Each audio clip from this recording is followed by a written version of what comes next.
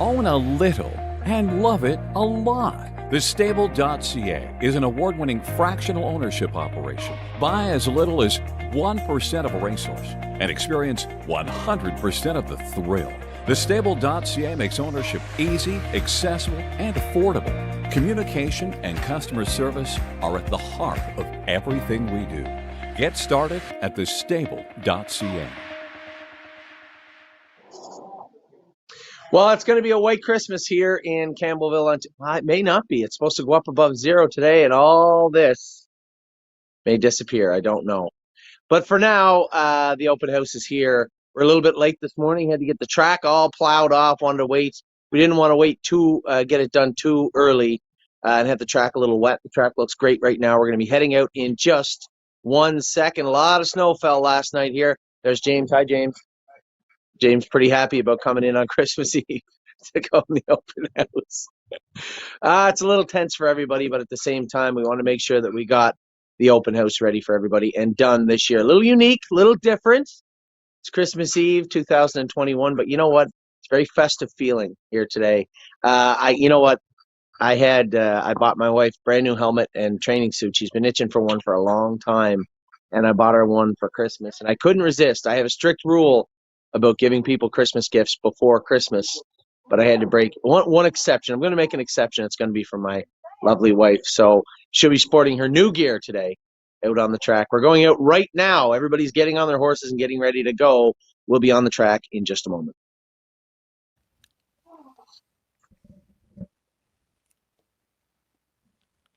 Yeah, well, I didn't see Anthony mention you and I, Mark, did he? No, I guess we got left off that Christmas list, but that's okay. I'm sure Amy probably blew the zipper out of her training suit, so that's why she got that. But anyways,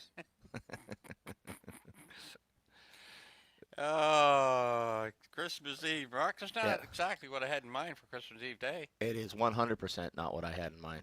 But yeah, it's good. You know, it's a good, nice studio here, and we're all set up. And I seen James walking by. He looked pretty happy. I heard Anthony say the snow was going to melt. I can tell you one place nothing's going to melt. That's on Prince Edward Island, because it's like the Antarctic out there right now. It's not even fit to go outside. Well, Mark, it's not all that bad. You're not used to the winds. You should be from living here years ago, but Yeah. it is pretty chilly today. I will admit the wind chill factor is probably about minus 18 or 15, something. Yeah, it's cold. Yeah, the windows last night in the house. I thought I was in the bow of the Andrea Gale. I thought we were going to blow away. But anyways, that's fine. That's good. Good night. Good time. So Now let's get back to the horses. Now we don't want to be on the Andrea Gale. We can't help that, but the winds. I can't do anything but the no, winds. no, I Do know. a lot of things, but not the winds. No, no. Now that first set's looking. I got a kick at it. The first one I look at is Tactical Mounds, and it's Tactical Landing, and I'm looking at the sale averages from Lexington. Tactical Landing sold 48, and they averaged 44, just about 44,000. So well received at the sales. Yeah, yeah. They looked at. He was a beautiful horse, Tactical Landing. I think he was an $800,000 yearling. What? Yeah, he was an expensive yearling. He's a beautiful big horse. Be interested to see. The only drawback with him is they got to race against the Walners and the Muscle Hills because they're New Jersey. But I think bang for your buck, Tactical Landings were pretty. They might have undersold. I know there was a. I know. A lot of the breeding farms bred them. King of the North sold a sister, a Tactical Landing sister for 160,000. Ooh. Gotta check me out. Yeah, so he is so he was backed by some of the big breeding farms. So he was a beautiful horse, like a real high end horse, real well bred horse, and a beautiful race horse. Be interested to see what he does as a stallion. Yeah, I just that little note on that Tactical Mounds. This first foal out of that mare sold for 110,000 was exported to Sweden. So Yeah, that's something to look at. Here's number 2 is What a Mission. what a mission. I've got that one. Oh, Yep. there we go, right here. Yep. Oh yeah, that's a decent family too. Yeah, Barn Girl. Those horses all raced to New York. That was a cash haul. Barn Girl made a bunch of money. Made almost $1 million in New York. She top. I think she won the New York Sire Stakes final at 2 and 3. That was Steve Pratt from Buffalo trained her. She's beautiful, big mare. Yeah, and take a look at What the Hills. They did very well in Ohio. Marks about 4 of them made it ran from 190,000 and up. So yeah. I had a very good year the first year. Yeah, yeah. And In if you Ohio. look down, I just seen in the third dam of that one's Gypsy Balance. That thing was a Dan Creighton train. That thing was a killer. Yeah. Now, Leaps and Bounds is the one we're looking at, number 3. Leaps and Bounds. Look at the traveling Supergirl. Isn't that Herbie Liverman's family, Mark? Yeah, traveling super light. Yeah, that's a great family. I mean, when me and Anthony were in Montreal, that traveling super light was racing. Marcel Barrio had her. She was just a girl Nobel, beautiful. I don't know if she lost a 2 or 3. She's a killer. And then it goes back down there. They got poof, she's gone, and all that group and her family. That's a great family. And I think if you keep going down there, yeah, it's just Super Final Girling and all that. Group. yeah, all of them. Yeah, the big Garland Nobels. Just impeccable breeding. That's Here's the next one, Silent Assassin, Devious Man. Mark, don't know much about Devious Man. Where's he standing? Devious Man's in New York. He's in New York. Didn't see that many of them last year. He was a good racehorse himself. Andy and Julie Miller had him. Good looking horse. I think he won some big races. I believe he was second in a couple big races. I think he might even been second in the Hamiltonian. He's a good racehorse. New York sired. Seen a few of them last year. It'd be interesting to see. I didn't see a lot of them in New York. They didn't have a lot last year. There's another one here, Anchors Up, a Trixton. What do you got in the Trixton? What do you got for him? Anchors Up. We got a Harbor Bell. Yeah, it's a decent family too. And look, you take a look down here for the maritime viewers. You take a look at this horse, Legion of Honor. That's the trotter, Mark, the Muscle Hill trotter that Earl Watts just took in. Oh, okay. Yeah. Yeah, I'm not familiar with that horse, but I see his lines there. Yeah, pretty good family. Handover Bell. It's a sister to Handover Bell. Her brother to Handover Bell. So. Yep. Yeah, she could fly.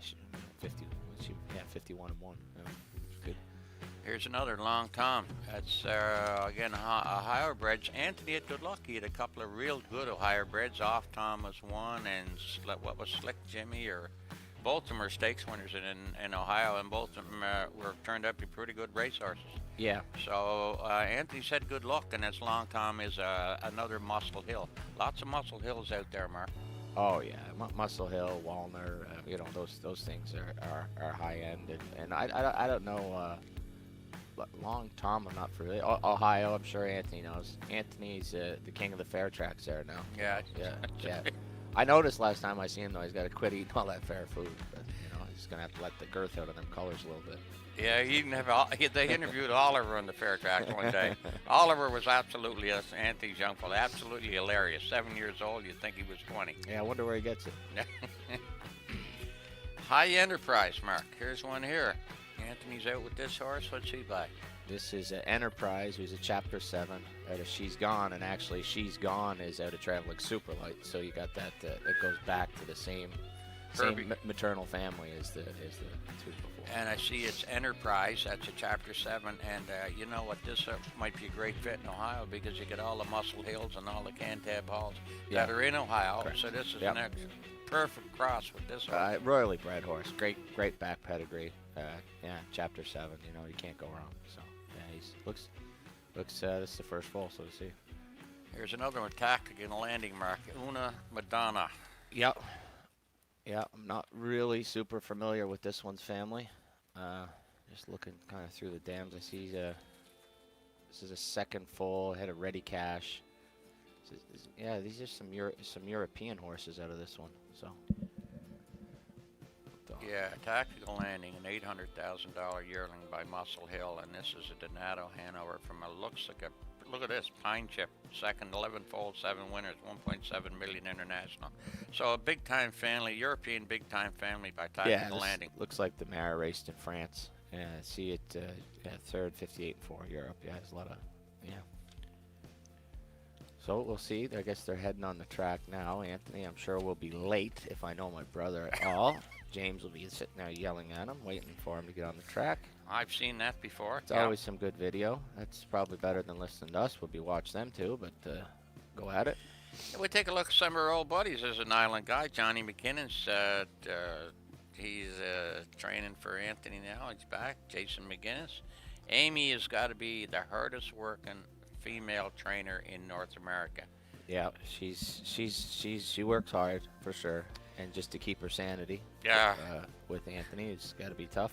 3 kids, I can't imagine. Anthony will be the 4th child of hers. So to train horses on top of that, it's can't be easy. Jackie Moisiev told me she is the hardest working, most talented young female trainer that he come across. Yep. That's when they were down at not Classy Lane, but there's another training center down there when Jackie Mo was stationed right where Anthony was. No, she worked. No question. There's lots of females in the business now. Work hard. I mean, started back in '05. I started with Casey Coleman and would come up through, and you see all kinds of Tisha Symes. There's a Maritime Connection. They were in the winner's circle with a horse this year in the Breeders' Crown at the Meadowlands. So that was nice to see. So there's lots of and Amy's certainly in the conversation there because I seen her they brought their trotter down to Goshen, and they're stabled at the end of Ray Schnicker's barn there for the Breeders' Crown, and she's waiting on me every morning to get up. She stayed with me and worked hard. Yeah, hard worker. Rain or shine, she was out, and Now you take a look at another one, Silent Assassin Harry Paul, recently inducted into the PEI Hall of Fame. He hasn't been inducted yet because he can't get home. Yeah, I know. Listen, I know what it's like. It's tough to get home. I mean, I think I've done about 5 COVID tests in the last 14 days. I think I do one more, and I get the Golden Swab Award, the Guardian Golden Swab Award for most COVID tests by one human being in the in a 14-day period. Yeah. So I'm looking forward to that. Maybe a set of steak knives or something. I don't know what to get for that, but we'll see. Who else we got here? Danny O'Brien from St. John, originally from St. John. Yep, we got Danny O, good guy. Yeah, very good guy. He had Yep. a real nice horse there for Everett Hansen up in Donnie Stevenson, I think, had him. I'm not sure. Oh, There look we at go. this, Mark. You like this? And Nope. do you want that or PEI what? I will take that because he told me it's going to melt. You know what? Okay. Yeah. We've got Jason McGinnis, all lefties out there. It's going to be tough to get the old drone out today, Mark. We might have, it'd be a tough day. Oh, I'm sure if I know my little brother Curtis, he'll have that drone flying just fine. I'm sure. Yeah. But we'll see. We'll see. It looks like there could be a little bit of white out there, right? Una Madonna, I see James is listed to drive, and I know he's there. So, Curtis, you better get your little brother's name up there, Una Madonna, James McDonald. I'd like to see him get a win here in the opening set. Well, you never know if he's there. He could have had to go. We got a visual on him, do we? Yeah, we have a visual on As it is, it's pretty early for him. Yeah, we have a visual on James. He was going by Anthony. All right. Yeah. All right. Well, we'll wait and see here. We at 8:50, so I'm sure they should be on the. There's 3 of them are on the track. So what are we going here in sets of?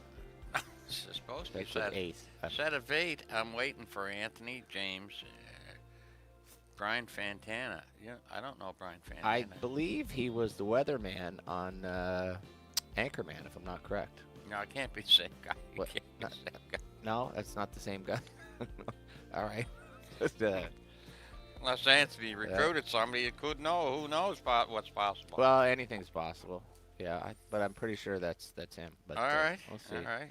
James he's got the brain function of Brick, so so you could maybe got a couple people from the Anchorman there today. Be nice. Anyways. So what's the story now, Mark? When do you go back?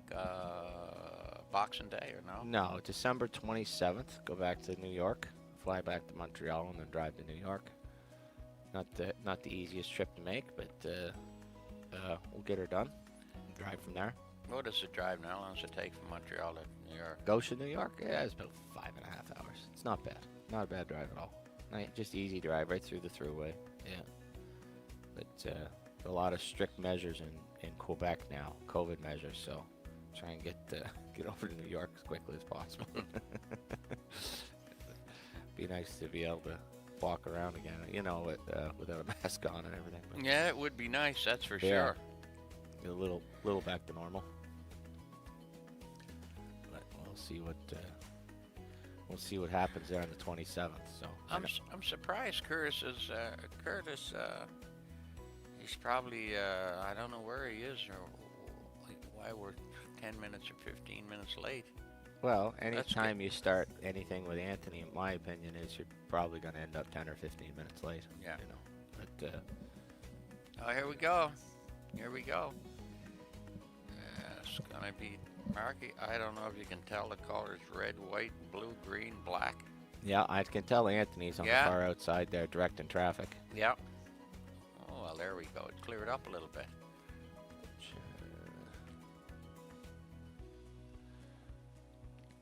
That is set 3. We're in Yeah, that one, yeah, so- yeah. There we go. That's the one I was looking for. There's. That is not Jason McGinnis on the 2. That looks Anthony on the 2. That is not Anthony either. Anthony's colors, isn't it? That is not Anthony's colors. Okay. Perhaps we could move the glasses right up to the eyeballs a little bit. Okay. Yeah. Okay. All right, there yeah, we go. we go. Yeah. Okay. Yeah. I got you. Yeah, that looks like Johnny McKinnon from Prince Edward Island. Yeah. Okay. Yeah. All right. Amy's got leaps and bounds. Okay. Nice to see James out there with no helmet on because that's always safe. Going with a set of 8 of babies. But, I don't know how many times I've asked them and played it with them. Why do they Why do they have to learn the hard way? I don't know. You know, why would you be out there without a helmet on? Yeah, yeah. I think he is more apt to get in an accident training babies than you are driving racehorses. But you know, don't wear a helmet. I think Curtis can attest to that. He went head first into a snowbank once, I do believe. Curtis did? Yes. When he was training for Anthony? Yes. I don't remember. I think his eyes were black for 2 months. But anyways, here we go. There's Danny O'Brien.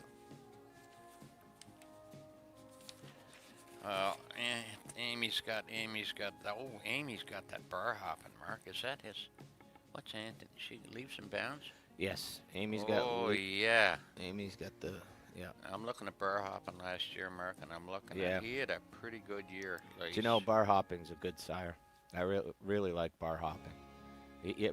Bar hopping's the only holdback. I don't quote me on it, but I could be wrong. But he's not that fertile, so he doesn't have as many foals as perhaps some of the other ones. But if you look at the average price Yeah. per foal, bar hoppings was number 1. I know Ray's got a $200,000 big beautiful bar hopping trotter. Yeah, I'm looking at the market. The first day of the averages, they sell for 140. Well, there's not that many of them. No, They're nice horses though. overall 16 sold, averaging 52,000. Yeah. So a pretty good sire, and he's up around the top 10 with. I know he's up around the top Yeah. 3 or 4 Yeah. average per se, but he's like I Yeah. said, he's not. I don't think he's that fertile. That's why he doesn't have as many foals. But they're nice horses. He was a nice horse himself. He's a favorite in the Hambletonian. Okay. Gonna be. They better get moving with that track, 'cause that might turn to muck here if it miles up. If it is mild as Anthony says it is, it could because she's pretty snowy looking. There we go.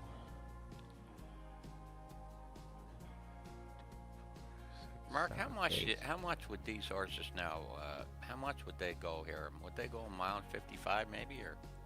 I'm not sure how much. I'm sure now December, yeah, I would say 45, 50, something like that. They'd be moving. Group 8 trotters, I noticed he had trotting hobbles on one, so I'm sure he's moving them along a little bit. The one Danny O'Brien's had trotting hobbles on already, so I'm sure he'll be moving right along. I don't have a stopwatch on me, but actually I do. See how this goes. I'm trying to find Amy with the red leaps and bounds. Leaps and bounds. Madonna. There's James. Anthony, Jason McGinnis. All right. I think Amy's coming in trailing at the back there. Dad, but I could be wrong. Who's in the green?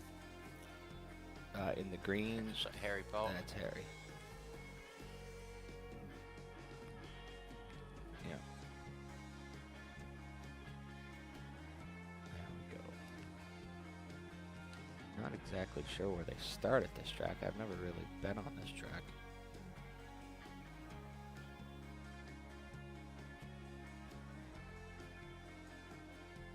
I'm pretty sure they're just jogging them around here along and then gonna go in a group. I guess that's how they start them up. Oop.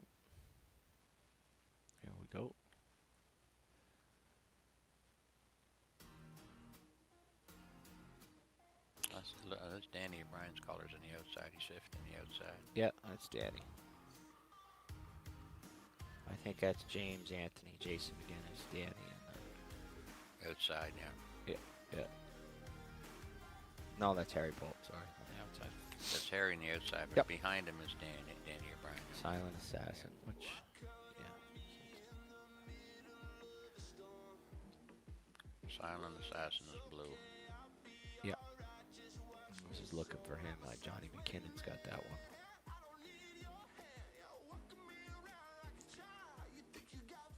Yeah, that's him right there. Yeah, he's a good-looking horse. That's Tactical Mounds there. Johnny McKinnon.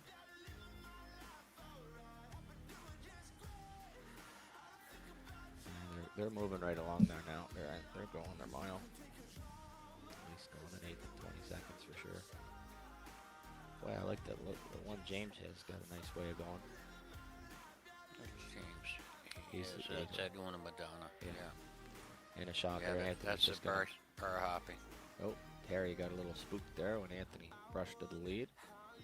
Not a surprise, Anthony brushed to the front. I noticed he seems to like to be where he likes to put everything. It's supervising. Yeah, supervisor. Yeah. Yeah. So you got high enterprise. Anthony's got high enterprise. So there, all these horses are sold out. The only one that's not sold out is Tactical Mounds. Yeah, will be Johnny McKinnon's. Yeah, good-looking group of trotters. They all kind of got nice strokes to them already. You know, the front bunch too here. There's the Tactical Mounds right there. The two. It's the with the he's in the white, Yeah, right? yeah. Oh no, that's Amy with leaps and bounds. Actually, sorry. He would be. Let's see. Red. In the red would be Tactical Bounds. Yeah, it's good. They're trotting right along here.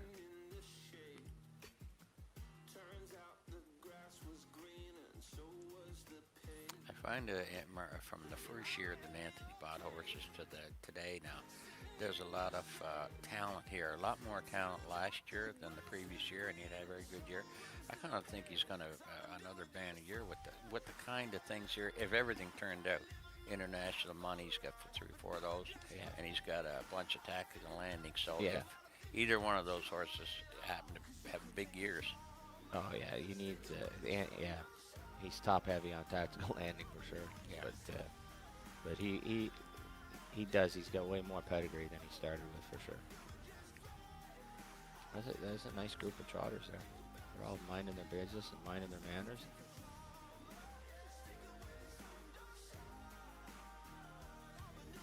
I believe.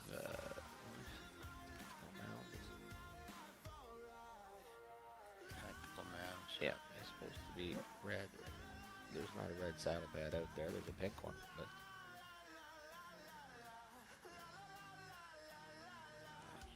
Who's along the rail? Is that red or uh, third on the rail? Isn't that red? that's the one James has got. Unless our data is incorrect, big fella, and there's a possibility it could be. Anyways, when you take a look at them right there, that's a pretty damn good looking crew of trotters, you baby trotters. Yeah, it is. For December 20, I know Yeah. it's December 24th. Yeah. It's early, but they're loud gated. You don't see The them. yearlings, they're trotting along nice, and they're going in a group nice. Yep. And you know, they're moving along. Oops.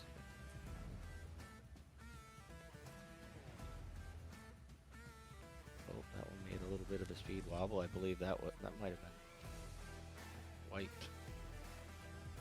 That was Amy. Anthony might take that training suit back after that. Let's see. I don't think he's taking him. Well, you get benched. You can get benched. It's a dirty game. Yeah. See why AMAC put himself on in this group. Oh yeah, I got a feeling we're gonna be seeing a lot of him on doing this. High Enterprise. Oh, that's the Enterprise. See, another one of those Ohio brits. Yes. Yeah. Nice Chapter looking. 7. Yeah. Yep.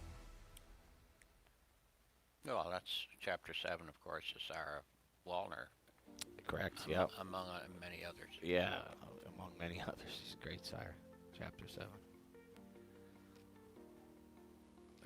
And they're not hard to. They're hard to buy. They're hard to buy. Oh yeah. Oh yeah. Yeah.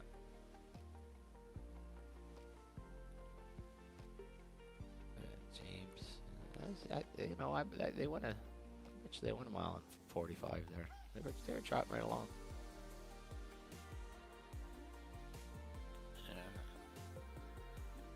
Danny O'Brien. I don't think I talked to Danny the last time I was up about 6 weeks. No, sorry, Yeah. just to interrupt, but that was in the white saddle pad. That was tactical mounts. Actually, look, he did a nice stroke to him. They look nice going along there. Nice long legged, nice reach. I missed. Sorry, go ahead. They had the wrong side. He's supposed to be wearing red, but of course Anthony put the wrong color on. But anyways, that's fine. We'll figure it out because it's.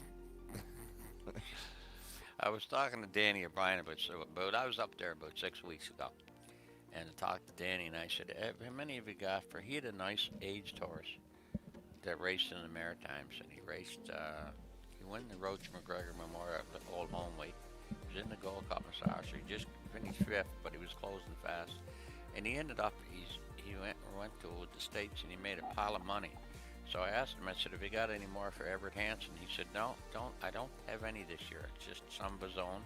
He's got 4 or 5 of his own stabled at Tomiko Center, and he works for Anthony on the other side. Yeah, Danny does a good job. I seen Danny shipping horses a little bit this summer with Walter Whalen too. Really? I seen him at Pocono once. Yeah, I believe he was with Michael Whalen, Yeah, Mike was down there. the Mike wheelman. Yes. Yeah. He had a yeah. winner last night at, I believe, at Mohawk, Mike Whalen. Hey, he actually had a number of winners down at Pocono. Yep. They do a good job. Him and his dad, Walter, always have. The Whalens are 3rd generation horsemen. They know Tremendous horse. They know what they're doing. Jimmy and Walter, and yeah, they're a good group of guys too. Commercial block. By now, you know the name COSA TV, an industry leader producing unique, high-quality digital content promoting harness racing in Ontario. Features, virtual programming, live events, and more. COSA TV has it covered. Follow our social media channels and be sure to subscribe to our YouTube page to view the latest content. And if you're looking to bet your favorite Ontario track, check out hpibet.com. COSA TV, taking Ontario racing global.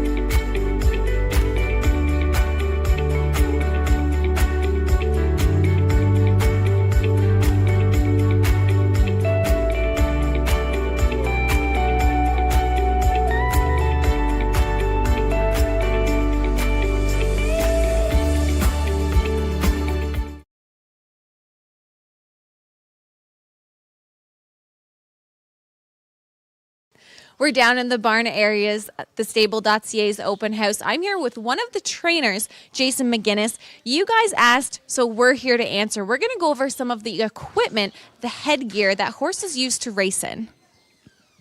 Thank you. We just have some of your standard bridles here. We have an open bridle, which not too many of the young horses will wear till maybe it gets close to qualifying time. You'll want an open bridle maybe to calm a horse down a little bit and let them see a little more, and sometimes a younger horse will relax a little bit in them. Pretty standard for most of the babies. They start off in a blind bridle. Keeps them focused, try to make them pay attention, do their work.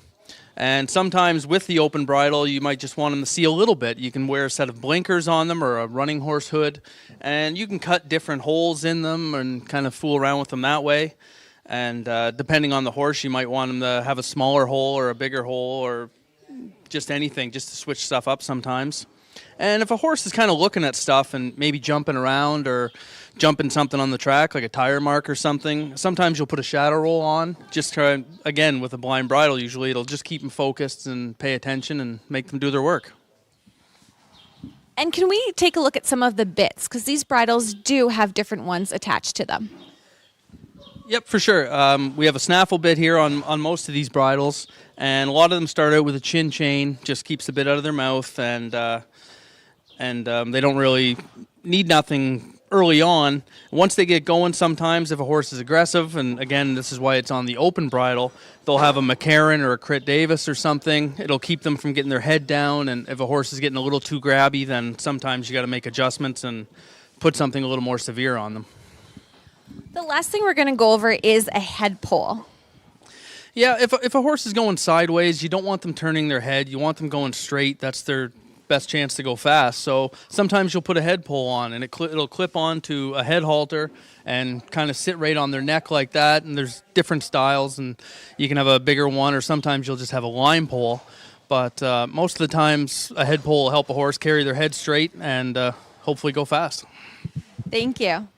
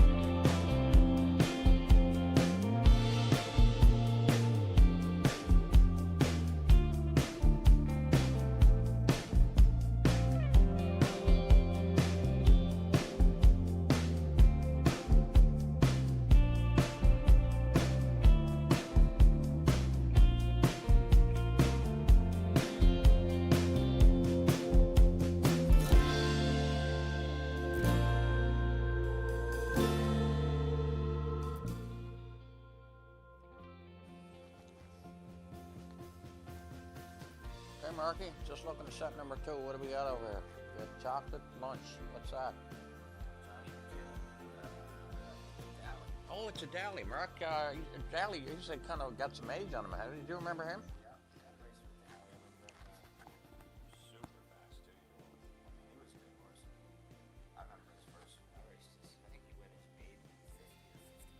He what?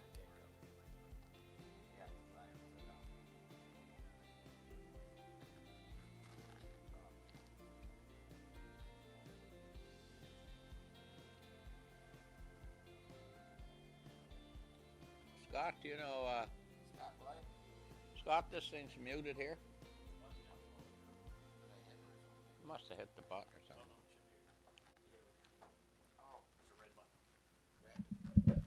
Oh, okay. Okay, there we go. You got me? Yeah, I hit it with my knee. All right, chocolate or lunch, Mark? Yeah, no, Chocolate for lunch, rather. yeah, Dally? yeah, he's a Dolly, super fast 2-year-old. I mean, he's a good horse, but really fast 2-year-old Dolly was. He won his maiden in like 50 or 51 right off the get-go. Really? Yeah, Luke Olette drove him back then. It's funny, I looked down here, the third dam San Fran Hanover Celebrity Ball was a That was a beautiful little mare. Bob McIntosh trained her. I drove her 100 years ago. It seems like now, but she was. I think she was one of his. She was one of his best 2-year-old fillies at the time. Yeah, she's good filly. Went some late closers, presidential ball. But that's just got some good old families here.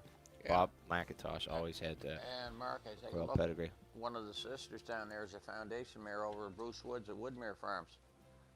So, I mean, it's got lots of pedigree, and people certainly know the Woodbury name down here, and lots of stake winners in Yeah. that family. So, Yeah, you see that. by Dally, who knows? He could fly. You said he was one of the fastest 2-year-olds you ever saw? He was right off the bat, yeah. And I think Luke and I think Jody Jameson drove him a couple times as a 2-year-old, but he was a super good 2-year-old. Yeah. Okay. Watch it, Daddy Bear. Where's James going? James not ready. Well, that was a good set. Set number 1. Amy put it on. She had her new gear on today. Danny, just grab Addie, will you? She had her new gear on today and got a W in her brand new helmet and her brand new suit. Johnny made a little break going onto the wire. I just let that filly trot coming out of the turn into the stretch around the turn. My filly, the high enterprise filly, man, I really like her. But Amy's filly was certainly iron tough today. Went a mile, I think, around 257, 256. Everybody was good except Jason. Jason's really somebody's got to call Jason and wake him up. Got away last, finish last.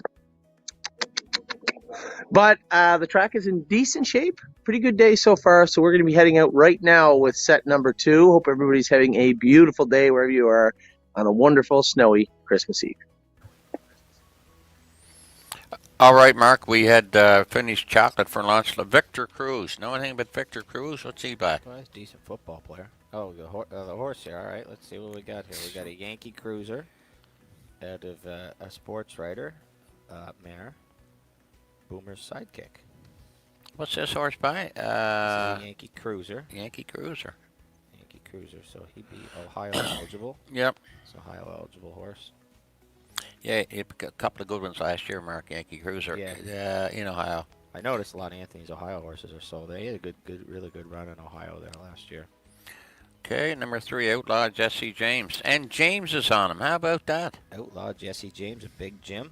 This is a funny Ontario sire, right? Yeah, James had a great year with that Prohibition Legal, winning 15-4, 449,000. Yep. It's a funny thing, you know, Mark. I see last year, I look at Big Jim and Better's Delight in Ontario. Both horses, their fillies were much better than their colts. Isn't that surprising? Yeah, well, it happens. I mean, Better's Delight's getting a little long on the tooth. He's up there, but he's still a good sire. He just throws great horses. You know, he's maybe one of the best sires ever, longevity-wise. Yeah. And he's you got to remember that horse was battling Real Desire. I think it was a long time ago. We're talking 2000, 99, maybe even before that. So he's up there in age and still throwing top horses. And Big Jim was a great racehorse. My buddy Phil Houdon used to drive him. Is that who had him? Big Jim? Friday Dean had him, right? James Dean and Phil Houdon win the Breeders' Crown at Pocono, and couldn't find two nicer people. I see they had a nice filly down here by Big Jim called Girl in the Tavern. Donnie McRae owns, and Robin Burke bred it. It was a stakes winner and win the Atlantic Breeders' Crown, I believe, here. Yeah, and Donnie McRae's a major player here. He's a terrific gentleman, so can't say enough about him. So good luck to them this year with their horses. Yeah, and this is another sold-out horse, this Big Jim. So let's see what else we got here. A Lost for Words, a Lost Spirit is his name. He's so this would be, I'm not sure. Is he Illinois bred? I'm not sure. I'm not sure where. It doesn't say. I don't know where Lost for Words stands. I know he's Ohio horse, right? I'm pretty sure that was the horse that went toe-to-toe with Wiglet Jiglet in the jug, wasn't it? Lost for Words? Could be. No, Could be. No, it was. Well, he sold out anyway, so you don't want to have to worry about him. So, yeah, you get big license. Good family. I look back here on the second day in Penji, Hanover. I drove that horse for Paul Kelly. That was a really, really nice horse. And that was one of the horses that perished in the Classy Lane Fire. Ben Wallace had him, and he raced the North American Cup and so on and so forth. He's a very nice horse, and that's a shame. It's actually, he only shows a couple 100,000, but he died real young because of that fire. That's a good family. You never know, but he sold out too. So This is a name change here. Your old buddy Mark Beckwith is in on this horse. It's called Sir Bubbles. Well, his name changes now. Win with a Whisper. well, I don't blame him for changing that name. I don't know who thought of that one, Sir Bubbles. Doesn't have What? championship material wrote behind that name. I can tell you that. But yeah, win with a whisper. We'll take that. Yeah, but it's one of I thought these were one of them was bred by your buddy Ray Snitker, and No, it wouldn't be this one. this one, maybe the next Yeah, one. a Heston Blue Chip out of a sports writer mare. No, because Steve Jones, Cameo Hill Farms raised that horse, and I don't think No, they had any of them mares. I could be wrong. but I'll tell you one thing: some kind of family. I mean, the whole crew of them is two $500,000 winners from that family. So a matter of style. Yeah. So I mean, this is a pretty good family, and I don't know. There's no say. I think Beckwith owns part of this. He could. Heston Blue Chip. He had a nice New York horse last year. Now he makes a move, which is, I think, just my personal opinion, might make it a little tougher on him because he's moved to Pennsylvania. So Pennsylvania's program is pretty tough. It's almost Grand Circuit style, but Heston Blue Chip, Marcus Miller and Irv Miller had a really good Heston Blue Chip last year. It's probably one of the best ones in New York. Actually, unfortunately for them, not for me, because I won the final, but he made a break off the rail. But he was a nice colt. That's the one that JD won. Yeah, that was the 2-year-old pacing colt. Yeah. So there was the one to beat in there was probably a Heston Blue Chip. But we'll see. Okay, the next we got what's this one? More Than You Know. Yeah, this is another Heston Blue Chip. Trying to pick up the family here. That's family's Miss Mildred. Yeah. Okay. Miss My Fleet Delight, Better's Delight. Yeah. Oh, I know this one. This is the one that I saw training last year. It qualified, Mark. I think James qualified at 59. Yep. And he ended up the next time out. He took it to Mohawk, and it made a break and severed a tendon. This horse did More Than You Know. The filly, the Miss. I think it's Miss Mildred. Yeah. 'Cause I yeah. don't have the It pedigree is here, Miss but- Mildred. She cut herself, and I think they're going to breed this mare, Miss Mildred. They're going to breed her. They're going to breed her to Sweet Lou. Oh, okay. Yeah, Yep. that's how much they thought of this family and this More Than You Know. So this Okay. horse is Pennsylvania bred. We got based on the first foal, Miss Mildred. She could fly. James told me one day. He said this is one of the best ones I had early last spring. Yeah. So I mean, so when you get a little inside info and you can go back and buy the sibling, it's nice. I didn't know that. So we'll see. Well, Mark, that's why I'm called a prophet. I see these things. Well, Anyway, no, it's because you can read a printout and you Okay. talk to James clearly. All right. I'm not. I don't think you just pulled that out of thin air. But anyways, all right. Moving on. Nick's Go is now Fusco Strong. And this is an American Ideal. This is the one, and look at the dam of that one. That's one of Ray Snitker's and your buddies. What's his name? This would be Cameo Hills, and that would be Fusco Strong, like Yeah. because of the Fuscos, the family that was just devastated with COVID last year. Carmen Fusco is just a gentleman, and Vinny Fusco, and they all, it's right when COVID was earlier, and they were two of the first guys to die. And I actually drove horses for Carmine up at Pocono that week he died. And actually, that's a sad story, but that's a good name. Hopefully, it's a good horse. It's a Captain Treacherous, I believe. Is that what we got here? Yeah. Is this is a Yeah. No, it's an American Ideal. I had a hot tail because I just Yeah. Oh, okay. Yeah, that's Glowing Report. That's a Cameo Hills farm. That was a great mare. Jugette winner for the Silvermans, Richie Silverman and George Brennan. George Brennan's Jugette right there. Glowing Report. Oh wow. Yeah, well bred. Yeah, I think Bray did breed that one. Well, is your old buddy Beckwith? Is he married to Silverman? Yes. Like that? Yes. Really? Yeah. Yeah. She should be a saint for hanging around with that guy, but. He could be watching today, and he's But got. that's okay. That's all right. I throw a shot. I'll know if my phone buzzes here in a minute if they're watching or not. Beckwith, I gave him a few tips last year in the football. He won 3 weeks in a row, and I gave him one, and they lost in the final seconds, and he didn't talk to me for a month. Yeah. I didn't get any credit for the 3 winning weekends, but then one bad weekend, and that's what happens. You would think that a guy that loses as much as he does would be used to it, right? You shouldn't get too upset. Bobac's not listening. That was the last one we got. We got an all bets off here. All bets off out of a Highland Lucy. That's a good family. Yeah. All bets off is great. I raced against him in New York.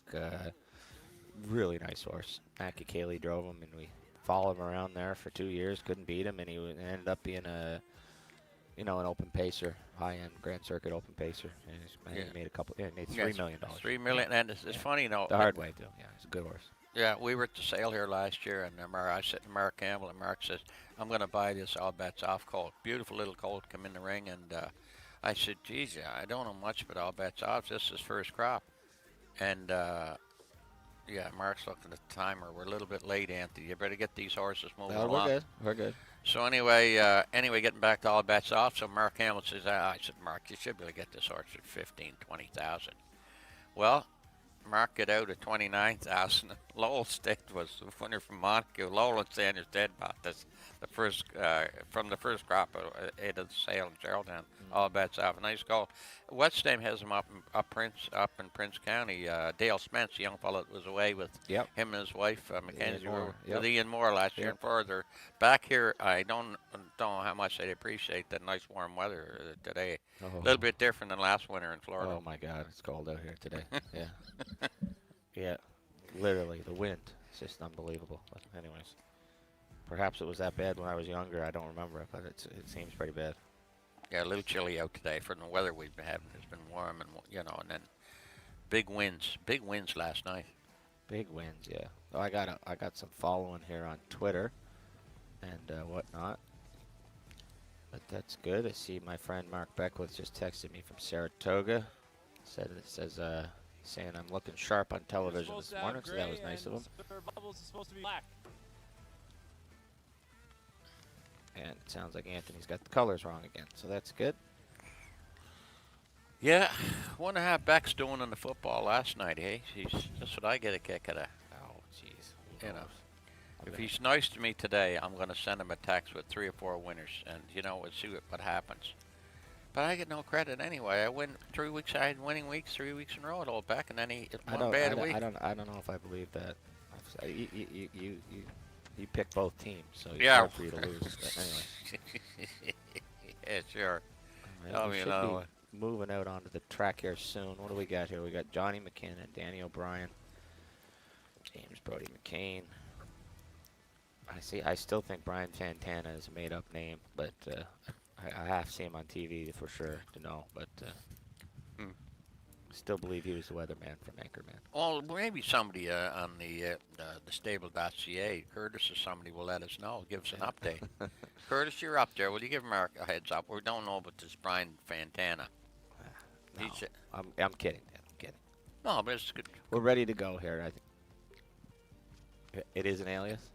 It isn't. I knew it was. See? Told you. See, you're right. Yeah, I knew that was one for Dad, but anyways, he wouldn't figure that out all day. Yeah. I don't know. I never watched that show. That movie, I never watched that junk. Yeah. I'm watching Turner Classic Movies, black and white. I don't watch some other thing. Yeah, you know why they remake them in color, Dad? Because they're nicer to watch. But anyways. Okay, here we go. We got Johnny McKinnon in the red. I believe they're just fixing the saddle pads on these things before we go on the track. Yeah, Sir Can Bubbles. you hear me, What guys? kind of name is that? Yes. That I can guarantee Beckwith didn't put that name on it. Sure, No, would he? I think here we are here. They're on the track here now. All right. We're just fixing the saddle pads so we know, so we actually can tell who we're watching. That looks like Amy. That would be Sir Bubbles right there. Well, it was Sir Bubbles, and then we did the name change on there. His name changes to whatever it is. I don't know. Where is it? Yeah, his name changes up a blank sheet. Sir Bubbles is now, his name is Win Yes, I can Win hear with you. a Whisper. Yes, I do. Yeah. Okay. There he is. A good-looking colt. Win with a whisper. Nice long legs. Big looking hind quarters. Nice looking colt. Looks like a lot of horse for Amy there. Hopefully she can hang on to that big fella. Oh, I would say I got all the faith in the world in Amy. Well, she could always do what Anthony would do and just pull on the right line and go, right? It takes two to pull. All right. I hear Luke through the van.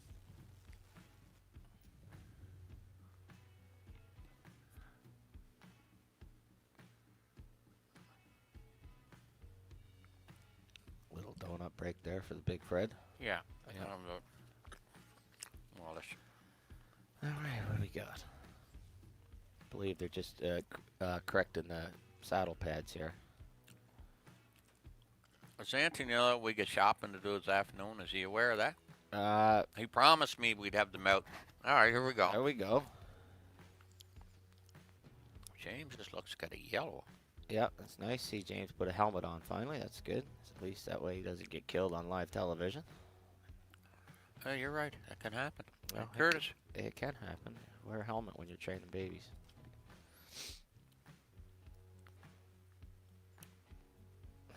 So who? Johnny McKinnon's in the red. Victor Cruz, blue. Outlaw Jesse James. James is white. Well, we know James's color, so. Jason McGinnis. Brian Fantana, I believe, is a cat photographer as well as a sportscaster. Off the movie. All right. Yeah. Whatever. Whatever.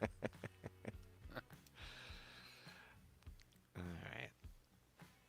Which is, let me. Most of these shit horses are all sold out.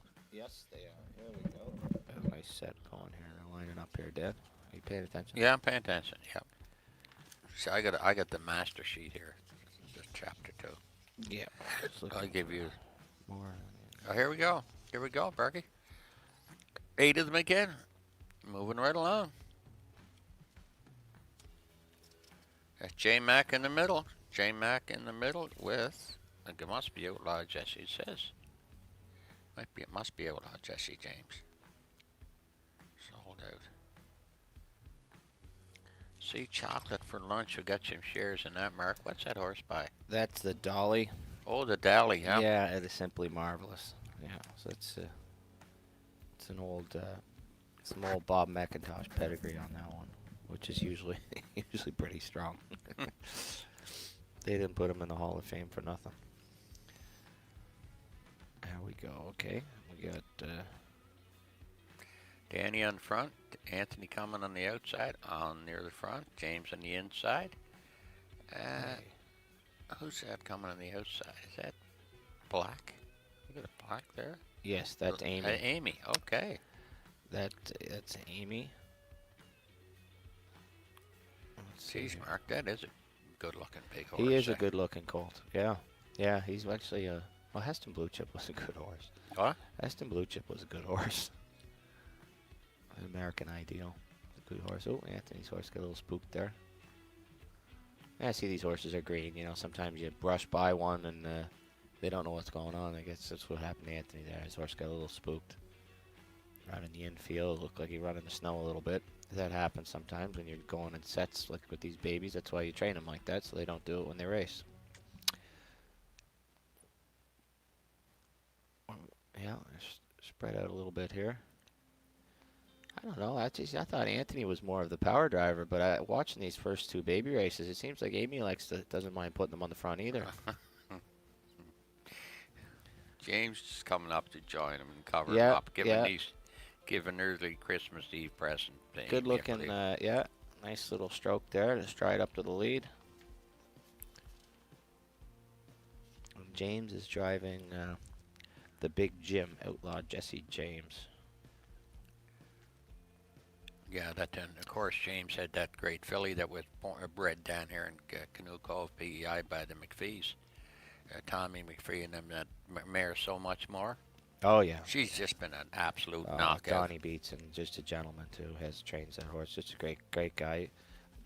Used to drive a horse from the Maritimes for them, too, when I was at Mohawk and so on. It's always another Maritime bred. I'm trying to think of his name, but they're just great people.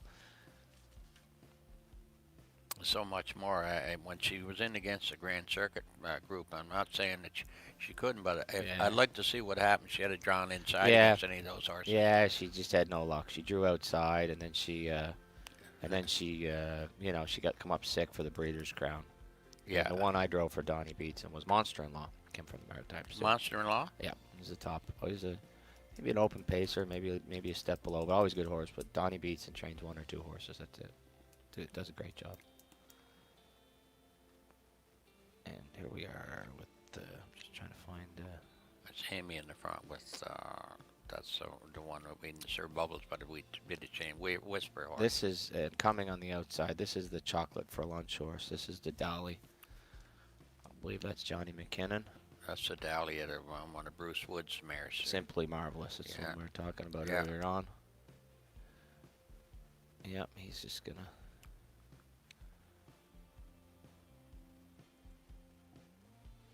I blinked there, and Anthony.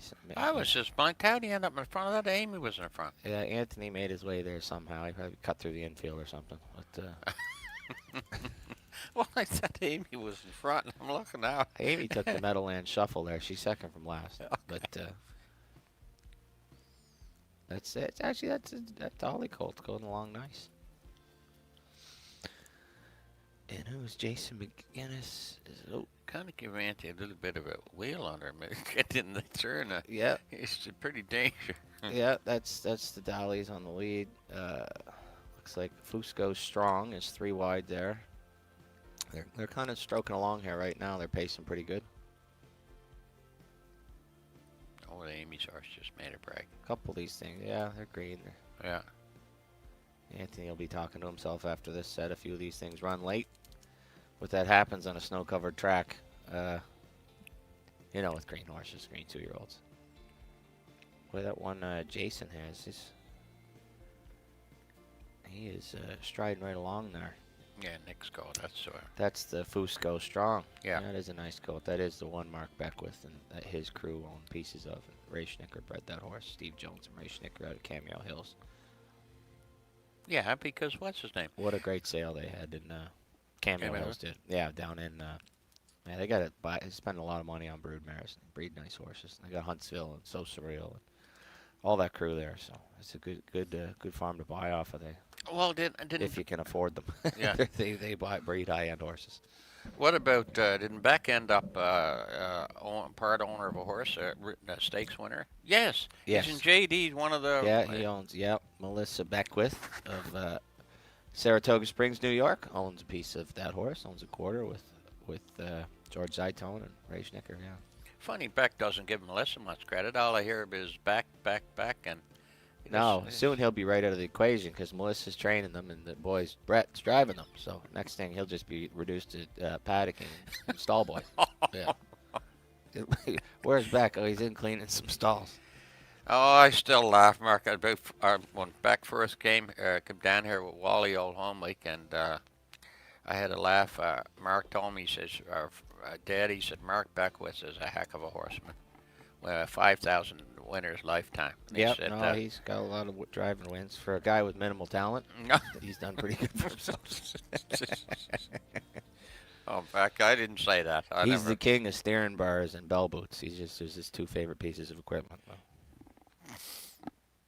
But Anyways, that's set number 2 done with Berkey. So now we're moving on to set number 3. yeah, that's a good-looking group. They got a little tangled up late. I think Anthony might have to shorten the pants on a few of them things. They look a little long, but when they started to really step on the gas, a couple of them could handle it. But you know, it's tough conditions too. You gotta have them corked up good. Look at that track. I mean, it's not the easiest going for them, I'm sure, when they're going in sets of 8 like that on a track like that. You know, it's pretty snowy looking, tough conditions. So. Yeah, I can imagine that snow coming up and hitting them in the belly. Oh, and when it stuff balls like, up and it spooks them, and and they're just learning. You know, you got to remember these things are only yearlings. they're not even 2 yet. So. Okay. So okay. Take a commercial break. Yeah, we'll go on to set.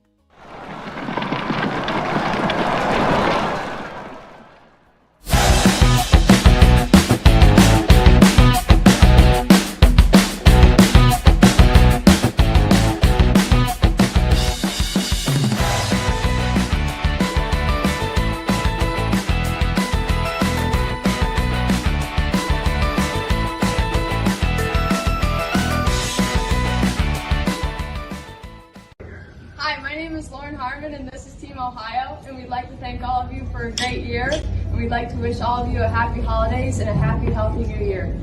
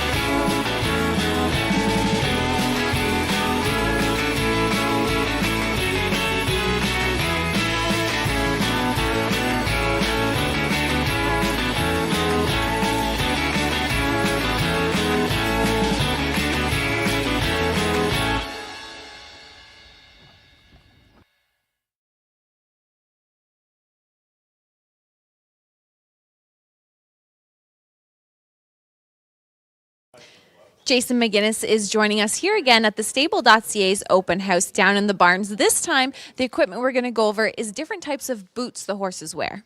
Yeah, we just got some pretty standard ones. We start off, we have your typical bell boot. Bell boot, common in a lot of trotters. We'll just put a little extra weight on them sometimes and get them reaching out a little bit further. Pretty common to see a set of bell boots on a trotter. That's not too rare. And then we have your regular old shin boot. Shin boot, if a horse gets a little sideways or something, but hopefully the head pole we covered earlier fixes all that. And sometimes just based on their conformation and stuff, they'll come up and get into their shins a little bit. So you just put a standard shin boot on, nothing too fancy. Then we have a knee boot. The knee boot will wrap tight around the knee. You want them tight, or Anthony will flip out. You want the knee boot really tight, and you want it around their knee, and they'll come up with their foot and sometimes hit their knee. Horses will hit in different spots. You can see they're fairly big. You can get them in different sizes too. You can get them a little higher, and hopefully you don't need them a ton. And we have your regular trotting boot. This is just a trotting boot, not too high. It's got a speedy cut on the bottom. It'll wrap tight around the leg, and just hopefully if sometimes the trotter, they'll get interfering a little bit, and they'll touch anywhere kind of up and down, and sometimes they'll get into their ankles a little bit. And hopefully the boot covers them up and kind of helps you out, and you don't have any more issues. Now, sometimes we add weights onto the toes of trotters, so why would we do that? Sometimes you just want them reaching out a little bit further and kind of lengthening their stride. And some horses just need a little more weight to kind of go and balance them out. So if the bell boots don't cut it, you can put a toe weight on. There's different weights, 2, 3, 4 ounces, and you simply just literally screw the toe weight onto the front of the horse's foot, and that'll usually do the trick. Thank you so much for going over some of this equipment that is used on the stable.ca's horses. Thank you.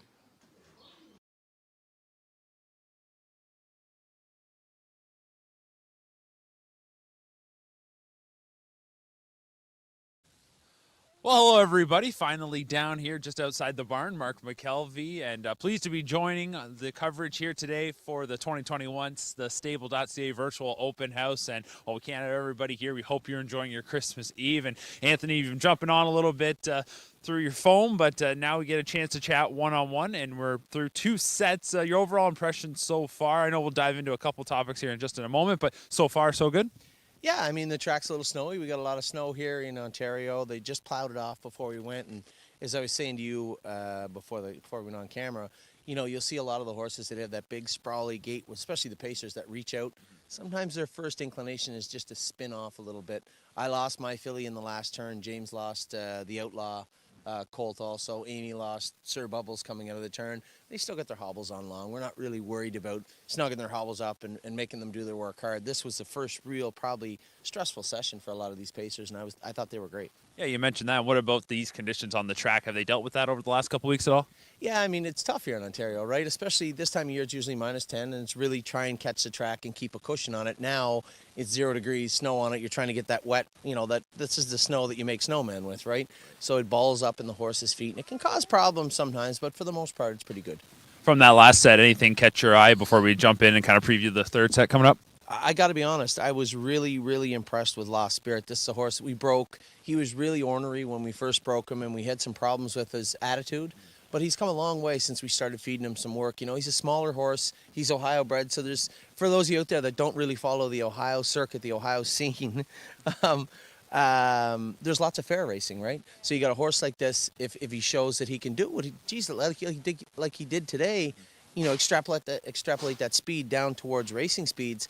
If the speed is there and he continues to learn and adapt to what we're trying to show him, geez, he could be a decent little horse for us this year. All right, so going into this third set here, and I know we got to look at the list, but the one thing that really caught my eye is just the support that you've gotten from your clients this year. There haven't been a whole lot of shares available in some of these horses here today. We've got shares available in just one of the 8 that's about to go out there, so that's great for the stable.ca. Great that everyone gets a chance to see them, but what should we be watching for here in this third set? You know, for a lot of our clients, what we had done going into a lot of the sales, we tried to, I guess the easiest way is pre-purchase them, right? I've done as hard a job, worked as hard as I could to get our horses over the last 5-6 years in the best, most affordable manner.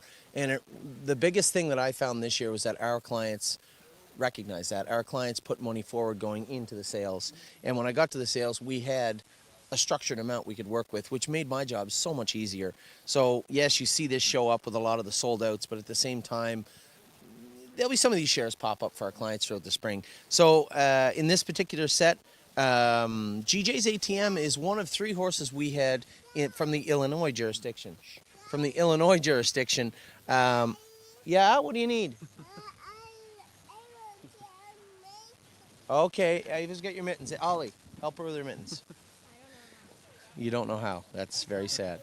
So we have 3 from the Illinois jurisdiction coming at us today. GJ's ATM has been really good. This is what I would call, for early in their life, a really tough division. Always Charming has been good. Dreaming of Credit, Ohio bred colt. Now, Horn Player, for those of you watching in Ontario, might be of interest to you. This is Alarm Detector's sister by Tactical Landing. Smoking Hot Irish Girl, if you followed the stable or Ohio. This is Yes's half-sister also. Ow. Good arm, James. Full Heart is a Johnny. Now, we all have our favorites, right? We all have our favorites. If you're going to work around horses or people or anybody, you're going to have those quiet favorites, right? And I know Johnny McKinnon has said that Full Heart is the fastest filly we have right now, which is surprising, but it's the one that he's hooked his wagon to right now. Sipping on my shine, Amy's going to go with another Ohio bred in here that she really likes and I really like. But I'm pretty interested in Horn Player in here, to be honest. Okay. Well, we'll keep our eye here as we get set for this third set. We got to watch out for the snowballs that are flying. It is a snowy morning, and the good thing is I got someone here to catch them before they hit me. So thanks, Anthony, for that. And I understand now we're going to check out our next set of winners as we were giving away some prizes here this morning on the virtual open house as you get a look at our latest winner. So congratulations. You will be contacted shortly. And again, way to go, Jeff Seidel. Congratulations. So we're getting set for set number 3. And now that we're up and moving down here just outside the barn, we'll bring you more coverage. We'll catch up with everyone and hopefully provide you a little bit behind the scenes and some tidbits. And for now, enjoy the entertaining stylings of Fred and Mark.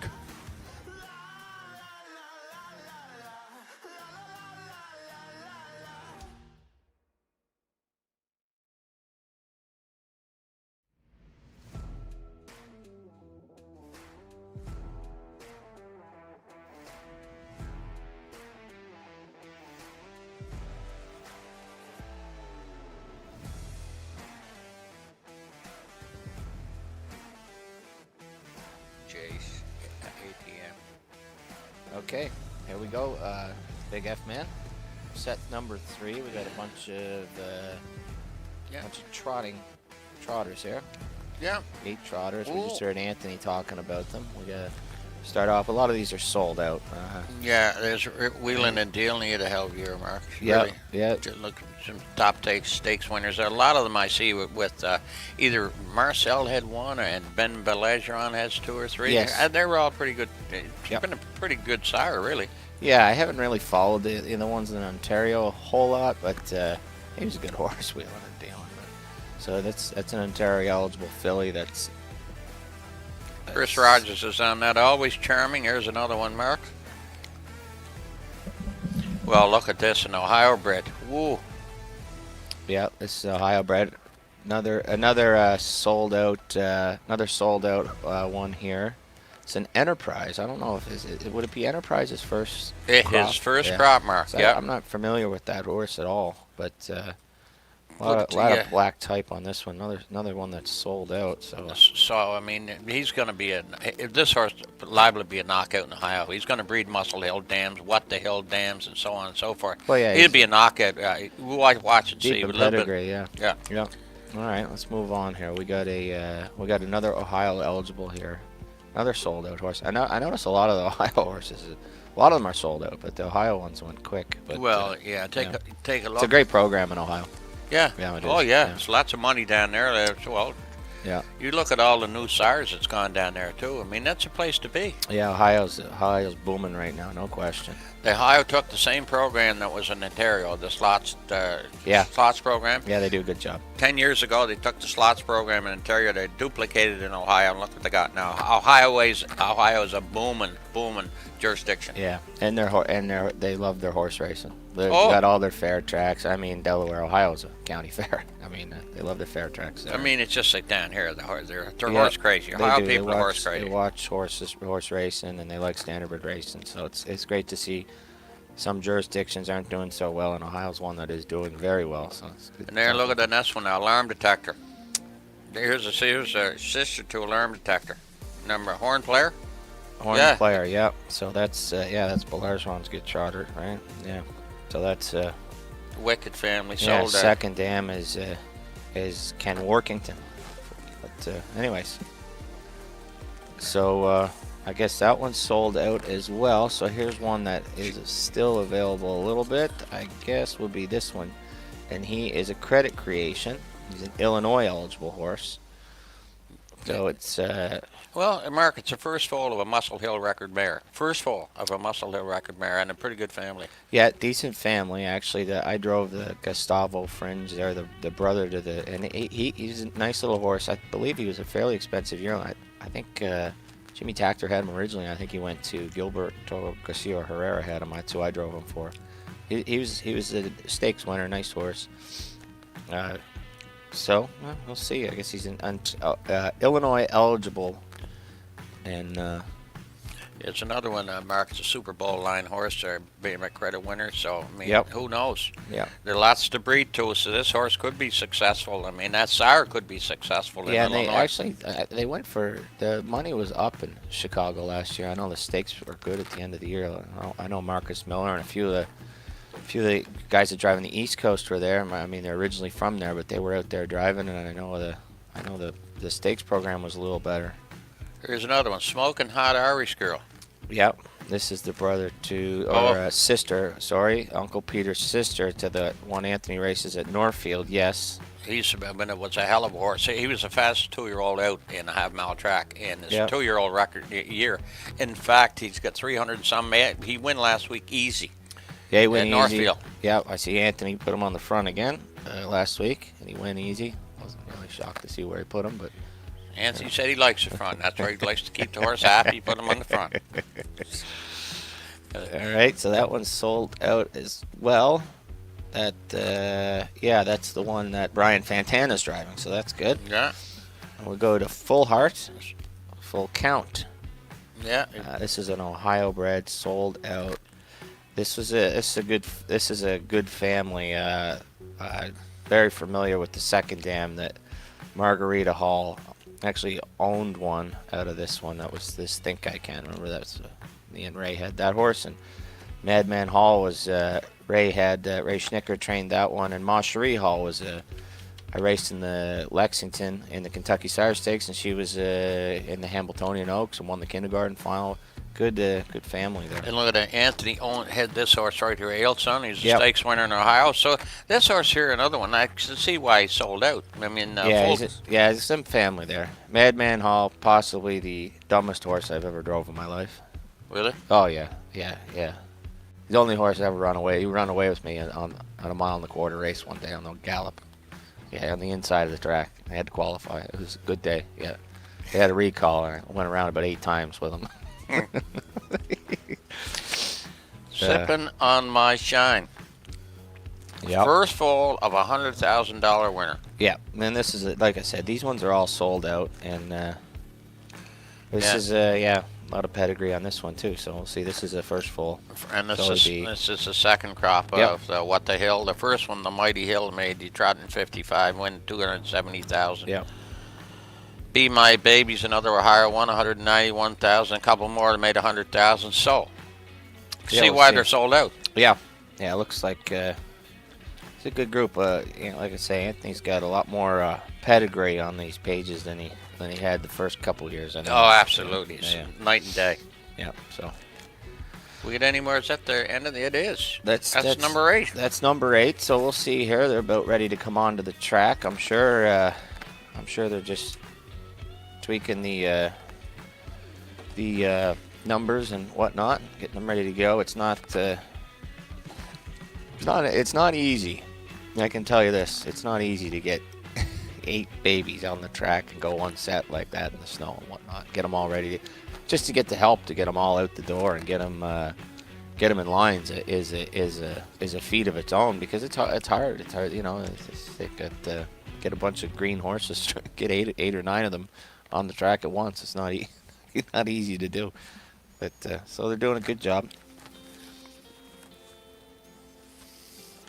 And all right. So we'd like to get a verification that Fusco Strong won that second heat. I believe. I think that was Jason McGinnis, right? Was driving that one. I couldn't really. Okay. It looks like Jason McGinn. Next go was. Yeah. That's the one. Yeah. Fusco's now Fusco Strong, right? Yes. Yeah. I'd like to verify that. Becky's all worked up. He doesn't know which one. Is that the right one? Yeah. That's the right one. You got him. Got him? There we go. All right. And what else we got coming up here, Big F man? I'm just looking down the board here. Got a group coming up next of another group of trotters. Anthony's got a lot of trotters. I say, Mark, he's usually has about 65 to 70% trotters versus pacers. Yeah, I noticed he's got another group here. Group 4 coming up after this is another group of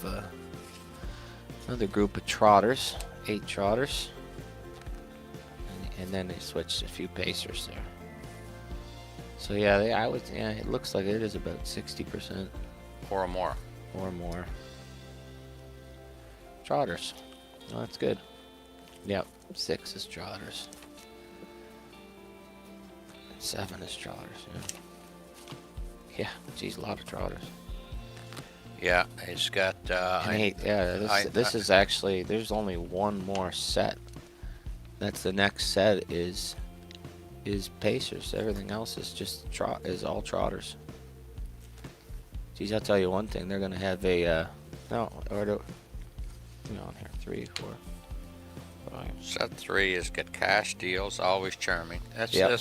That's that 3 right there. Geez, the tack shop's gonna go make a fortune off Anthony and trot novels this year. Right? There won't be a trot novel available in all of Greenock, in all of Ontario. We might have to order them in from overseas. Yeah, well, Yeah. he must have some. Okay, he sold quite a few of them, didn't he? Yeah. He sold one of my favorites, that little horse, Tipsy and Dixie. Harry trained her last year, and James drove her mother, and Mario some. But I think Mario drove her a lot. She was a handy little thing. She could leave like a runner, Mark, and get placed good, maybe about 70,000.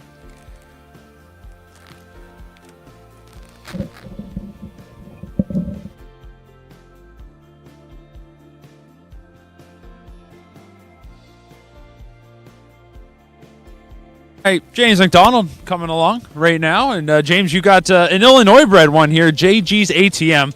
What can you tell us about this one right here?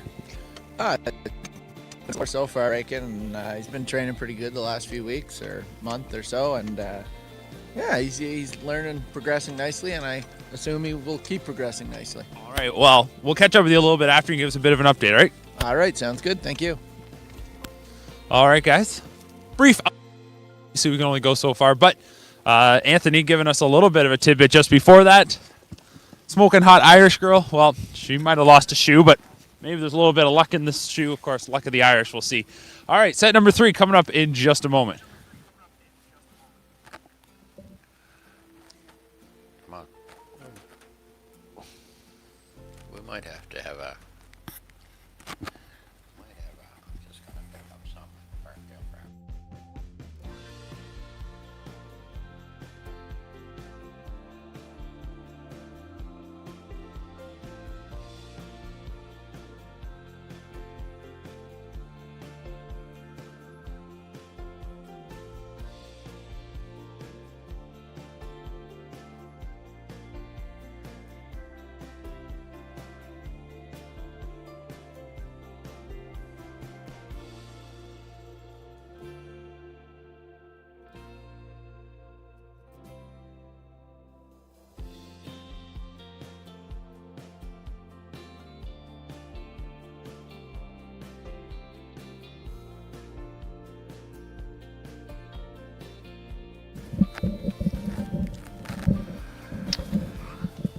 Okay, here, Big F man. I think they're. I don't know if I heard correctly. Did Anthony lose a shoe, and they're fixing a shoe or something? Yeah, I think it was one of them that's smoking our hot Irish girl. I think that's the Lost one. a shoe. Yeah. Well, that's your buddy Brian Fantana. Well, yeah, that would be Brian Fantana. Yeah. So who is it? Brian Fantana. He's off the movie Anchorman. I believe. Oh, we already did these. This is Wheel and Deal, and that's one of No, mine. yeah, we went through the group. I think it was. I just think that's what the holdup is on the group. I believe is they're fixing a shoe. Anyway, Mark, while you're home, you got a chance to talk to your old pal Jamie Smith. I see yesterday. Yeah, we got to meet up with Jamie Smith yesterday at the bowling alley. It was good. Yeah, Jamie's been. He was with you at Mike McDonald for years in Yeah, Montreal. me and Anthony and Jamie all lived together for a while there in Windsor. Yeah. Jamie was down at Windsor too. Yep, Yeah. we all lived together, and then we were in Montreal together too. So it's good catching up with Smitty. It was nice to see him. And Mike McDonald's, Smitty's his partner is Mike McDonald's daughter, Angie. Angie was there. Yep, Angie, and it's good to see everybody. Just kind of. And Angie's sister ran did she right on the Kerry Boulevard, that the restaurant they had in Montreal? I'm not sure. I left Montreal and I was back on PEI that summer, and then I went back to Windsor with my own stable. But I know Anthony he stayed around. Anthony won his first race there at Montreal. Yeah, he won with Gary's Pride. Gary's Pride. Yeah. Anyways, and he's got a chance to talk to your old pal Wally McGinnis. Yeah, Wally. A bunch of guys there. I keep trying to call. I called my buddy Bernie McGuigan. He called me about 3 times. I called him yesterday. He didn't answer though. So we'll give Bernie a little shout out there just in case he's watching, because he'd be a little angry at me. Oh yeah, to Bernie. Hey, listen, don't forget. Now Bernie, I remember when he started out with Clarkie Smith, and that wasn't yesterday. And 8 horses like Ernie Spencer and D.V. McDonald had a lovely, nice racehorse. What the heck was his name? He used to race Ohio's Orphan with Clarkie Smith. Clarkie had Ohio's Orphan when Barney was there.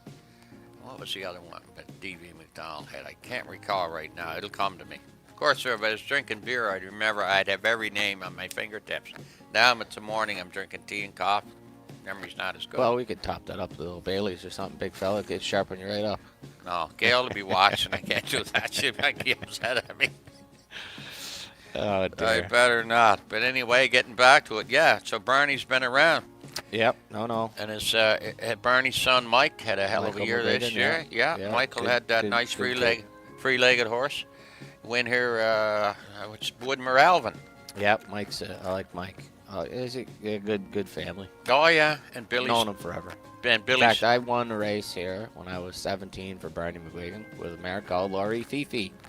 Laurie Fifi. Up the inside and beat my old buddy Paul McDonald, Mike's brother, right at the wire. Probably my 3rd or 4th lifetime win.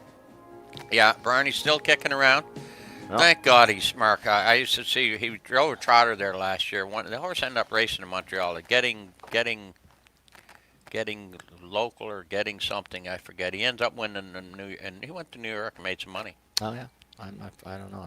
Getting Messy is his name. Yep. Getting Messy. Well, Barney drove that colt, I believe, a few times. And it was one of his last drives, and I was saying, Bernie, please get off the bike. Well, you're a little too old to be doing this stuff. Fall down and get hurt again, you're gonna. Yep. Here we There go we go. now. So say goodbye to Barney for the time being, and get back to the race 3 setup. Yep, there we go. We got them all going, all shoes back on, saddle pads correct, so we can at least we know what we're looking at here. Now, Mark, all these horses, all these babies now, considering the track conditions today, they'd be all corked up. They'd be all. Oh yeah, and I'm sure that's why there was a little delay to fix the shoe. Yeah, they'd have to be corked up. She looks a little snowy and icy out there this morning. So we'll see. Yeah. James, I see James is driving. James is sitting behind that. I think it's the only one actually in this set that's got any that isn't sold out. Jane There's, Anthony's driving Horn player. Oh yeah, the tactical landing. Yes, that's the sister to Alarm Detector. Yeah, New Jersey bred, tactical landing. So actually interesting to see because this is tactical landing's first crop. So haven't really seen any of them go yet, but that's a good looking colt. Probably so. Yeah. Now he's got. We got a wheeling and dealing there. That's Wheeling and dealing. Danny O'Brien, I believe, is in the white there.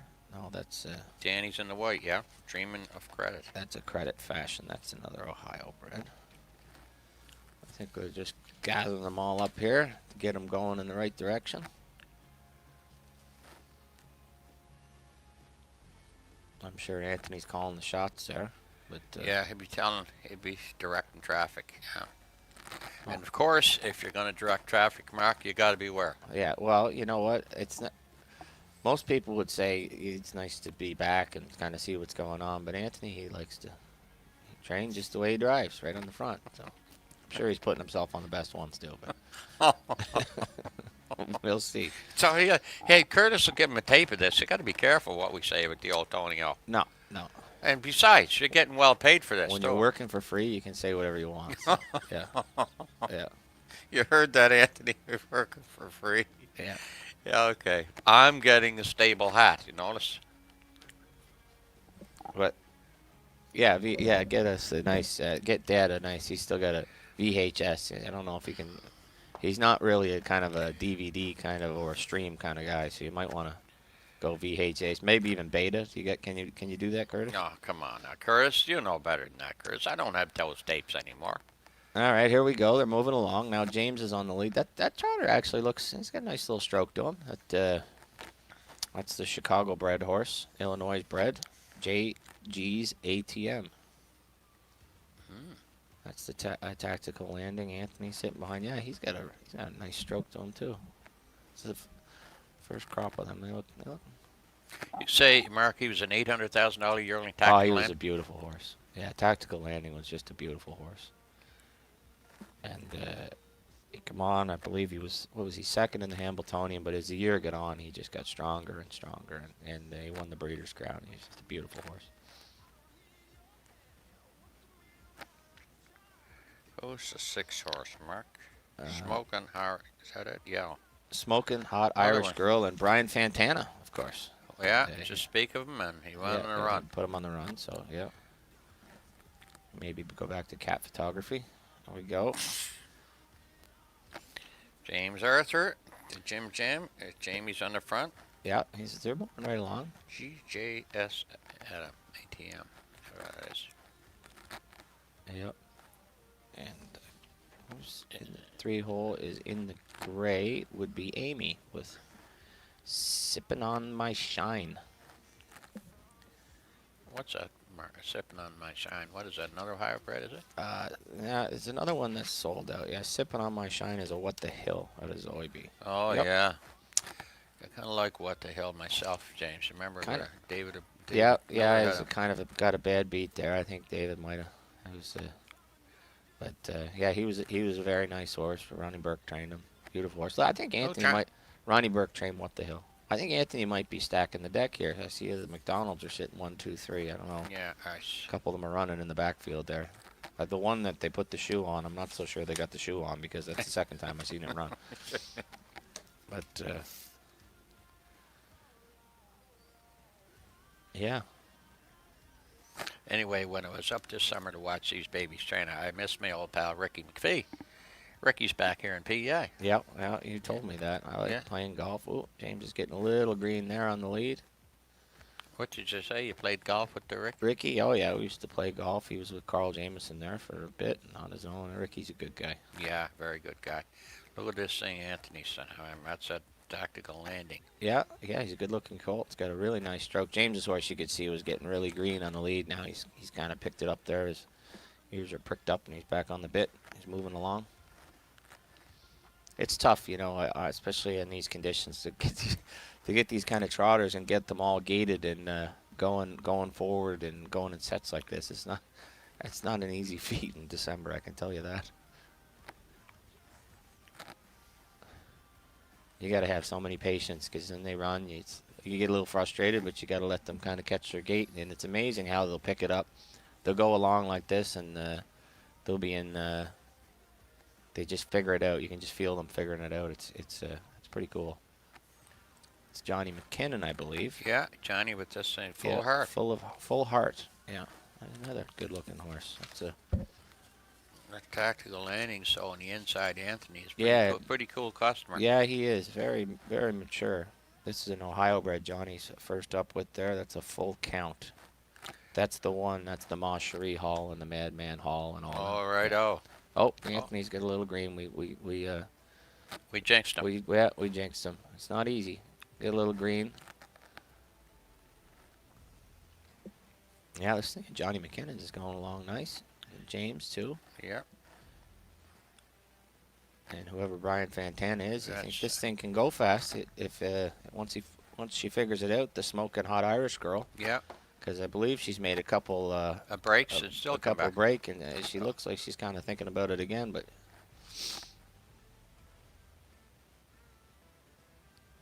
there's the maestro himself. yeah, Anthony looks like he's really happy.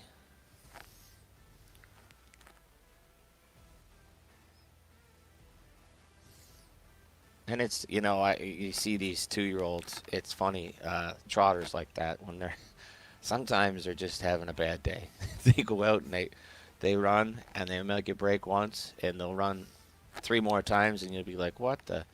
And you just better to take them off the track because take them back out the next day, they may never run again. They won't run again. You just don't know why. Sometimes they get off on the wrong foot and they're just having a bad day. But it's a good group. Some of them making breaks. I see Anthony's got this guy's kind of got his attention a little bit. This big tactical landing, he's letting him stride out.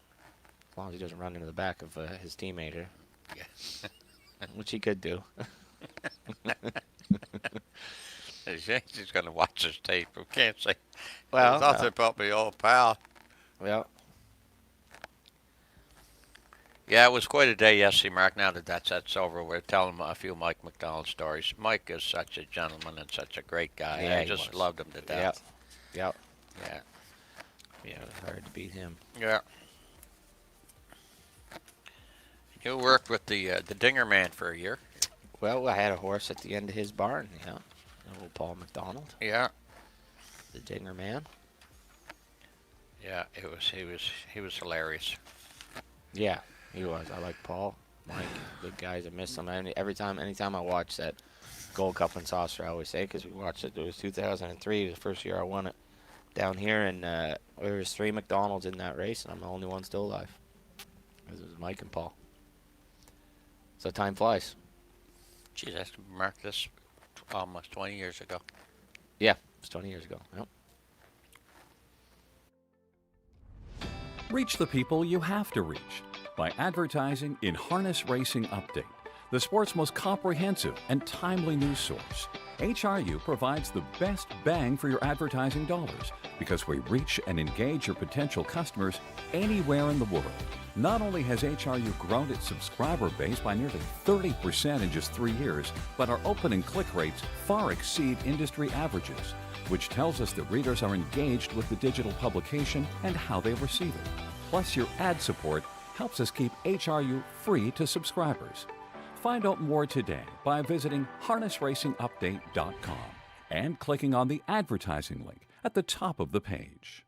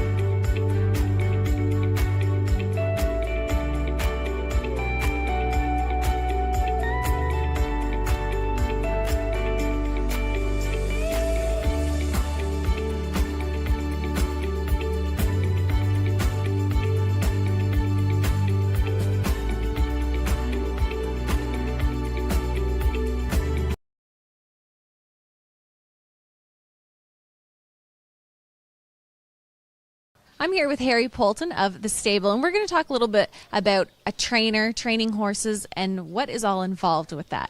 So how long have you trained horses for? Since I was a young lad, about 16. So what got you into training horses, and how has that aspect changed over the years of when you first became a trainer and now what it takes to become a trainer? Well, when I became a trainer, you had to get people to sign for you, and you had to, most times you had to be a groom for a while. I don't know if there was any rules on how long you had to do it. I just don't remember that far back.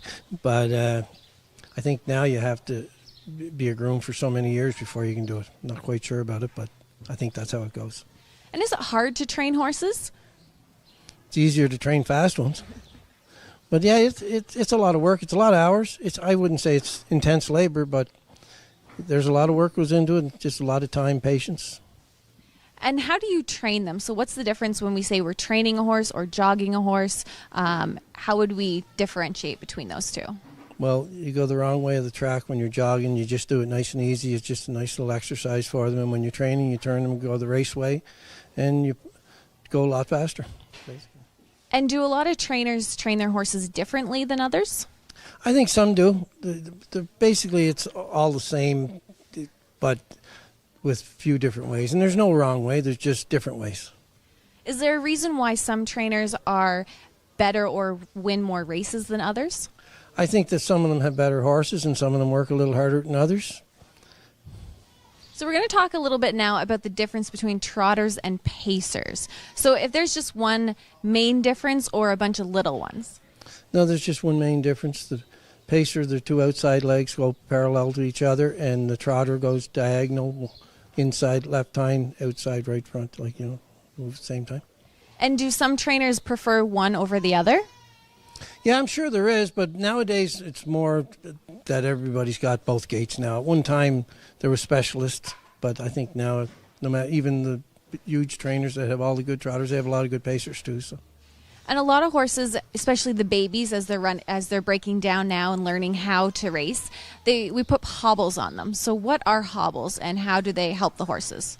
Hobbles are just to steady them. It gives them their gait. Most of them all are pretty natural gaited nowadays, but the hobbles, you just snug them up a little bit, and it guides them through the turns and makes it a little easier for them to do their job. And there's many different bridles we put on horses as well, but what's the main purpose of a bridle for the horse? Main purpose of the bridle is just to keep them focused. Some focus better in blind bridles, some focus better in open bridles. And for our trotters and pacers, do trotters only race as trotters, or can they go vice versa, back and forth? There's been a few that have went vice versa, but not many. It's a very small percentage, but it has been done.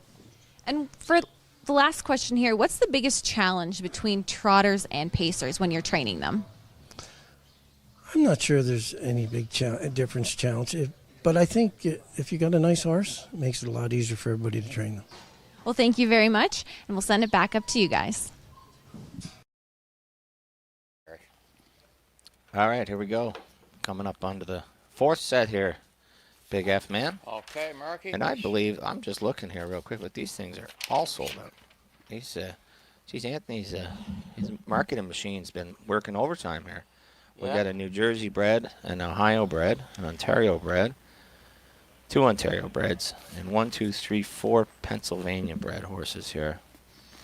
Jeez. All trotters. We start right off with a Muscle Hill, so I'm sure this one wasn't cheap. A Muscle Hill, Mark, I'm just looking at Lexington sale average for Muscle Hill, 119, about 120,000 head. Yeah, no, stud fee on the horse is 30,000, so you're not getting So it's a second fold, a limited edition. Look at the family though, Mark. yeah. No, you go down. Tom Ridge is in the third dam. Like a Dream's in the second dam. It's a lot of black print here on this guy. So he's sold out. Not surprising. Not surprising. New Jersey eligible. New Jersey's actually got a great program, and I was reading the other day where they had cut some of the funding to New Jersey to $15 million, and they overwhelmingly voted for it back. They had the $5 million back, so the will be even more next year for the Star States. They got a good program. It's tough, real tough in New Jersey. The trotters were super tough last year, as you've seen all the Walners and Muscle Hills and whatnot, but but next year even the Pacers. So it's a good, that's a good program too in New Jersey. This next one, Harry's got Swinging Senorita. What's it by? This is What the Hill, an Ohio bred. Yeah, I remember Stroke play. That was a good in the second dam. A 3-year-old trot and filly of the year, made over $1 million. So this is out of his sister to Stroke play. And it said, this is a What the Hill. It says a What the Hill. That's 2 up in racing. No updates. I'm not sure about that one, but it's got a Trixon and a Muscle Hill. They've all got records. Winning family. Well, look at What the Hill, what he did in Ohio. He's got 4 that made over around 200,000. Well, and when you're dealing with like out of a sister to Stroke play, one of those will hit for sure. You know, that's a great family. That's a Dan Patch winning family right there. Lady All-Star. Yeah, we got a my MVP, who is oh, look down there, Cordial Martini. I see. Yeah, I just drove that one for Anthony. Yes, Anthony trained that. That was a good horse, Cordial Martini. Cordial Martini was. As soon as I looked at it, I said, I know why Anthony bought this Yeah, horse. I remember. First of all, I liked the SAR, my MVP. Yeah. And then Cordial Martini. Yeah, Cordial Martini. Peach Martini. It's a good group of good. That's about 15, 20 years ago. Yeah. They had Cordial Martini. Yeah, He ran around 300,000. Yeah, Good horse. He actually made just 3,000 shy of 400,000. So we get he had some in New York, Conway credit winner. Yeah, it's an Ohio bred filly. We'll move on here. Cutie Cumber. We got a Chapter 7. Whom I love. Chapter 7s. They bang away at themselves, but they just go. They just trot. So this is an embryo transfer, New York eligible. Filly. Chapter 7 filly. Here's another one sold out. And you look at sale results from the 5 days at Lexington. Chapter 7s averaged 110,000. Oh yeah, they're good. Yeah, they're expensive to buy. And a lot of them, they can be smallish and whatever, and it don't matter. They just trot. Now I hope Barney McGuigan's watching this one, because you look at the 3rd dam, Hornby Torah. Okay, Dream of Glory, but look at one of the 4th dam. It's by Rodney. Rodney's a Sarah Hurrah. They're one of the great horses ever raced there. He's double gated. Rodney? Rodney threw Pacers and Trotters. Hurrah was... that was 1960, though. Let's stay current. The only Rodney I know is Rodney Dangerfield. All right, let's move along here. Let's move along. We got a Father Patrick here. Sister. Doodle all day. Do we cheat him and how? Well, you must have ran across... one of Father Patrick's is at Palermo, Hanover. Yeah. You must have raced with Brookside Babe. Yep. Yes, Brookside Babe. Yeah, this year. Yep. Good. It's a nice filly.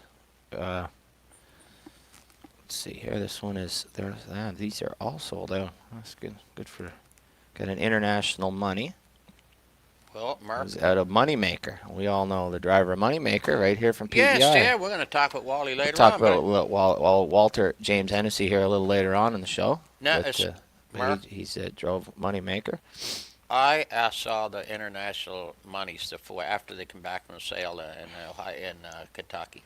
And they are the four that Anthony has as 4 of the most gorgeous looking creatures, big and beautiful. And the funny thing about this, if you look at this International Monies by Love You's by Cocktail Jet. Cocktail Jet's 5th dam, Mark, is Cass in Hanover. The same 5th dam as the mare we had, Rowdy Judy. She's by Briscoe Hanover, but out of this same family. Yeah. Cass in Hanover? Yeah. Yep. Yeah, I see that.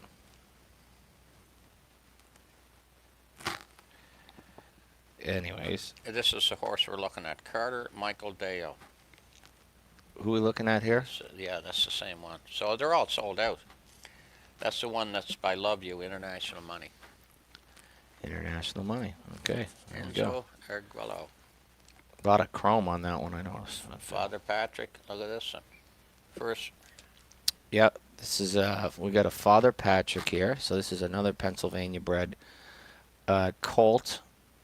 Dancer's Victory. Yeah, it's another one sold out. So we got a sold out group here. Big F man. Look at look at Mark. Look at the deep families and these. This is the first foal out of a credit winner. Well, Father Patrick.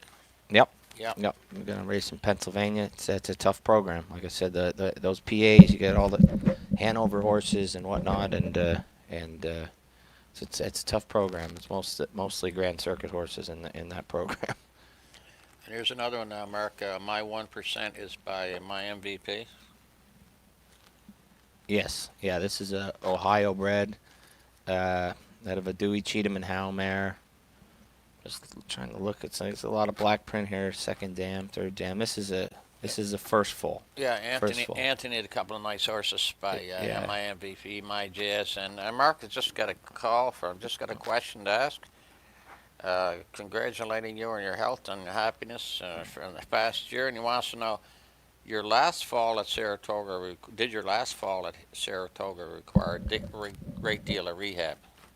Oh yeah, yeah. That's the one when you were at it was the afternoon. Some of the guys from PEI were down watching the stake race. Yeah, yeah. No, I broke the whole anterior part of my shoulder off, so I had to have that my whole replaced, and missed a lot of time. It was like a year, and that was a tough one because I was expecting to be back in about 3 weeks, and I thought I just dislocated, and I ended up having to have my partial replacement done on my shoulder and a bicep tendon fixed. And wasn't the easiest of rehabs. In fact, I was on the fence if I'd even be able to drive again. It was a tough injury, very tough injury. And this is from John Nizzlick, and he wants to know also, do you spend time in the gym staying fit? I can answer that one. Yep, I've been in the gym all week here, 4 or 5 days. Not saying we didn't drink a few beers, but we've been working it out in the mornings. But yeah, I have to stay fit on my, especially on my shoulder. I have plates and screws in that shoulder, so try and keep the muscles built up around my around the shoulders and the chest and my wrists and everything, because you want to stay healthy, and that way when you come back driving, you're sharp and you're on top of your game off a holiday, not feeling weak or fatigued. You want to feel super good but it takes a lot of work. I work out pretty near every day, or every other day. Well, thanks, John, for the question. Any more questions this far away? Away we go. Yeah. So, rehab, I can tell you, I can vouch for that. I was at the gym one day with Mark, and it was too much for me. I had a groin injury, so I didn't go back. So, yeah, I don't need to work out anyway. I'm in pretty good shape. The shape of a pear, let's put it that way. But Mark, anyway. don't. That's Okay.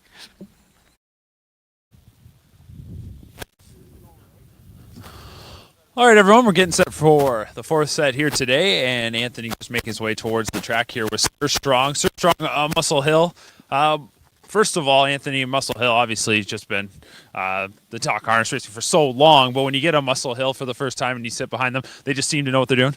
Yeah, I mean, anytime you get horses with these pedigrees, you can feel they're a little classier than the other ones, and that's not to take anything away from the other horses, but as you said, Muscle Hill's been a dominant sire for so long, and this year with Wallner and Tactical Landing even took a little bit of the market, so we were able to get a Muscle Hill for what I thought was a pretty affordable amount. This guy, we actually made a shoe and change on him an hour ago, so we'll see how he is. But it's been, it's been a lot of fun going with these horses. Every year we try to get better pedigree and better horses, and for the people that have followed us for a while, you only need to look through the program a little bit to see that this year is far and away the best year we've ever had for pedigrees. Right, and then speaking of pedigrees, how about Carter Michael Dale? That's one that really jumped out at me when you look at that page. Yeah, he was a horse we wanted, one of the horses we wanted from before we got to the sale, and for us to be able to get him the way we did was really, really cool. I was really impressed with the way he broke and the way he's going. He's got flip-flops on today, though. It's going to be a tough sled for him. It's going to be a little slippery out there, but we'll see if he minds his manners. Okay, that sounds good. We'll keep around a couple of those. We've got a full group of 8 here, and we'll wait for Sir Strong to head out towards the track. He'll go out there now, and we want to let you know about our latest prize winner, our latest giveaway winner. So I'll pop that name up there right now. Along with that, John Santillo, congratulations on being our latest giveaway winner. But along with that, as I was going to mention, make sure to continue firing in those questions through social media for Fred and Mark, and feel free to ask away, and they'll provide plenty of answers and like I said before, lots of entertainment between sets here, listening to those two share some stories. So we'll continue on with that, and they're going to take a closer look here at this fourth set, which I believe now all 8 horses are out on the track, just making one saddle pad change. Cutie Cumber getting the green saddle pad there. So everybody is set, and they'll go around a couple of times before then they'll turn, and we'll get a good look at this group together.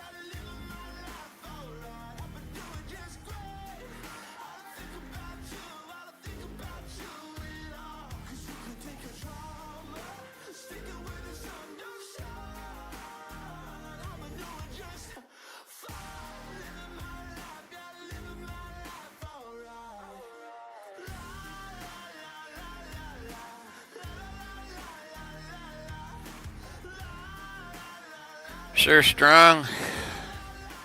Sure Strong. Okay, here we go. Guess they're getting ready here, big fella. Sure Strong. We got here. We got set 4. Right there. set 4. I'm well aware it's set 4. Yep. We got. Thanks for pointing out the number 4.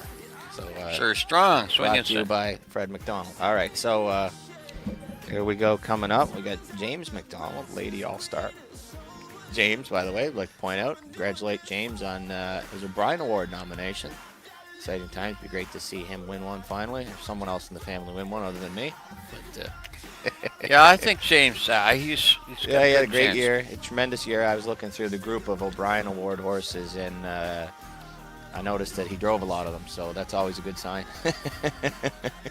The O'Brien Award horses nominees, he's driven a lot of them, and him and Nick Gallucci. What a great year in Miller Farms. Wow. Miller Farms, that's a man that came down here the first time Yep. in my black book, or Little Black Black Book, and Paul Spook McKenzie. And I saw him win last night. I watched the race in Flamborough, and Spook ended up beating Ante in the 4th race. Yeah, Spook. Yeah, and I think if they hadn't run into each other, they'd have won by a lot more. But you know what? It was good. Well, the track conditions. Yeah, track conditions. You can still steer them. But anyways, it was good to see them. You know, a couple island boys running into each other with Spook win, and tougher than a boiled owl, old Paul McKenzie is. Yeah, he's a great guy. Yeah, absolutely. Remember the last time we played golf? We went on Spook and down at Brudenell. Yes. Yeah, I do. Yeah. He's a pretty good hockey player in his day too. By the way, I'd never seen him play hockey, but I've seen him play golf, and it's fair at best. Yeah, it's fair. And by the way, did you know that Harry Polton was a pretty good goaltender in his day? I did not know that. He played in the Peerless Pee-wees about 45 years ago, and Butch Ward and Brian Lewis coached the team, and Ricky Five played on the team. Nice. And Harry was a terrific goaltender, but he never talk about himself, Harry. No. You know, he's got to pry everything out of him. Such a great guy, though. Yeah, I trained a couple world champions. Matt Scooter on the road again back in the 80s. Some great horses there for Gordon Rumpel, and I think he was from Alberta, that owner. Great horses. The funny thing about it, he used to take his brother Ookie with him. Ookie was a caretaker, but if you listen to Ookie at the sportsman club or at the track or having a beer down in the beer tent with him, you would swear that Ookie was the trainer and Harry was just helping him out. Yeah.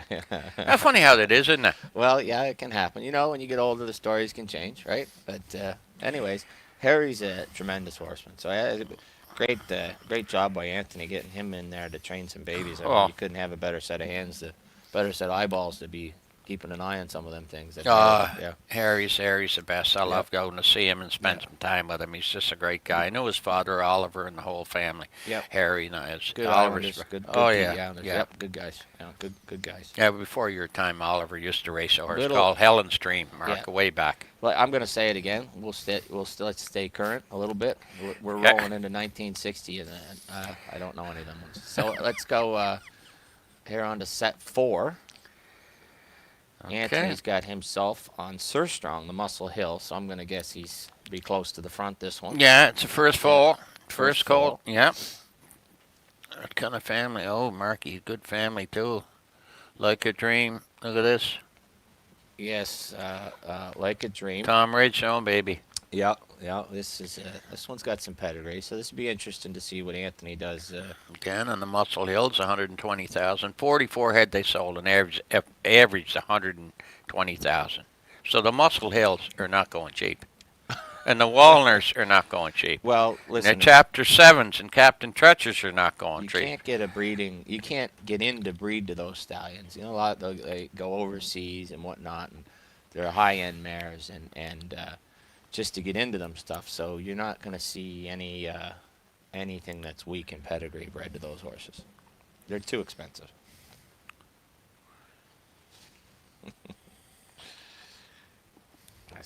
Oh, here we go. Here we go. A group of lining up here. A nice group of 8 trotters. Anthony's stick handling his way to the lead here, I believe. Yeah, he's got the muscle hills. They're strong. Yep. No. Is that his? That's Anthony. He's got the muscle hill. There's James. James has my MVP. And Amy's got Cutie Cumber. What's Amy got in here? James, Cutie Cumber. Danny O'Brien there. Sure strong, like a dream. Howdy Dewey. Dream of Joy, Tom Ridge. Yep. Good looking group. I'm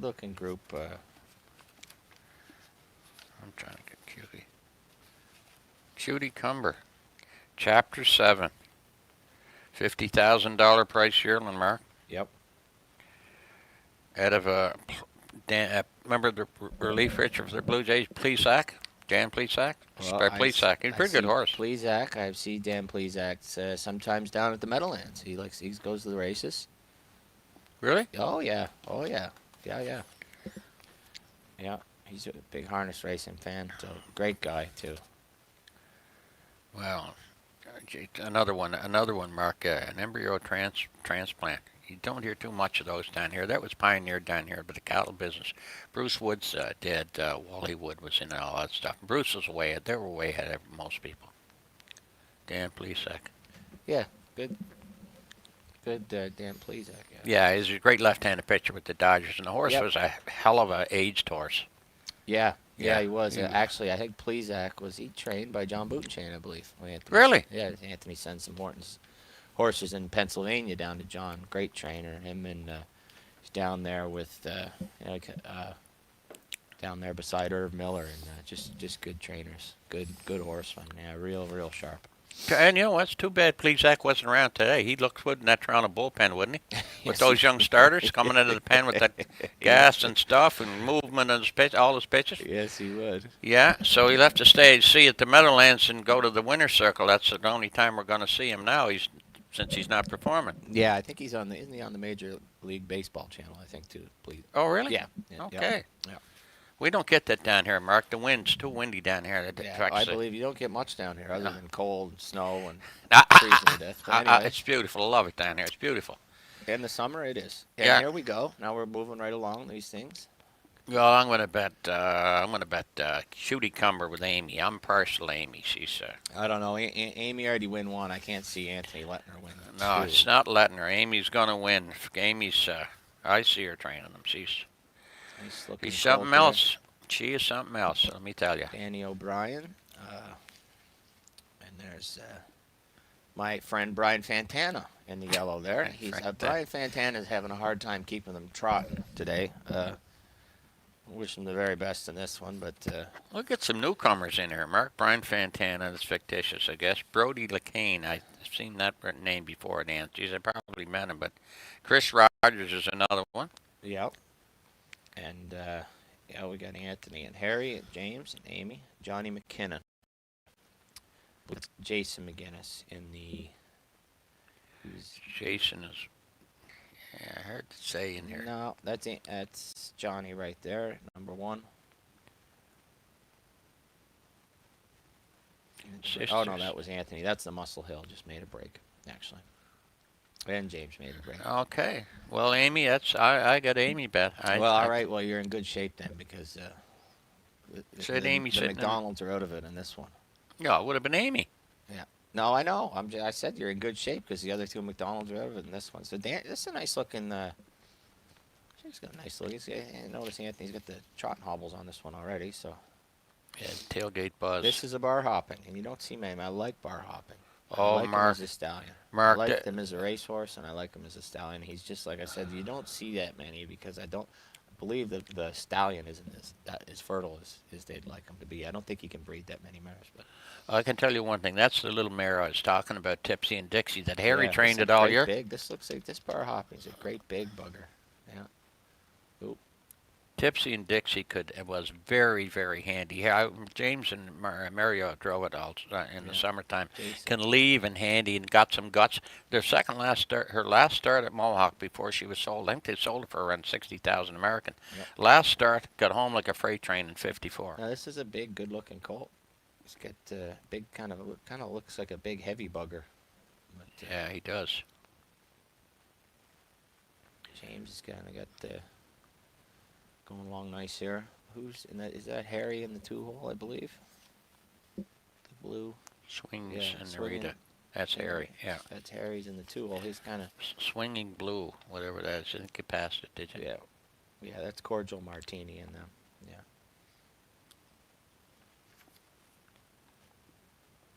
Yeah, there's a fan out here. They're moving right along. This would be Johnny McKinnon here, I believe. In the Johnny gray. with Sister Solange. What is that? The black, that's him, right? Yeah. Carter Dale. Sister Slange. Did I pass him? I think I did. Huh? Anthony's. There it on is. The, There it Anthony's is. on the run. That's a Father Patrick out of Doodle All Day. Who was decent? Doodle All Day. I think did Benoit Blargeon train that filly? Mark, I think you're right. Yeah, I think. Yeah. I think she was okay. Yeah, the first two, 150,000. First two falls, first fall. So 2 previous falls, damn, You Will Be Queen made 100 and some thousand, 150,000, 3 wins And and look 2. who's striding away here, Amy McDonald with Ah. Cutie Cumber. Yeah, I tell you. You know? She's Amy. Just making me look good, Amy. That's Well, just you and know look what? at I don't police know act. if it's a fair fight though. They let her drive the Chapter 7. Anthony, of course, he put this on the run a couple times, but Amy's got the Chapter 7 here. She's Chapter 7 now. I don't know that from this drone shot could be deceiving, but good. Looks like a nice size. You don't see a lot of. They had a lot of small ones. They go like hell. Like this thing looks really nice trotter. Nice little trotting filly. Reminds me a little bit of that horse and Auntie had this summer, Bomb Hugger. Yeah, Bomb Hugger. Yeah, that was it. Yeah. Same breed, Yeah, but same. Bomb Hugger didn't have that. Wasn't as long, and Bomb Hugger was Yeah, kind it's of a short little fox. Yeah, short, but you go like hell. Yeah. Is this AMAC coming to This get? is Tony coming 100 with Sir Strong again. Yeah. That's the Muscle Hill. Yep. Yeah, that's he made a couple breaks. Looks a little green, but they finished up nice. All finished up nice. Track looks like it's getting pretty punchy there, so Yeah. it's not the easiest of conditions. I'm sure it looks a little rough, but did a good job getting them all out there and keeping them trotting for the most part. Nice looking group is sold out. They're all sold out. So You didn't like my hat, Mark, I see. What? Did you like that one? Brian Fantana. Oh, excellent. Oh, man. Brian Fantana. Okay. Yeah, that's him. Yeah, cat photographer from Channel 4 News Team. Yeah, yeah. I told you where he was from. Just funny where I never saw him up there in Tamiko Training Center when I was no, there. I seen him. I tell you, I think it was the last summer the last October I was in Canada. We had a Halloween party, and me and Anthony and James and Curtis, we went out as the Channel 4 News Team. And if I'm not right, Brian Fantana was Curtis. No, Curtis was Ron Burgundy, and Anthony comes strolling in as Brian Fantana. Oh, yeah? Yeah. Sounds about right. I was Brian Fantana. James, I know one thing. James was Brick, and he played the character to a T. He didn't even have to act. Got a little lost. But, yeah, I know you were. Yeah. Curtis, you notice you didn't comment on my hat. You didn't comment on it. I was going to wear it, but Gail says, no, you're not wearing it. Sorry.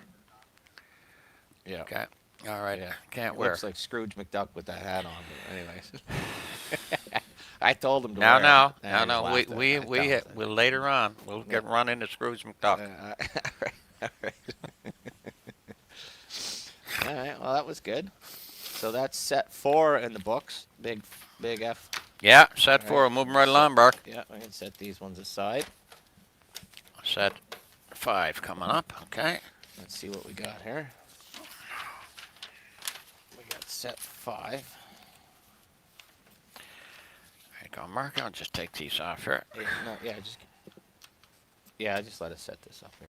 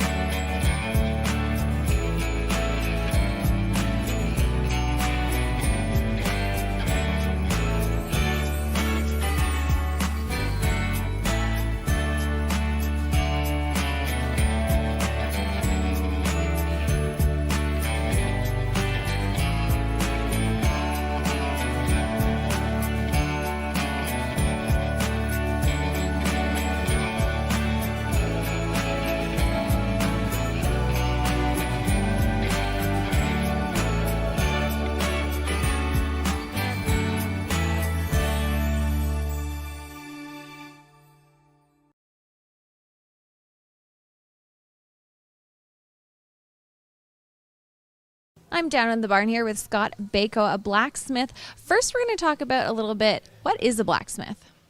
Originally, a blacksmith was a term used for anyone that worked with metal, and they shod horses as well. But now it's turned into more of a situation where, since we don't use the same metalwork as they used to years ago, more of people that just do the horseshoeing. So why do horses wear shoes? For the most part, it's to protect the feet. It can also be used as a way to aid traction in inclement weather, like the winter times here in Ontario. And what are horseshoes made out of? There's many different types of shoes. For the most part, it's steel or aluminum. There are some variations of plastic shoes, flip-flops like some of the horses here have on. So how would you keep the horses' shoes on their feet, especially when they're racing? Shoes are pretty much just put on with nails. We do use some glue sometimes to put shoes on, though. And how often do you need to shoe the horses? Most horses are shod once a month. It's about 3 to 5 weeks is probably a good rule of thumb. And what types of different shoes do trainers use? Are there lots of types or just all the same? Oh, there's a ton of variation in different ways that we can shoe them. With the steel, you can do a lot of different shapings, bars. There's just probably an infinite number of different ways that you can adjust the shoes and change them to be what you want. And just a personal question here. How long have you been shoeing and how much do you like it? I've been shoeing for about 10 years full-time now.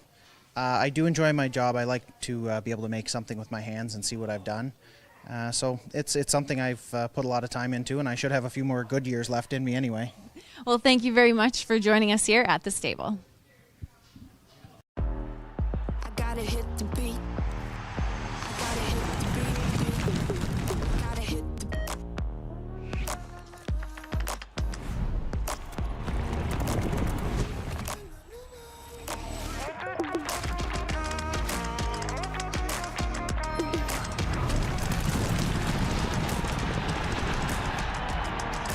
Download Dark Horse Bets today. beat.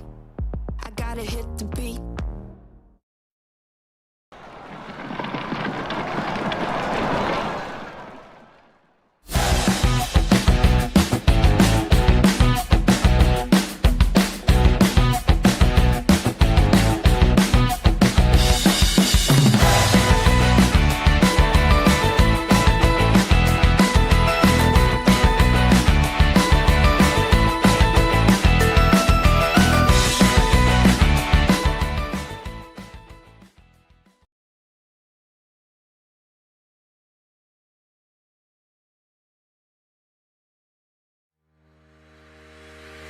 own a little, and love it a lot. Thestable.ca is an award-winning fractional ownership operation. Buy as little as 1% of a racehorse and experience 100% of the thrill.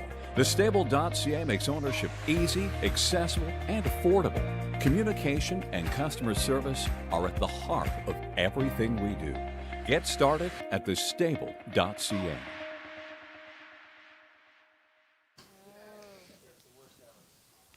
All right, we're just outside the barn here. We are halfway through today's training day, and we're joined now by Amy McDonald. Amy, we've seen you out there with some good-looking youngsters. Let's go back and just talk about Cutie Cumber. You were telling me just before we came on camera how much you love this one. Yes, I really liked her at the sale. She came from Lexington. She's just a nice-looking horse, and she's a Chapter 7 filly, a big Chapter 7 filly, which most of them are small.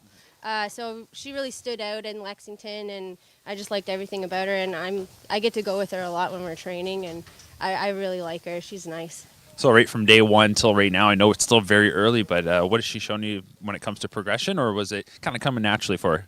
She's got that grit to her. Like you wouldn't want to catch her on a bad day. I don't think she's got that attitude, which sometimes is hard to deal with, but I think it's good for track purposes as far as she wants to get at them. She wants to do her work, and that's all you can ask for them at this point. Let's go back to a little earlier this morning. Leaps and Bounds. What about this one? Leaps and Bounds.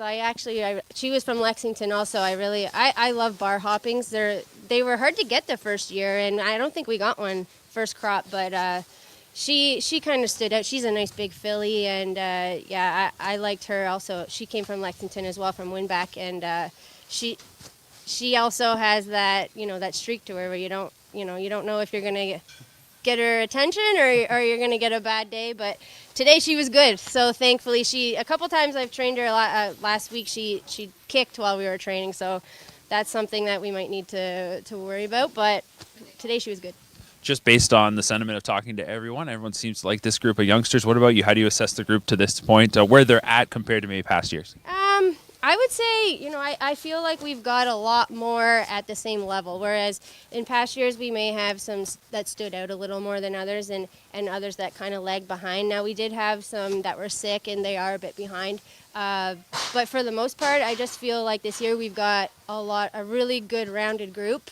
And, I'm excited because we seem like we got a good crop this year. All right. Well, we'll let you continue on. I know it's still a busy morning. Thanks for taking some time. All right. Thank you. All right, set number 5 is coming up next, and I imagine we're going to send things now back to Fred and Mark in just a moment. But before we can do that, once again, we got another giveaway winner, and our winner, I'll just going to check in here with our director, Luke. Who was our winner for this one as we're going to pop the name up? Catherine Headley. Well, congratulations on being our latest giveaway winner as we continue to be in that Christmas and holiday spirit. So we'll have some more giveaway winners announced as the day rolls along. All right, guys, let's send it back over to you.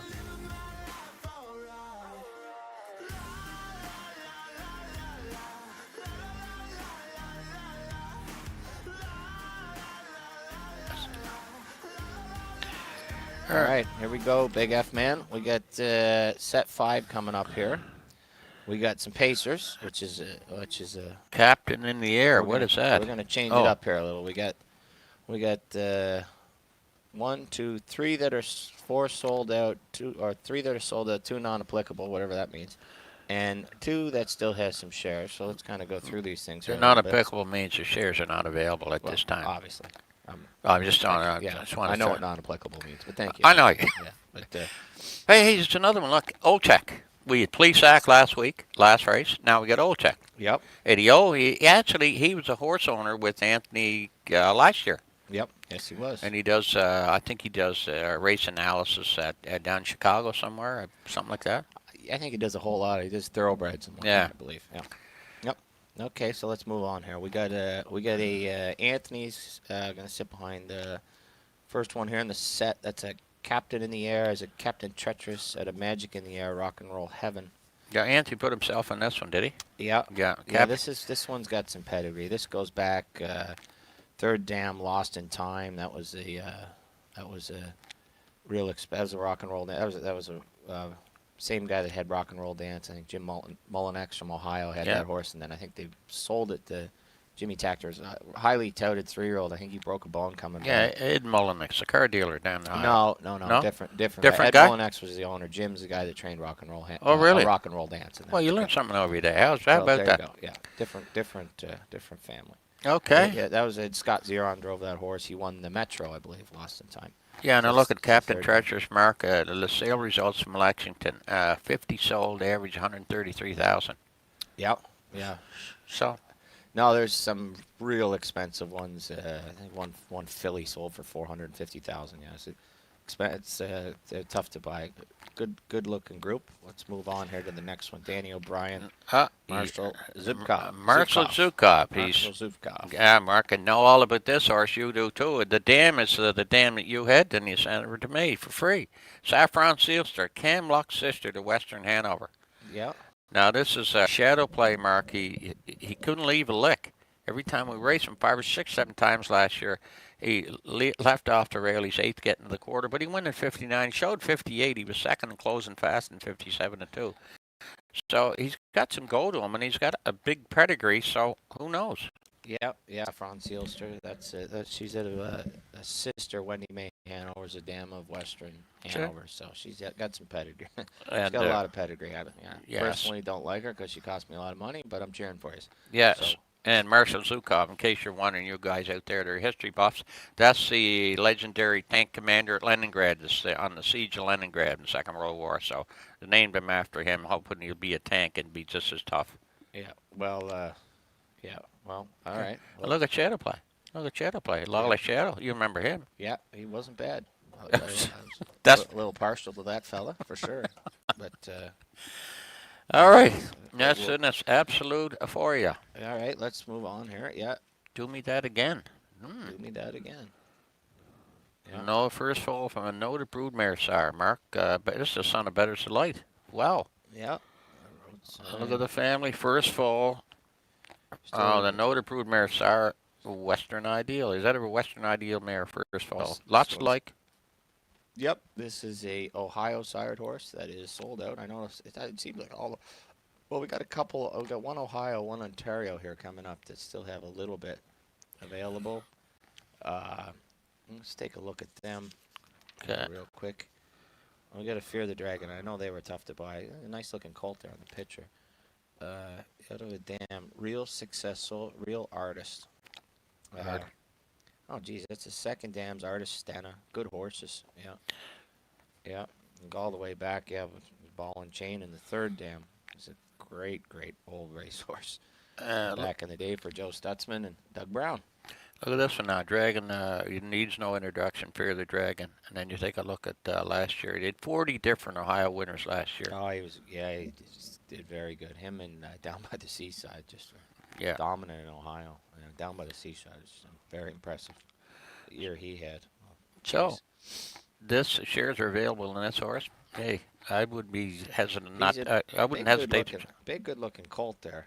So we'll see how he looks on the track, and he'll be in green. Amy will be sitting behind that one. So it'd be interesting to see what he looks like. And here's the one you like the name. I see this one's a little bit smaller. Sunshine Beach. This is an Ontario sired horse. Got a little weight on that back foot. Let's see. Miss Brampton Beach. That's one Anthony had last year. Who went from 850,000 to 2. Beast, not Beast. Yeah, Beast. You said Beach. Man. Beach? Okay. Well, I was just thinking of beach. That's why. Right. It's a little Well, chilly I don't out know today. how you could think of beach on a day like today. But, all right, that's fine.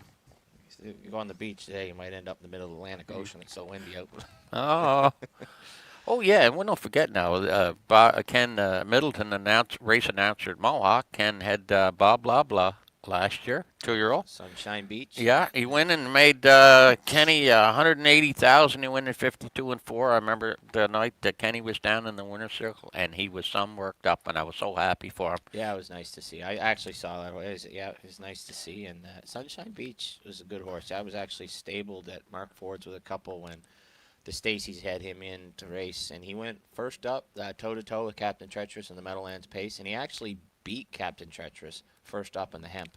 Just beat him by a whisker, but he beat him, and he was a really good racehorse. And Mark Stacey and Sean Stacey had him. They down in New York there, and they did a great job. Very, very nice horse. One of my favorite horses I drive in Yonkers while I was driving them before I left was Moonshine Kisses. Oh, right. Jackie Green's. That's a Sunshine Beach. Nice horse. And I know my man Beckwith loves Sunshine Beach as a sire. It's one of his favorite sires. Really? No. The old Beck, he's No. And here we go. We got another one here. This is let's go to Gandalf the Black. To see why this fella sold out. Mark, that had to be the most iron-sided horse I've ever seen. 18. 18 was tougher than a boiled owl, and he hung around there for years. Ian Moore had him. I drove him in New York for 3-4 years for Mark Ford, and I went with him at Pocono in '49.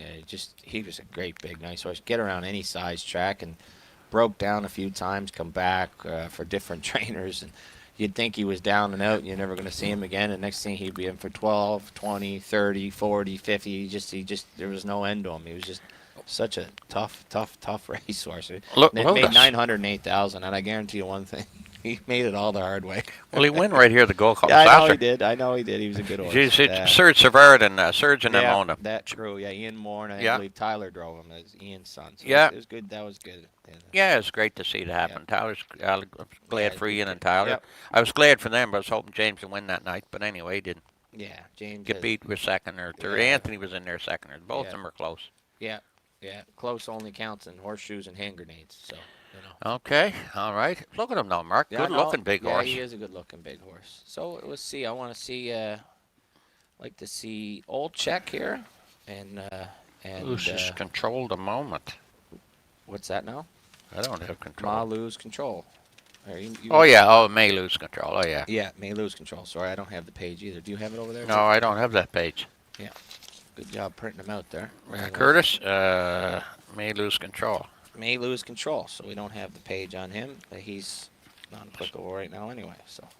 Yeah, he sold out. So. And my man Brian Fantana's driving him.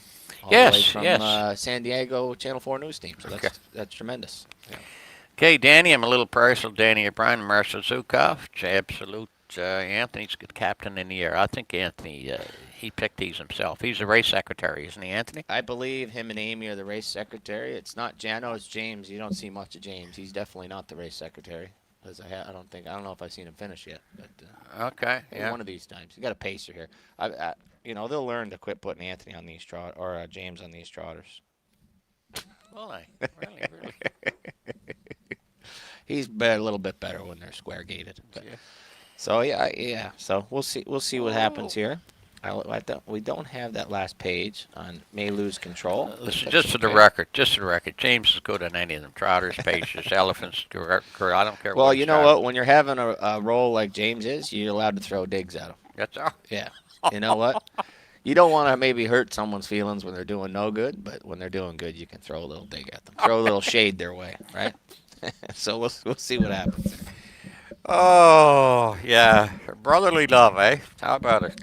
All right. We'll see what That's what we're doing here today. We're helping our buddy Anthony out. Well, believe me, I know what we're doing. Yeah. Anthony. Yeah. Get me on Christmas Eve again.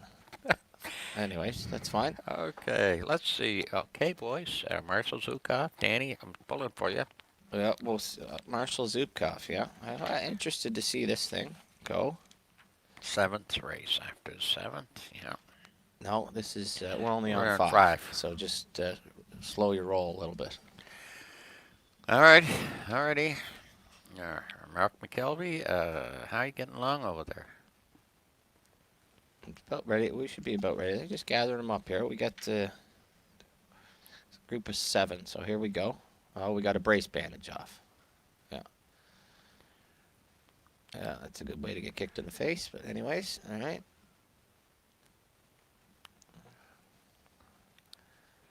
Live look at Paige Austin there, I believe. You know that was? I believe so. James is going to go with one brace bandage behind. Okay. So that's which one does James have here? He's got absolute aphoria. Yeah. There we go. All right. So we got absolute euphoria. sold out. So let's take a look at Amy and Brody LeCain, green and black. Those are the two that in this race that are still available. Okay. We get them rolling here. Here we go. All right.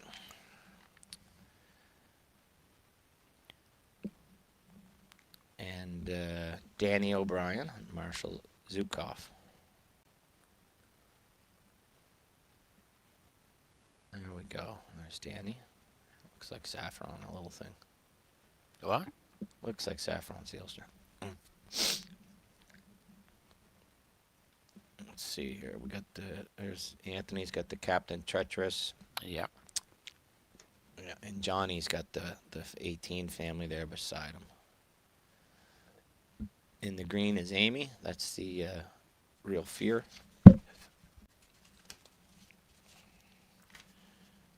That's the Fear the Dragon Colt.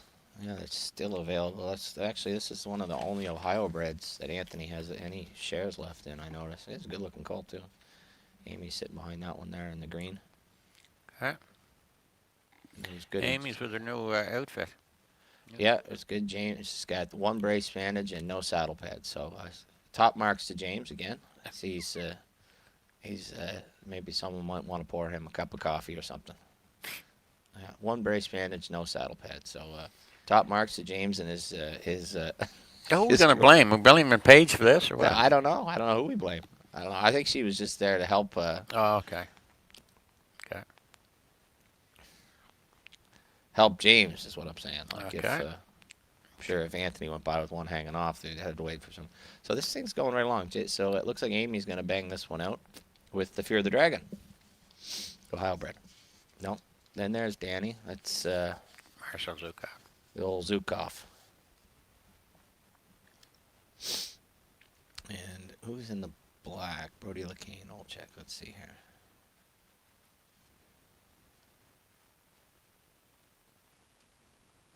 Amy's got her hands full getting this guy into the 2 Yeah, hole. he's easy goals. I don't know whether he saw something inside or Nah, maybe he's just a bunny rabbit or something. Bunny rabbit? Well, you can see a bunny rabbit there. Indian center Oh, field. more snowman, maybe. Look at the place. It's covered in snow. All right. Anthony's sitting in behind Amy. He thinks he's going to arrest her with that Captain Treacherous call. Let's see. I tell you, this Fear of the Dragon horse, it's got the Ohio bred. He's got a nice little stroke to him. Yeah. Good gaited little guy, anyway. All right.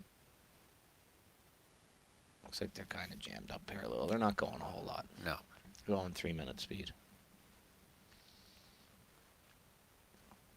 James with no saddle pad and one brace bandage behind. Have you been out to Tomiko? No, when I was up there this summer, I was at Rob Fellow's farm. Oh, yeah. It's not far away. I was No, at yeah, Rob's. that's right. It's not far, yeah. Maybe 15 minutes, 10, Yeah, 15 it's not minutes. far. Great setup. That's Joe Stutzman's old place. Where? Rob Fellows. Yeah, it's beautiful. And they put a lot of money into it. Yeah, it's great. Beautiful property. Great little spot. Nice little track you can run on. Or you could jog horses on it if you train horses. Curtis likes getting in that four-wheeler and going back with. Yeah, I know. We were back there with Gary Grace was back there in the back. Really? Yeah, oh yeah. Yeah, with Curtis driving. And the big gator. All right, there's the black. That's the one in the black. That's old check, right? That's the end. Right there behind Anthony. That's the that's the Sunshine Beach. Yeah, they're all minding their manners and going along nice.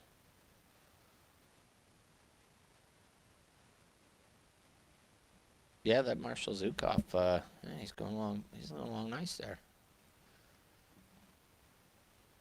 Everybody's gated and minding their manners, so that's all you can ask for this time of year. Give them a little education and put a little foundation on them.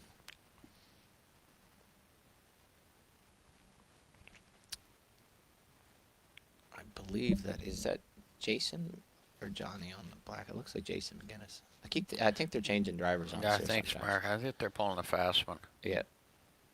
Oh, one made a break. That's the 6R. Yellow. Gandalf or the black. Gandalf, the black, rather. Yeah. All right.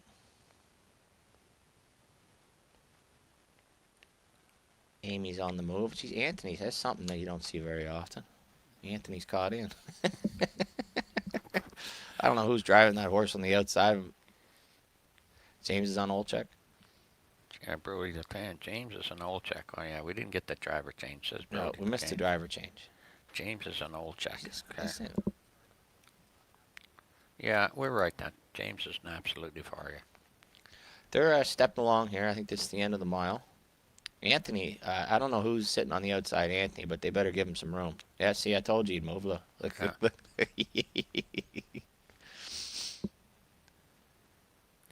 You're stroking right along. I'll tell you what, this one Amy's got, this Fear of the Dragon, looks with shares available for an Ohio bred, $230 a share. That thing finished up nice. Yes, I guess it did.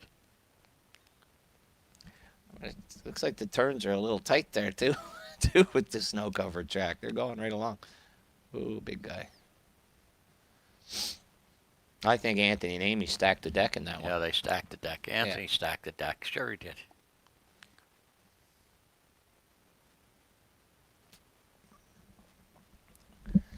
And James didn't disappoint again. He wasn't on the screen. No, he wasn't on the screen, is right.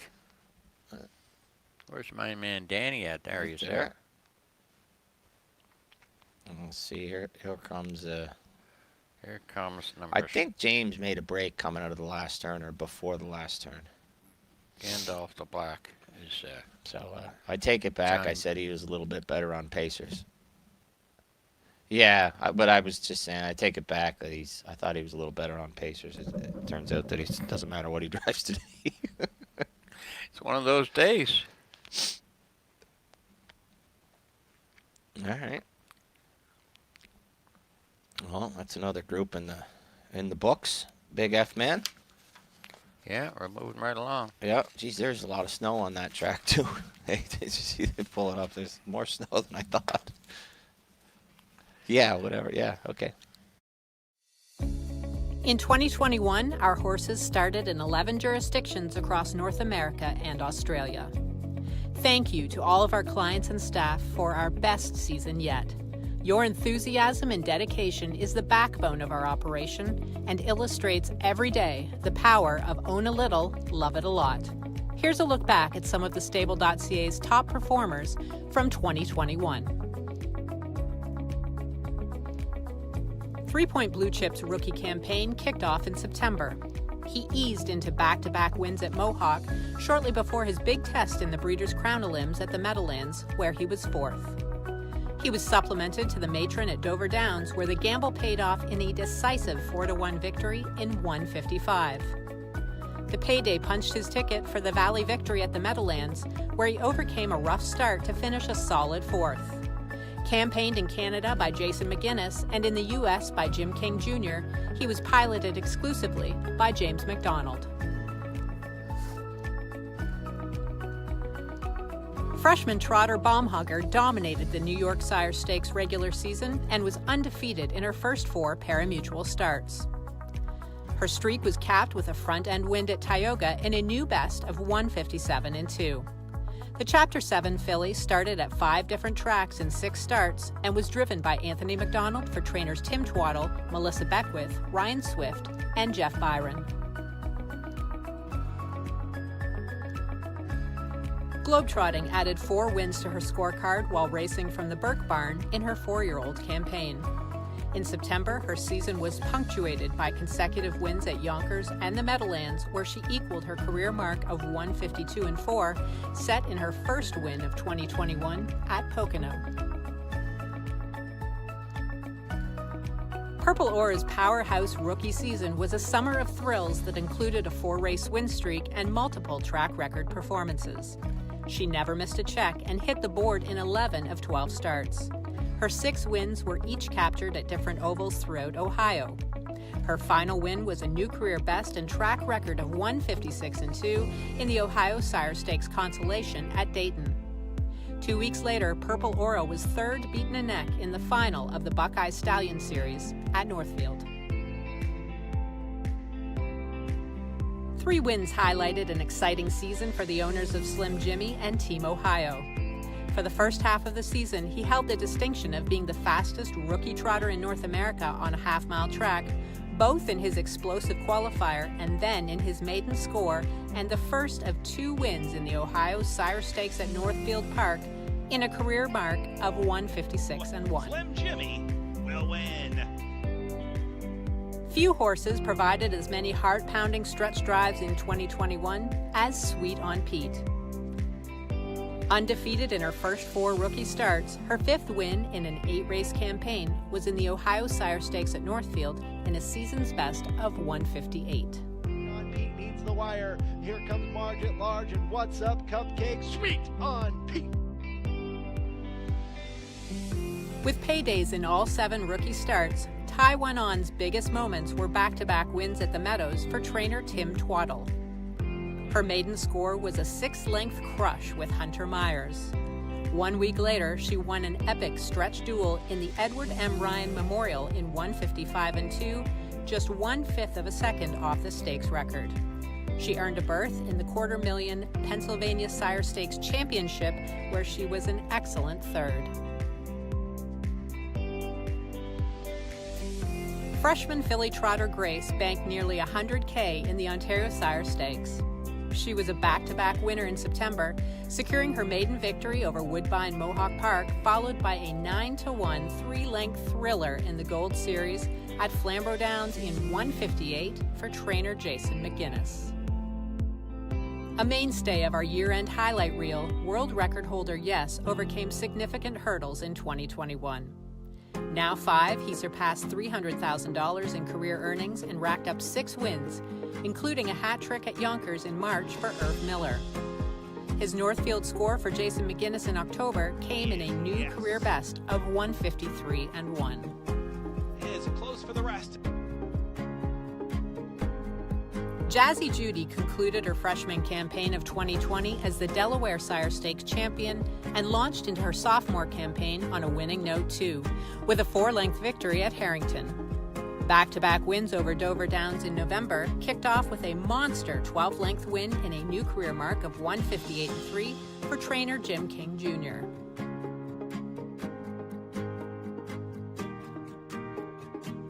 Racing in Sire Stakes in Kentucky and New Jersey, Blue Bayou Deo finished in the money in 9 of 10 rookie starts. Her first of 5 outings in the Kentucky Commonwealth Series at the Red Mile lit up the tote board at 18-1 with a 6-length maiden win in 1:56.1 for trainer Jason McGuinness.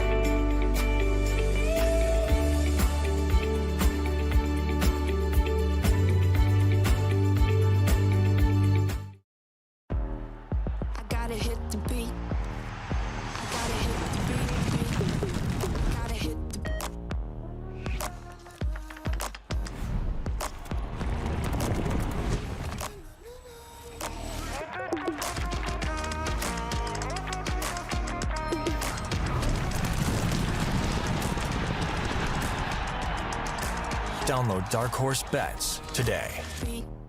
I gotta hit the beat.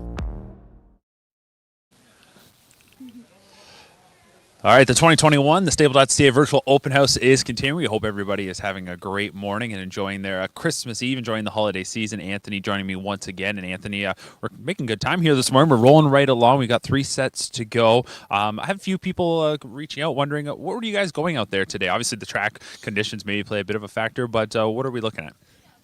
So for some of these horses that were a little bit sick for a couple of weeks, this is their first training set. So around between 250 and 3 minutes. But we did actually, I went a mile and 248 in there with, and Amy beat me with, can't beat her at all. I got her all that new gear and I can't beat her now. 248, 249 with the pacers there. Most of the trotters went around between 250, 255. That's what we're doing this type of year. I mean, listen, you're going to see them make lots of breaks for various reasons today, but the most important thing is that they start to understand their work and enjoy it still, right? You really don't want to get them in a position where they're angry to go on the track. A perfect example was Captain in the Air. You know, we'd made some shoeing changes with him, and just through maturity and getting healthy, he got better and better, and I really liked the way he kind of sprinted through there on the end. And I hadn't seen that from him yet, so not surprised at all. The colt Amy went with has just been a very, very, quite a breath of fresh air, to be honest. This year he's a Fear of the Dragon, as I was talking to you off air. In Ohio, if you don't have it down by the seaside at the sales, everything was discounted that didn't have down by the seaside in front of its name. And this guy here, I think if you had to circle back to a year ago, you know, rewound things, I think he would have been a lot more expensive than what we paid for him. So been a real breath of fresh air, just a sweetheart of a horse, and really happy to see him doing his work well. I guess bringing up that topic right there, you talk a little bit about some of the different sires, and you're trying to find value. You were telling me just before we came on camera, you guys are trying to find them exactly if you can get that value, and sometimes it comes with those first crops. We're looking at quite a few here today, whether that's Tactical Landing, International Money. Overall, what have been your impressions so far? I know all bets off in there as well. Yeah, I mean, I've been very happy with we had bought 6, I think, Tactical Landings, and yeah, it was all about value. I mean, if you go to the sale, if any professional trainer goes to the sale, they can look at a horse, look at the pedigree, and for the most part, you're going to have a consensus on what that horse will likely go for. Well, you can shave a little bit off when it comes to first crop sires. Now, I think Wallner kind of shook things up last year. He was a first crop sire. We ended up with 3 Point Blue Chip and Unbeatable Kemp, which you couldn't have purchased this year. We had no shot at buying any of those types of horses. But again, we try to push that forward. And who do we have this year? Who's new on the market? You know, Tactical Landing was an $800,000 yearling that his last 2 starts of his life on the track as a 3-year-old were 2 of the most dominating performances of the whole year in the TVG and the Breeders' Crown. He looked incredible. So it's not really that shocking that his horses look good on the track. James had gone with a filly we paid a lot of money for. Our 2 most expensive horses this year were, in fact, Tactical Landings. You're going to see Tactical Tactor come out here today. This is the Shake It Cherry family. And then, again, Una Madonna had a lot of French blood in her. Yeah, the only reason that we had a shot to buy those horses is because, although they were expensive, there was a little bit of a discount there. Overall, when you matched up the prices, and I think that's why we shopped in that manner. All right, well, we're getting the cue. Time for set number 6. We'll let you get back to it, and let's check out now our next giveaway winner, who has picked up a prize here today, and it is Joseph Franco. Congratulations, Joseph. Big round of applause, getting a little bit of an assistance with that. So congratulations, Joseph, on being our latest giveaway winner. We'll continue on. We've got a few more prizes to give away, and we still got 3 sets to go. Set number 6 about to come out onto the track.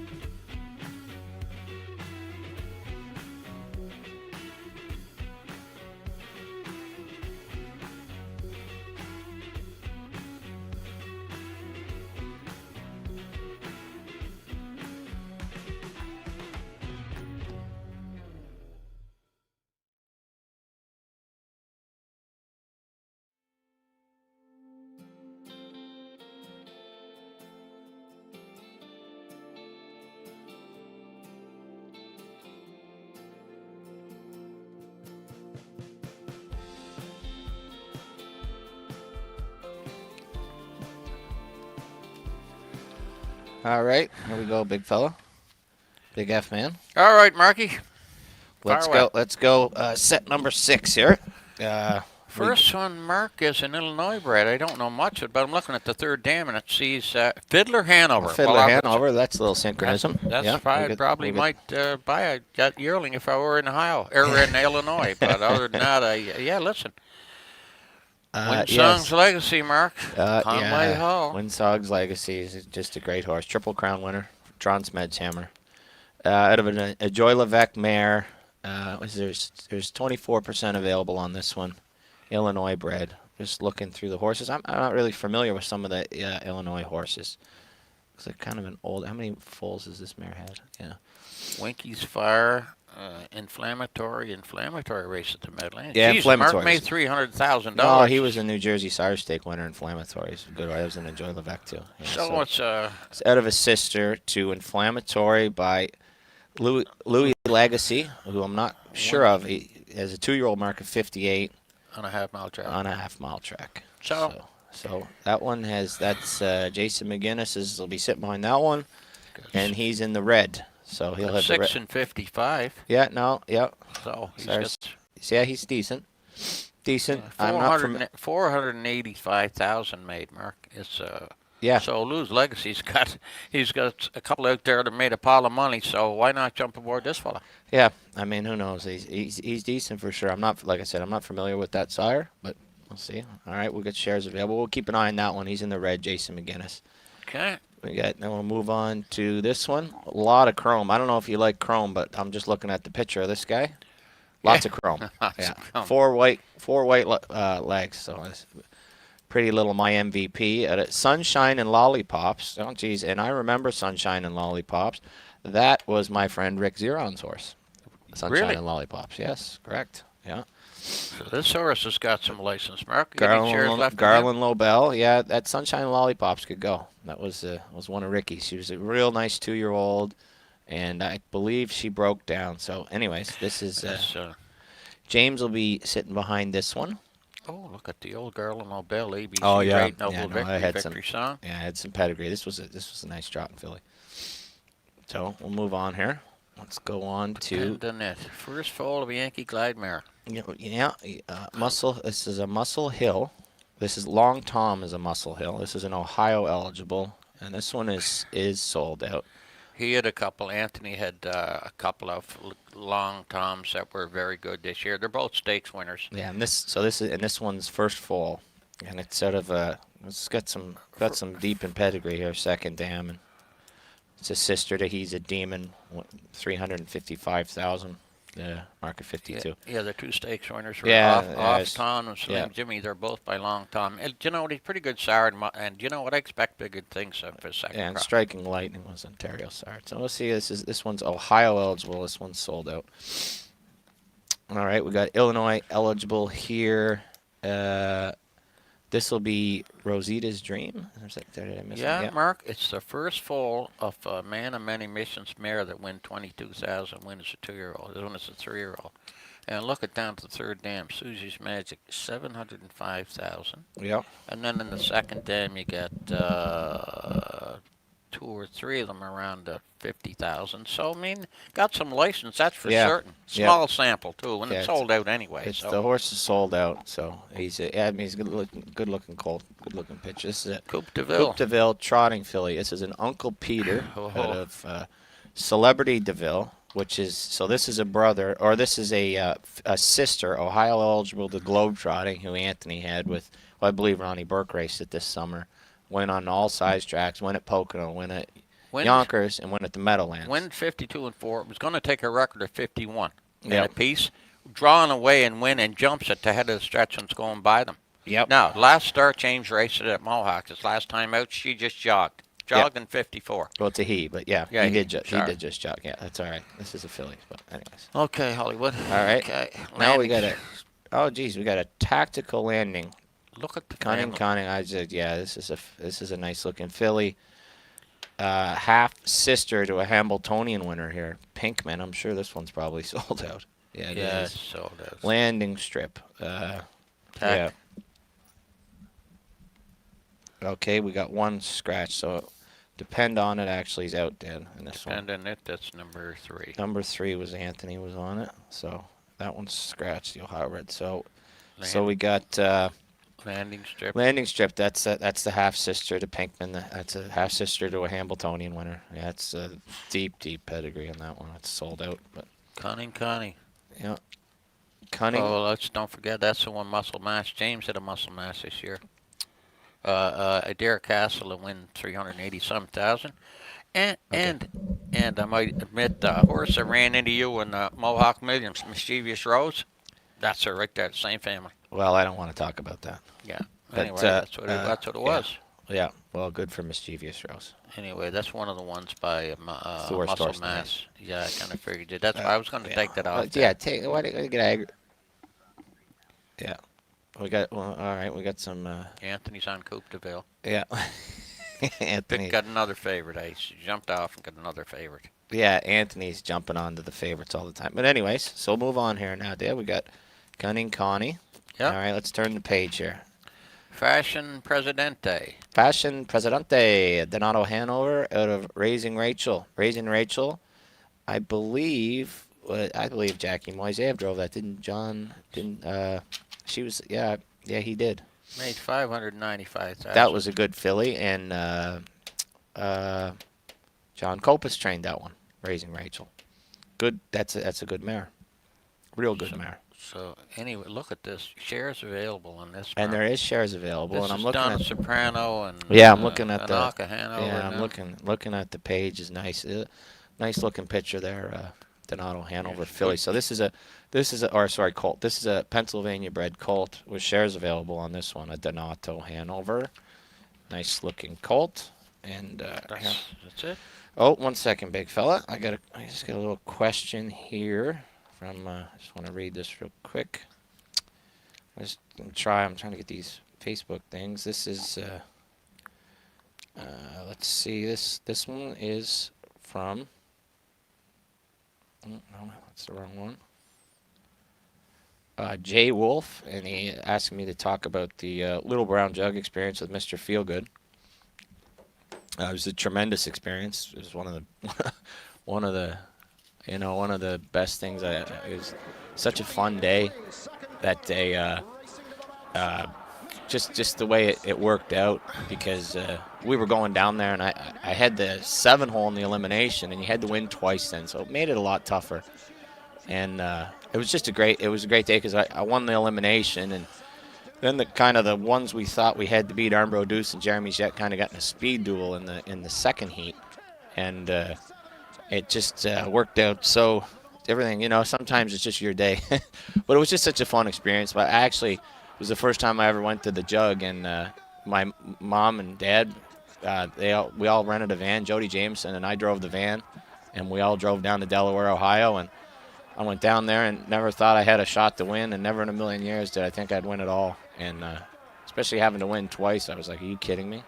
That horse was getting beat in the Ontario Sire Stakes before that, and I never heard a crowd so loud and energetic, and it was just like I never heard anything like it since either. It was just to go down the backstretch. And I remember all the Canadians were in the far turn, and it was just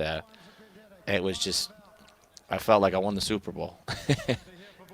Yeah, it was a great time. And all my my uncles, my Uncle Rabbit was down there, Bobby Whitlock, friends of the family, and I was just happy to get an opportunity, and to Zach Curtis was there, of course, my little brother Curtis. I can't forget him, but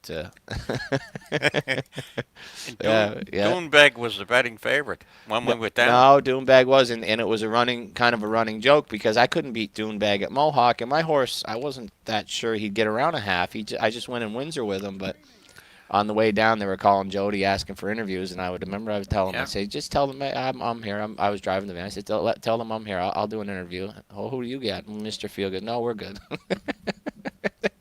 Then he went. I told Dad was in the standing in the paddock with me, and you had to win twice. And I had the 7-hole, and I wasn't sure. Jimmy thought he warmed up really good, and Jimmy Tactor, and he thought he got around the turns good, and he had tweaked some gear on him, and he was pretty confident. But I still, I know the horse struggled at Mohawk, and he struggled at Woodbine in the turns. He'd run in real bad.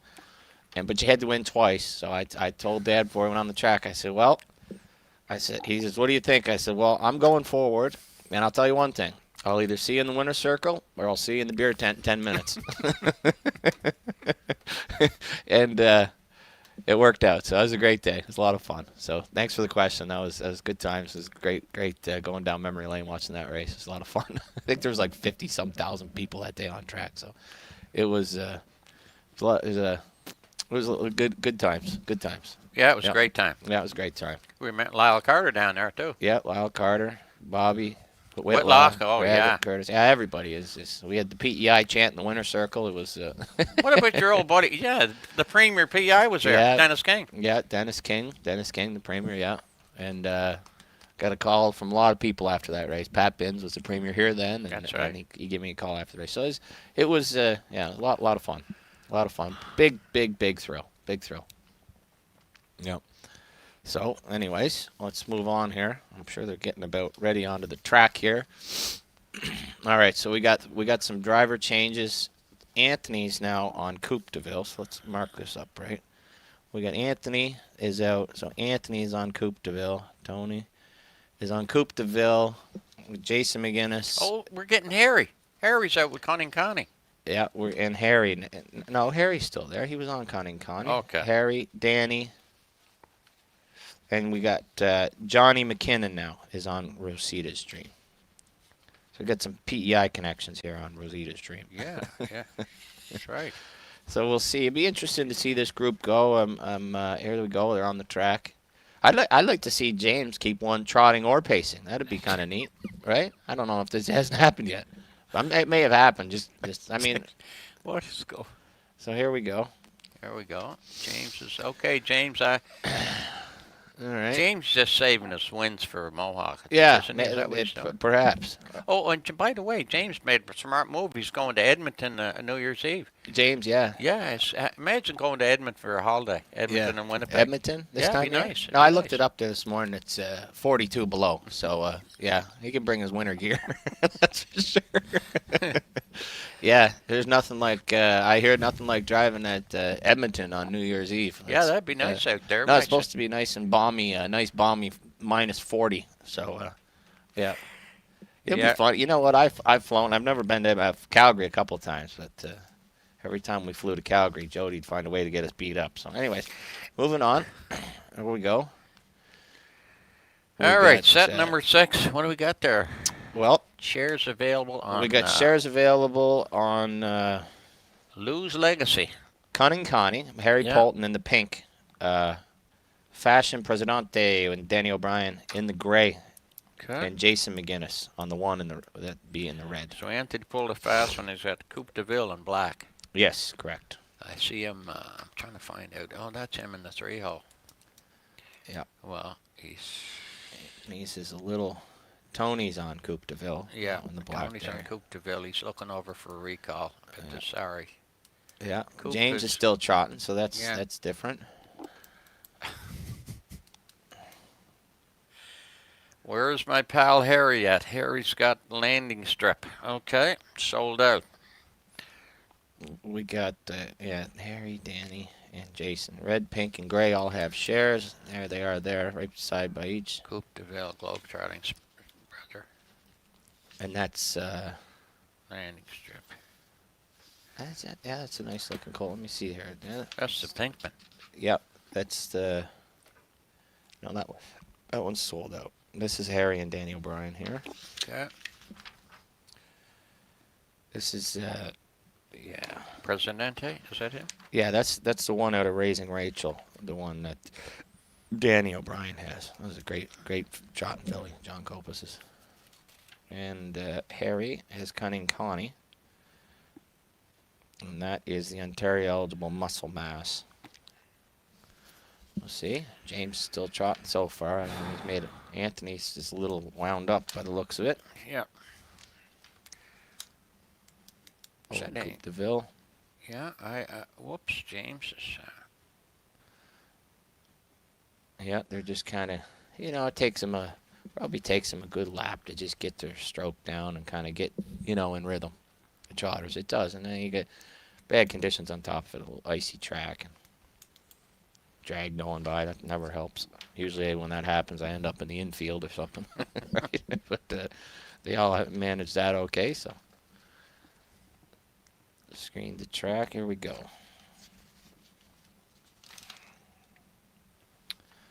And this is the Pennsylvania eligible one on the lead. Green. Who's got green? No, that's Johnny McKinnon in the green. Okay. Yep, he is sitting behind Rosita's Dream. Danny O'Brien. These No? ones are going right along. This one of Harry's looks nice. This is I like this Cunning Connie. Yeah. Connie Jean. This is the Ontario eligible one. Oh, muscle mass. Yeah, Derek muscle Asner. mass. Yeah. It's got a Cheers. nice looking stroke to it. Oh, that's Mark. I'm amazed that there's shares still left in this. Only is a small sample. Of Yeah, there's 26. Or yeah, there's not much left. And Anthony's is a little wound up in here. The one he's got. Globetrotters. Yeah, globetrotting is a bit of a handful too. Yeah. No. Well, sometimes it takes them a little bit to get settled down. These 2-year-old trotters get them settled down and get them in rhythm. Well, hasty bid, Jay, man. Got my money on you this time. Had your money on Amy and she won. So Well, I'm gonna no, pick I don't know. James. Did Amy win? I don't know. I if Amy won think that one. Amy won one. Huh. I'll tell you what, this is as far as I've seen James make it. If we could just keep the drone on him a little bit longer, maybe we could see it. I don't know if he's. Yeah. Oh, I thought he was sitting. No, he's kind of got one wheel in the snow. James, I know, and they tell me he likes to step on jog cart wheels too. I know they had to peel a couple jog cart wheels off them there. Sometimes I'm not so sure. He says he's a morning person, but he don't sure. He's not acting like it today. No. All right. All right, we got Johnny McKinnon, I believe, moving to the front with Rosita's Dream. I tell you, this one of Harry's. I like the stroke on that one, the muscle mass. Oh yeah. Yeah. Conning, the filly. And one out of Raising Rachel looks decent. Yes, decent. Yeah, the one of Harry's got. What's Harry got? That's in the here? muscle mass. That's the one that gets shares. Connie. and the one I like the one Danny O'Brien's got there too. Anthony's got the globetrotting. He's starting to settle down. You see, looks like he's needs probably to learn how to follow a little bit, but it's December, so. And with Anthony driving, it'll probably never follow anybody anyway. So. No comment. All right. I believe they're making the turn for home here. They're stepping it up. Let's see here. See how these things finish. Well, look at the globetrotting here. Tony's coming here. Yeah. And who's in the yellow? That's landing strip. That's the tactical landing. That Pinkman there. Yeah. They're finishing up nice. That's the pink one on the inside of Harry. She looks good. Nope. Oh, he just see, made we a little, jinxed him. Yeah, well, he made a little speed wobble. Yeah. Looked pretty good other than that. Yeah.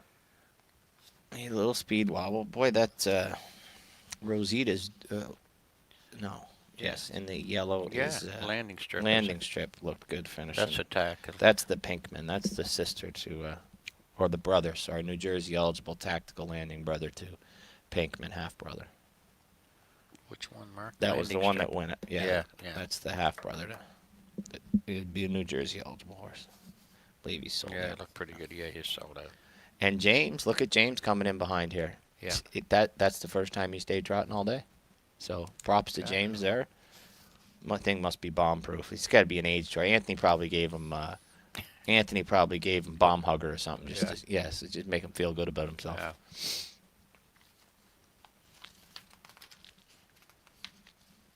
Yeah. And there's Anthony going $1 million. That's a good way to quiet one down. Get him to settle down good. Just really go 1,000 miles an hour with him and get him to settle down nice. They're a good-looking group. Yep. Absolutely. Yep. How fast they went? Probably around 255 or something, but good-looking group for the most part. Yeah, absolutely. Kind of maybe a little late, little shaky late, a few of them there when they're kind of going along a little bit more than they have ever, but like I say, the track to me looks a little super touch and go. Yeah. Looks a little touch and go, but they all really like the way Pinkman's finished up. Pinkman looked good. Yep. Yeah. looked really good. By now, you know the name COSA TV, an industry leader producing unique, high-quality digital content promoting harness racing in Ontario. Features, virtual programming, live events, and more. COSA TV has it covered. Follow our social media channels and be sure to subscribe to our YouTube page to view the latest content. And if you're looking to bet your favorite Ontario track, check out hpibet.com. COSA TV, taking Ontario racing global.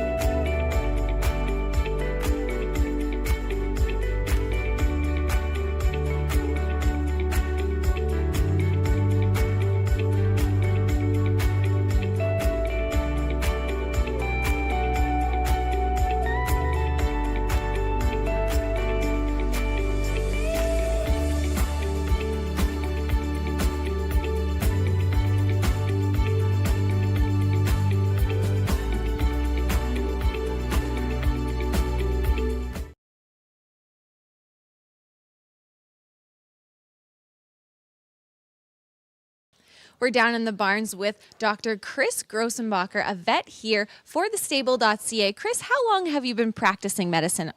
I've been a vet for 13 years. And have you been enjoying it? Yeah, absolutely. We're going to talk a little bit about some terms that are used in the racing industry working on race horses. The first one that we're going to talk about is bleeding. So if Anthony has said this horse is bleeding, what does that mean? So when we talk about a horse that is bleeding, it's typically refers to a horse that's bleeding in their lungs. It's a condition that race horses get.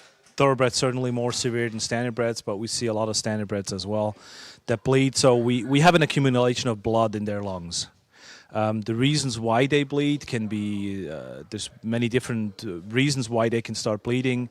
Allergies is one of them, sickness is one of them, and those are probably the main two. Part of the problem complex there is as well that as soon as a horse bleeds, it tends to bleed often and tends to start bleeding more. There's some medications that we can use for bleeding, excuse me, not breathing. Bleeding medications include the horse can be put on Lasix, which is marked in the program as well. What is flipping a palate? When a horse flips its palate, it's part of the soft palate that gets caught in the airway, and basically the horse is running out of air. We can treat that by changing the rigging of the horse, putting some equipment on. We can also try and influence a few things by, for example, injecting the palate, but those are probably just Band-Aid at the end of the day, and that's that. What about tying up?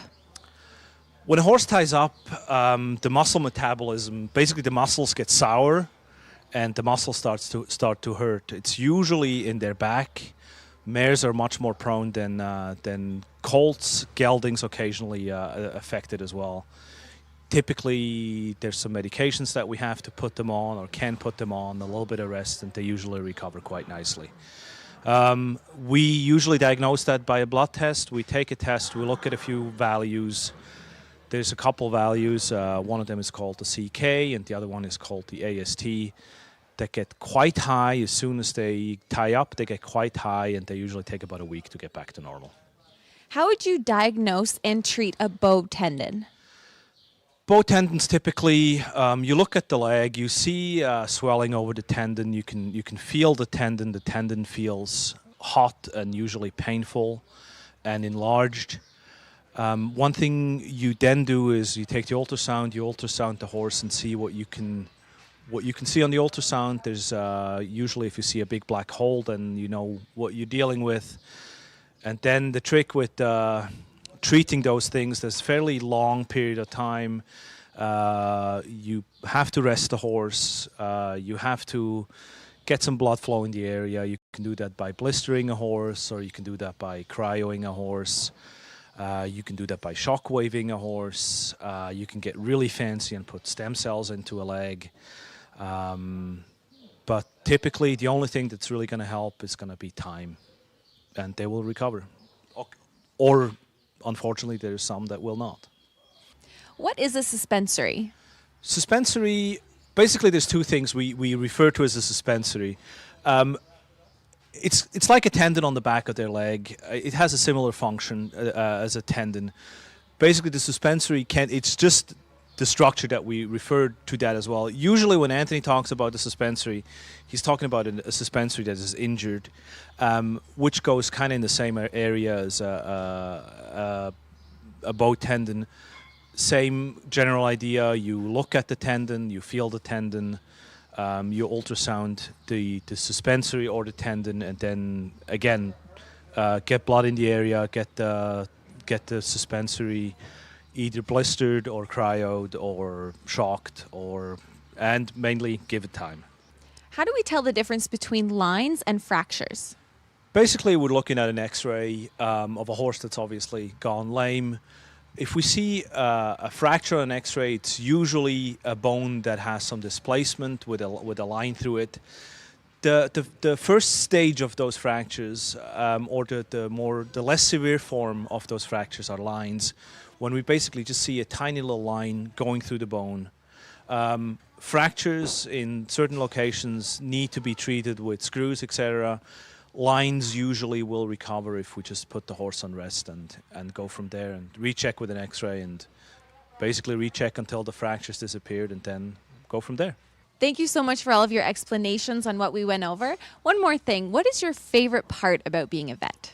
Well, it's certainly rewarding when you have a horse that had difficulties and you can help the horse and the trainers and owners to get back to success and make it a successful career.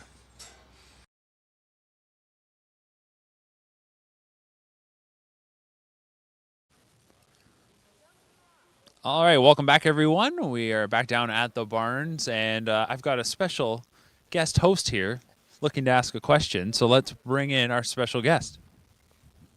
Hi, I'm live from Tamika Training Center, and I'm Ava, your guest host, and I have a question for my dad. Dad, why was your horse acting up on the track? Well, it's Christmas time. Santa's going to bring her some coal for Christmas, much like other little girls I know. Sometimes they act up when they're not supposed to act up, but, you know, your gender sometimes has a mind of their own, Ava. And she's a nice filly. She was just acting up. That's a sister to globetrotting. You know, I've been going with her periodically. I haven't been able to go there full time. You can see she's got a mind of her own. She's really stubborn.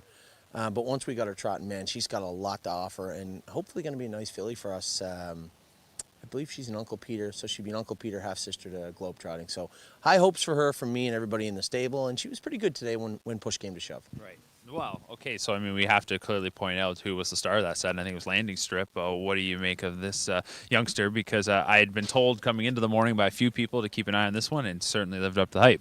Yeah, I mean, this is a colt. He's clearly got a ton of talent. You know, it was funny, after the sale, I had posted something on Facebook about how I thought some of the smaller breeders maybe got a little underpaid, and this guy was a tactical landing, so there was that angle also. But this is a brother to Pinkman, and I'm Pink, two world champions. One horse won the Hambletonian, the other one the first 3-year-old trot in Philly ever to trot sub 150.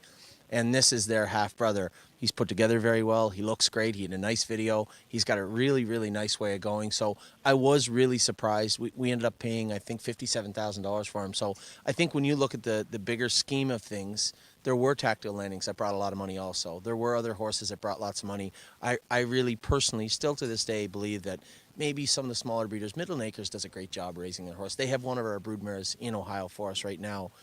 They do a fantastic job, and I think, all things considered, I think they got underpaid, which is good for us. I mean, I think there's lots of value there with that colt.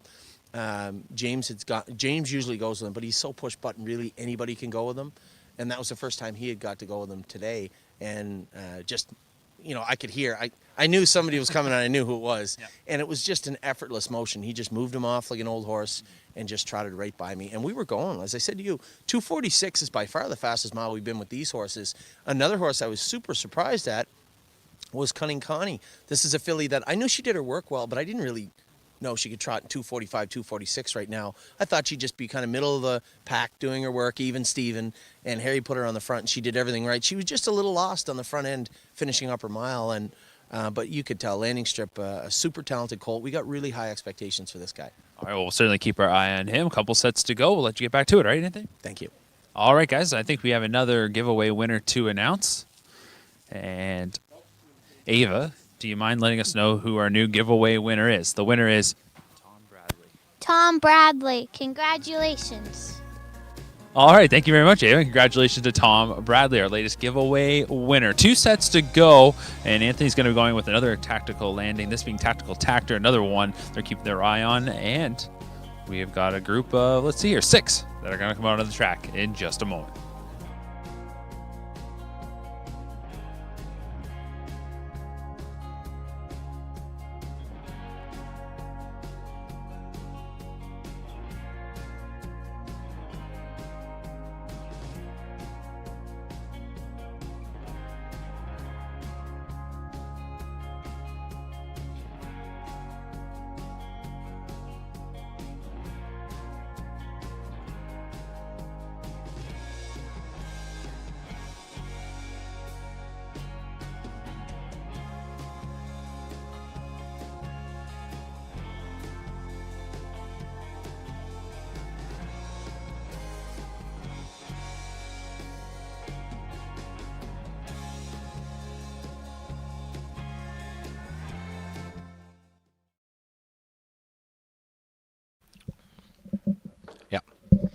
Mic up there, big fella.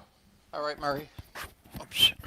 There we go. There you go, All right. Baxter. There we go. All right, we go. I'm moving along. Set 7 here. 2, 4, 6. This is a sold-out set of trotters. So let's go through the list here real quick. We got Johnny McKinnon in the red, sitting behind. Oh my gosh! And this is a Swan for All, Indiana eligible. Love Swan for All. Just a good sire. Love Swan for All. Swan for All. Don't forget, Anthony bought and had Swan Ray the Giant. Swan Ray the Giant. They broke him and trained him right down here, and then in spring of the year they sent him over to Bout, Illinois, and that's where they raced him. Yeah, I think Brandon Bates and he Swan for All is great. Just a great sire. I mean, Hanover. I mean, there's just every year there's another one. But this is out of a sister to Cedar Dove. That was a Tactor horse. Win everything. Dan Patch, 3-year-old trot filly of the year. So this is, oh my gosh, this is Indiana eligible. Well, wait and see, and there he is. Yeah, there he is. Indiana eligible trot and colt. Yeah, he's a beautiful looking horse. I'm not sure what they paid for him, Concord stud. But he'll be in the red with Johnny McKinnon. All right. Let's move along here. Number 2, we got Hill Street Blues. He's a Ohio eligible What the Hill at a Matriarch Hanover. Yeah, it's good family on this one too. This one's sold out, but this is this one's deep in. Yeah, that's the Ohio breds. What else? Had a big year yeah. first year. Ohio breds, and there's a picture of him there on the TV screen. Beautiful. Yeah, and good looking colt. Interesting to see those two guys on the track, and that will be, well, James will be going with that one, so we'll see what he does. I'm sure he'll put it on the run. He's due. Yeah, he's due to keep one trotting, right? Okay. All right, so here we go. Third one, we got Spitfire Overseas and International Money.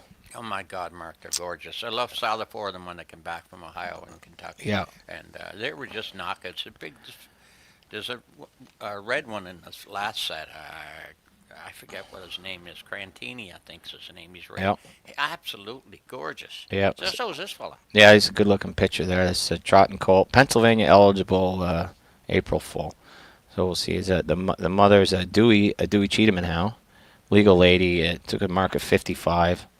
Didn't make a lot of money. Looked like it fast. Won a leg at the kindergarten at Vernon. He's second, damn yeah. So we'll see what that. And this one we'll have Danny O'Brien. Danny O'Brien in the white. Okay. All right. Moving along here. Tactical Tactor. We got Tactical Tactor. Oh, geez, look at that. Out of Solveig. Solveig, and that's we get some pedigree here. This is a brother, Tactical Landing brother. Good name, Tactical Tactor, because he had them all. Shake It Carry was just an absolute monster. Made almost $3 million. Donato Trotting filly. Won everything. I mean, there's not much to say about this one. That's the half sister. We'll see. Be interesting to see what this guy looks like on the track. February fall is probably a good size. We'll see. The picture looks, picture looks like he's a good-looking colt. We'll see what he looks like on the track here. This will be New Jersey sired. So, all right, Merchant Man. Merchant Man. Sounds like the pub we were at the other night. Do you know what, Mark? Don't laugh. I'm gonna tell you. Art threw broad to Brittany Farms, right? Yeah. Art had a place down here, and Art got to know Father Dunn. Father Dunn. And they named the second foal Father Dunn. Yeah. And that's who it's named after. Father Eric Dunn. He's a priest here in Charlottetown. I went to school with him. Well, so there you go. So it's a majestic style out of this will be a brother to Father Dunn. Winning 53. They all had speed. This is a full brother, Pennsylvania and Kentucky eligible, which is big because the Kentucky Sire Stake program, they just up so much money into it. In fact, I think the Kentucky program's the best one there is now with the legs, and they up the money. I mean, it's just the money's awesome. To have dual eligible horses they were just almost impossible to buy. But they're also, it's going to be extremely tough. So we got the next one here. We got Columbus. I'll never forget, Dad, the day you sailed in on the Mayflower with him. Yeah. Right? That was, 17? Listen, just wait. Getting back to Father Dunn. Now, listen, Mark. All right. Let's stay current. Let's stay current now. All right. Okay, current. Father Dunn and I were at a wedding down in Rustico 3 or 4 years ago, and Lenny Gallant, a recording artist from Rustico, from PEI, big name down in Atlantic Canada, he was there at the same same wedding. And Father Dunn comes over. This man comes over. Funeral wedding. It's a wedding. Yeah, and Father Dunn comes. This guy comes over, meets Father Dunn, and he says to him, Father Dunn, can you come over and get your picture taken with Freddie? So, guy comes over, gets his picture taken. I'm in the middle. The man's in the middle. It's Lenny Gallant's father. All right. It's Father Dunn and me. Father Dunn said to him, why do you want to get your picture taken? It's me and Freddie. Right. He said, listen, Father, it's not every day you get a chance to get your picture taken with a priest and a prophet. True story. Anyway, it's true as I'm sitting here, ask Father Dunn. He would never tell a lie. All right. I was wondering when you were going to land the plane there. But anyways, all right, moving on to Columbus here. We got a What the Hill. Out of a credit winner mare. This is the second. One previous foal was a Triumphant Caviar. It doesn't look like it raced. Ohio eligible. This one's sold out as well. He's a good-looking foal there on the picture, but it's hard to go. Is it? Yeah, it's first call. Well, the mare was a sister to Corky, and it was Muscles Yankee. He was a good horse. He made almost $1 million. Yeah, so. John, look at the family. So it's deep in pedigree, and I raced against in the third demo. There's B Core Pete down there, Balanced Image, Ontario sire, Pete Core head, and Sarnia, Ontario raced against him. Good horse. So we'll see about that one. See what they look like on the track here. A nice little set. I'm glad to see Brian Fantana's going with one. And here we go. I got just a question Curtis sent me on Facebook from Gary Bury. Sorry if I don't say your name right. I think it is, right? Yeah. B-U-R-Y. I can't see how it wouldn't be. Merry Christmas. Congratulations on the year with King of the North. What is the hardest part about bringing quality 2-year-old trotter back for the 3-year-old season? You know, I honestly, I don't know. You just never know how they're going to come back. One thing about it is you got Ray Schnicker sitting behind him, and Ray is without a doubt one of the best horsemen I've ever been around.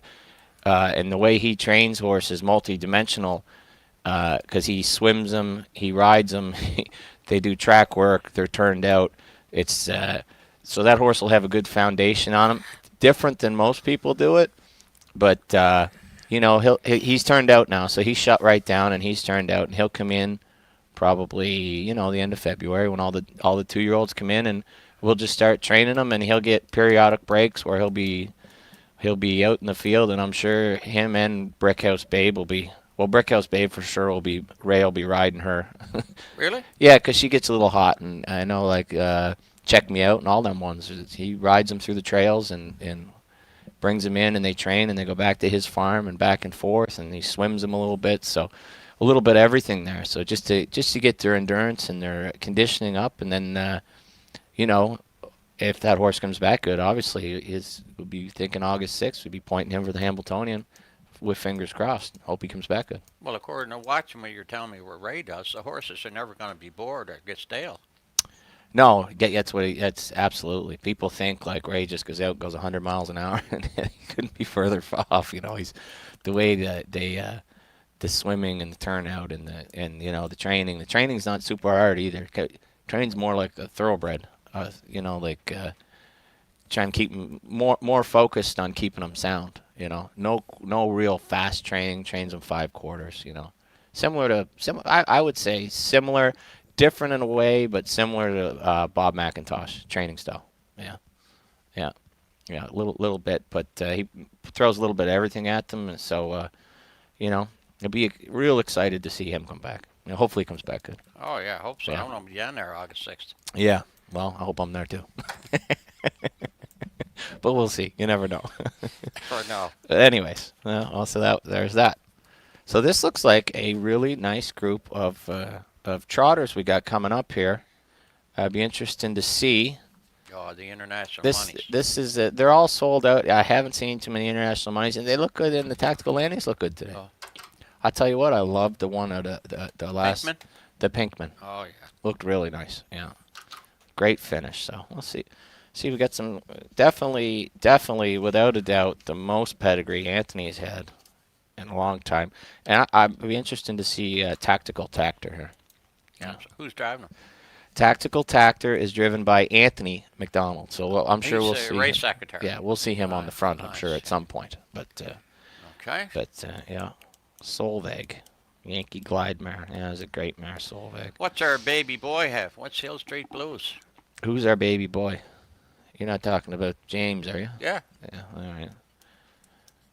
James hasn't kept one trotting all day, so let's see what he's got. Hopefully Anthony threw him on a racehorse and just said it was Hill Street Blues. Now, this is an Ohio-eligible what the hell James is on. A lot of pedigree. So this could be, well, with excluding that last one, the way it finished, looks like maybe one of the better groups, but we'll see what they look like on the track. Here they come. There's Danny. There's Anthony. He's sporting trotting hobbles already. Old Antone. Here's Columbus. Okay. It looks like it might have stopped snowing. Yeah, it looks like they screened the track, and it's not as choppy as it was there. So it's still, I'm sure it's still deep. Oh. But you know what? It is what it is. It's December in Canada. Put your snowsuit on. And if you're on PEI, just don't go outside. It's too cold. Doesn't matter what you wear. Okay. What do we got here? We got Anthony in the... Anthony's in the green. Pick him out. James blue. Johnny red. All right. And okay, it's good to see. And that's just so everybody knows. Tactical Tactor Anthony does not have a saddle pad on. Okay. Do you think maybe once we could get all the saddle pads correct? Just one time. Just not asking for much, but anyways. Well, where's the paddock manager? That's who knows. Okay, James. Okay, James. What do you got? Okay, so Anthony has Tactical Tactor has no saddle pad on. So we That's in got there. Danny O'Brien in the white, Tactical Tactor with no saddle pad. Hill Street Blues and James is at the blue. Everybody's correct other than Anthony with nothing, so that's fine. We can pick No, his he's- suit out. see, Yeah, no well, problem. yeah. That's not a bad idea. Well, yeah, leave Anthony blank. Yeah, that's fine. We'll just get him right. That's right. But anyways. Okay, J-Man. Hill Street Blues. That's what the hill? Yep, good looking stroke to him.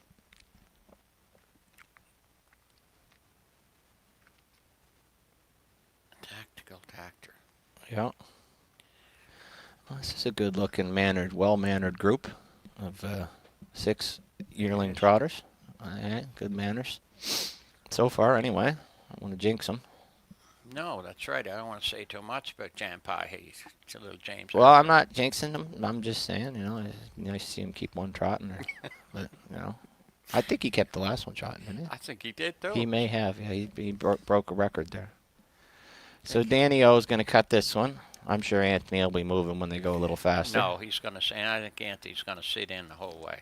There is no shot Anthony's going to sit in the All whole right. way. We'll Okay. see. Well, All we'll right. just see. We're going All to right. watch this and see. But He might inherit it after if somebody makes it. yeah, He makes it right. if Anthony, yeah, I think he's going to sit in the whole way. we'll see. Nice, got a good looking stroke. They all do. I like the one James is on Yeah, too. good looker, isn't he? Yeah.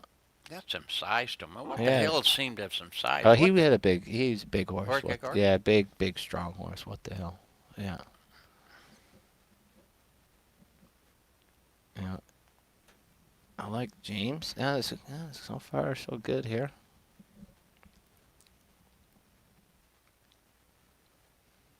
Yeah, that what the hell of James. He's a good Yeah. looking big bastard. Yeah. I like the front group there. I mean, from This what is we- a pretty talented group so far. I mean, No, well, they're all good gated the whole bit. Well, that's it. They're all trotting. They're all on gait. They're following along. I believe they're going along too. I mean, that last group went in 46. 45, yeah. 45, 46. I mean, this is they're going about the same, but they finished up strong. Let's see. James is making a little move here. See if he can keep one trotting. I'm sure we'll see him in the picture here on the run in a minute. But Curtis is going to show this a replay. that's you know fine. that. Well, You- that's. I mean, it'd be no good saying it if he didn't. That's right. Yeah, the what the hell's. Yeah, this impressive. yeah, good looking horse.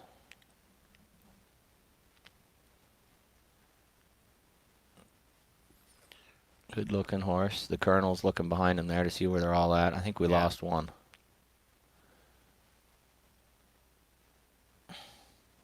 That's a pretty good name for Anthony, don't you think? The Colonel? Yeah. I seen them looking behind. They're okay. We're getting ready to finish here, I think, coming off this turn. They're trotting right along nice. I like this one Danny's got too. This is a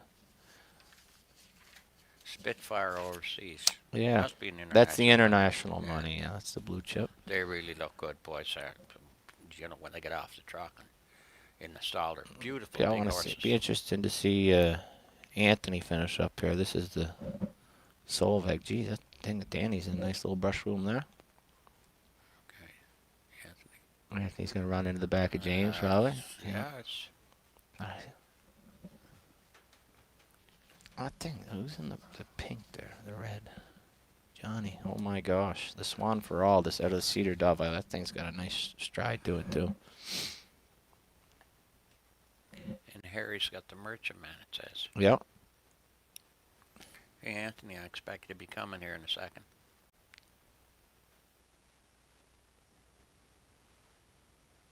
Go.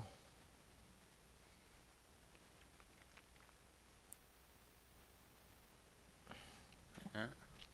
Nice looking group. Yeah. Yeah.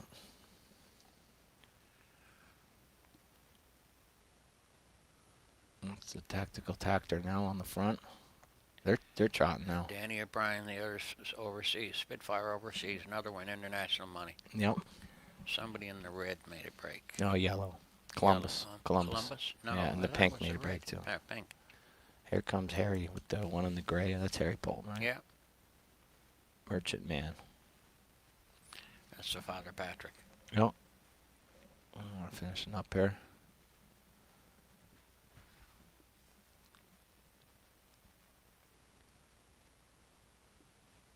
Yeah.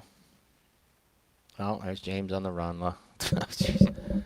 I tell you what, he's getting. That's as furthest as he's made it. Right? Yeah. He almost made it to the last turn. Yeah. Oh, Merchant Man made a little. You get a little carried away with it. They're going right along. Yeah. That's it, right? Did James make it to the wire there?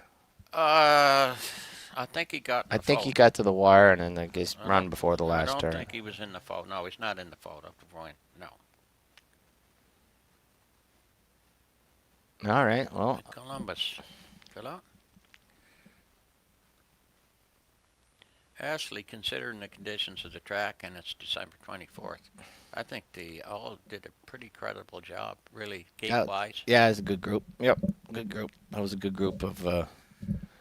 This is a good bred group, royally bred group. Yeah. Yeah.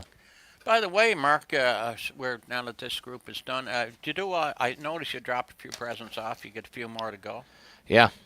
Oh yeah, you got to take care of the uncles when you're home. Get hats. The hat's a big thing in Pete. Yeah. Yeah, that's drop right. a few hats off. That's right. Yeah. And by the way, I want you, if you see Wally Hennessy before I do, I got a gift for Wally right there. That's you can give that to Wally when you see him. Yep. That is a gift certificate, Mark. That's nice. In the Pompano Clubhouse or something? What is it? In the last 45 years, Wally has never bought a Burr bill or never picked up a Burr bill. Like a tab? No. Not never one? Picked up, not one. Never paid for a dinner bill, ever.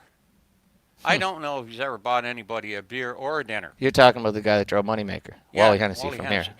Not one tab. Not one. In 45 years, I talked to some of my friends and bought, not down here, some of my friends that go to Pompano Park, Florida, and Saratoga. They told me they never saw Wally buy a beer or pick up a tab or a dinner tab. So in the spirit of Christmas, I want you to give that to Wally, and Santa Claus is giving them the spirit of Christmas. It's better to give than to receive. So Wally, one of these days, you can give and pick up the tab for beer or dinner. Right here. All right. So when you see Wally, I want you to give it to him. Yeah, he'll probably use it on himself. Well, but I'll tell him. Yeah. That's probably true. Could happen. But I'd like to see if anybody out there can witness it, that he did actually buy a round of beer or dinner tab. Send us a note, will you, and let us know and verify. And anybody I talked to said, I don't want to answer that question. A lot of deep shade going on here. Yeah, well, a lot of shade. That's it. That's it. Yeah. Anyway, I hope you enjoy the gift certificate. We'll pass it along. Maybe he'll buy Beckwith dinner, and I'll check with Beckwith. I'll verify. All right, there you go. All right. Okay. Got one.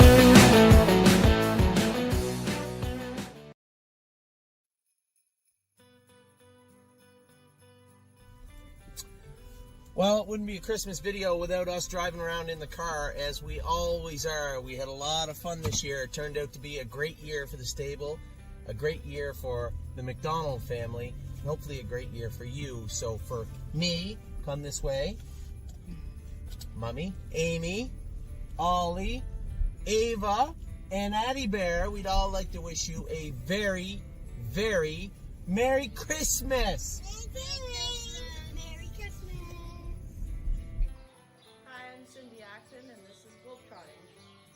I'm Jason McGinnis. We'd like to wish all our clients very happy holidays and a Merry Christmas. Hi, I'm Haley. Hi, I'm Merchant Man. Hi, I'm Brody, and we would like to wish all our clients a very Merry Christmas and a Happy Holidays. Merry Christmas! Hi, I'm Don, wishing you a very Merry Christmas. Hey everyone, I'm Davey. And I'm Mario. And this is World for Two. And we just want to wish all the clients and everybody a Merry Christmas. And a Happy New Year. Hi, I'm Danielle. Hi, I'm Nellie. Hi, I'm Harry. Merry Christmas to all our clients.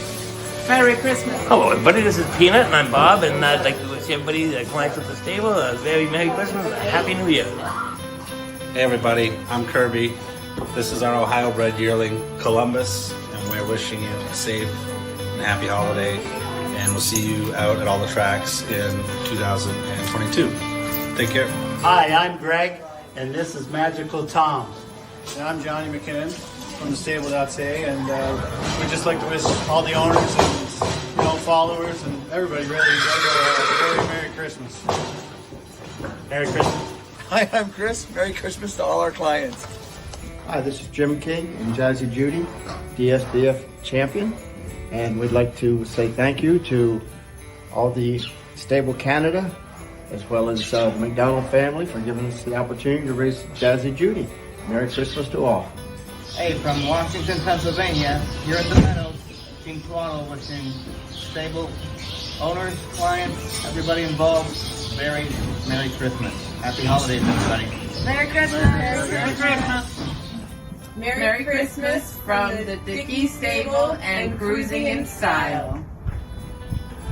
I want to wish everyone a Merry Christmas from everyone here down under at Darren McCall Stables, from Gwenny And Bobby? and Bobby, the whole crew, everyone in North America, all the people associated with the stable, the owners, all the trainers that are involved over there, and all our friends in North America. Merry Christmas. Merry Christmas. Hi, my name is Lauren Harmon, and this is Team Ohio, and we'd like to thank all of you for a great year, and we'd like to wish all of you a happy holidays and a happy, healthy new year. Hey, Addie, can you say Merry Christmas? Say it louder. No, say Merry Christmas. Boy. Easy boy. Easy boy. Easy boy. I never done say boo. Mommy, I say boo boo. Can you say Merry Christmas? I got you. I should do Merry Christmas though? Can you say Happy Christmas?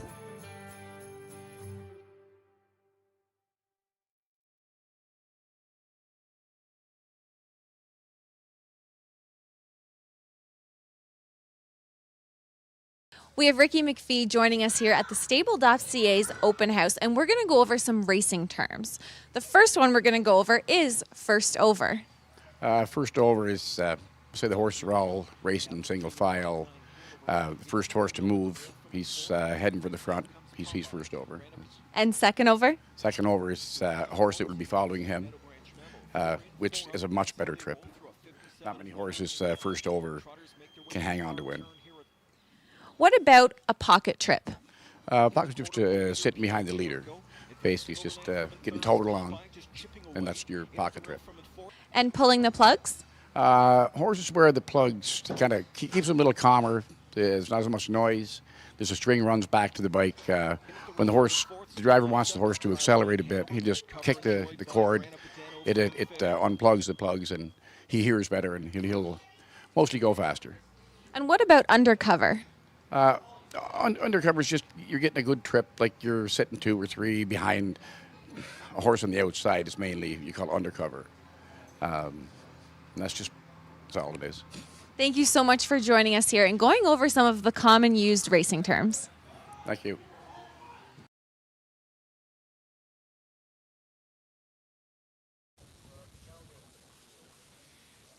All right, we're back outside the barn here on virtual open house day 2021 for thestable.ca. Mark McKelvey joined now by James McDonald. And James, many would know, but maybe those that don't know, you're here many mornings throughout the winter working with these babies. And I'm sure you get a lot of enjoyment out of it, or else you wouldn't be doing it, right? Yeah, I love coming in, working with the babies, and seeing them develop from little pains in the butt to stake winners. So well, hopefully there's some stake winners, but it's a fun time for me. That's how I learned with my brother Anthony and working with the babies. So yeah, I really enjoy it, and some of the cold days I don't, but today's not really nice out there, so we're having fun. Yeah, we certainly are. And actually, I was going to ask you a little bit about what we've seen here today, but your answer there kind of takes me down a different path. You mentioned about stakes winners. To win with 3 Point Blue Chip in the matron and to see over the last few years how the stable has grown, that had to feel really great to be a part of that accomplishment. Yeah, for sure. And he was one of those horses that I talked about. Like, he was just trained down. For everyone that watched him, there's no hiding it or denying it. He didn't train down good. He made a lot of breaks and a lot of mistakes, and he was a horse took a little more time. Anthony stopped him at the right time, backed off with him, and it was the perfect decision for that horse, and it paid off big time. He was real strong at the end of the year, and I think they expect him to have another good year next year, and hopefully some more major stakes in his future. But yeah, it's always special winning for family, and 3 Point was kind of a really good story for the stable. So that was a lot of fun. Certainly was. We'll look for more stakes winners out of this group of youngsters. Who's caught your eye here today so far of those that you've gone with? There's been a lot catching my eye. I don't know. Hard to say. I mean, this time of year, you're just looking. They can make 100 breaks as long as their attitude's good, and they're wanting to do it right. I don't really put too much stock into who's winning the sets or who's doing whatever. As long as they're doing it right and they're happy to do it or trying to do it right. If they're making breaks, it's not the end of the world. It's a long way to go. So I like that last one I went with, Hill Street Blues. He's a real good, strong looking What the Hill colt, and he's got a good attitude. So he could be nice. And there's been a bunch. I haven't disliked anyone yet. I'm not ready to write anyone off today. So yeah, we'll leave it at that. It's December 24th, of course. So the final set's coming up. You're going with Crantini, a sibling to Macho Martini, who's been a star here in Ontario. What can you tell us about him? Oh, he's a bad boy. He's he's beautiful horse, and trot's beautiful, but he get the head. You'll see him. He'll get the head going. He'll be bouncing around and playing around, but he's got it. That's just what I said before. I don't worry too much about that stuff. That's colt stuff. He's like an immature teenager right now, but when he's on the track, he's got a beautiful way of going. Beautiful bodied horse. So and the pedigree's there too. So. He's a horse I really like, and I expect him to have a good year. A lot of things a long way away, but if he stays sound and keeps trying to do it the right way, he will have a good year. All right, well, I'll let you get back to whoever just threw that snowball because I saw it coming a mile away. Thanks for stopping by, and all the best. All right, have a good day, guys. Hope everyone's having fun. Merry Christmas. All right, Merry Christmas, of course. We got one set to go here as we're wrapping things up from Tomoko Training Center.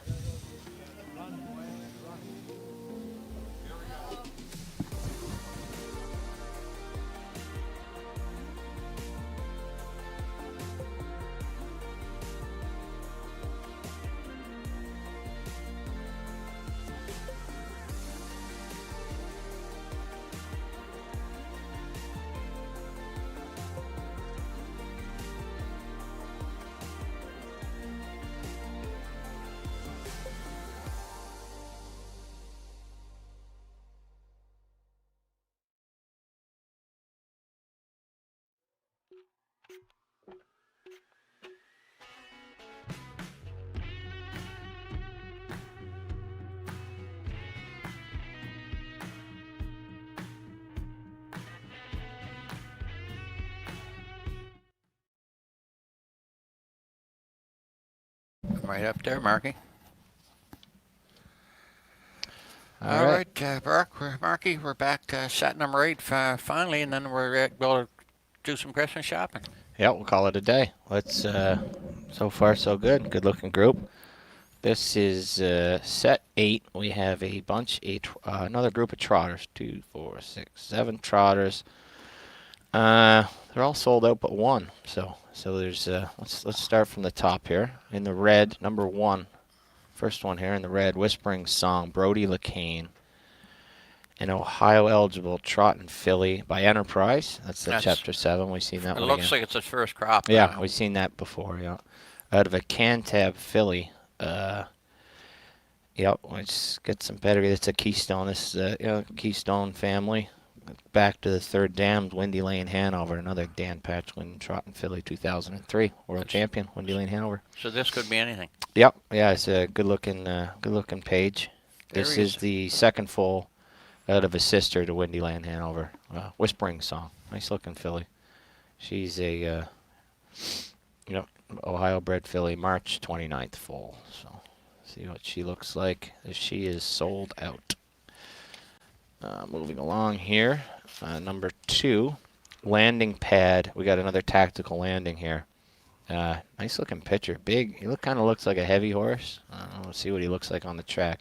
New Jersey Sire Stake eligible. This guy sold out. Anthony will be sitting behind this one. Yeah, he must be favored. He's a race secretary. Yeah. So these horses, I told you, tactical landings and the international monies look terrific. Yeah, and this has got some pedigree. I drove some of these. I drove Maven actually once at Pocono, the third dam. So this is the third dam Maven. She's a world champion.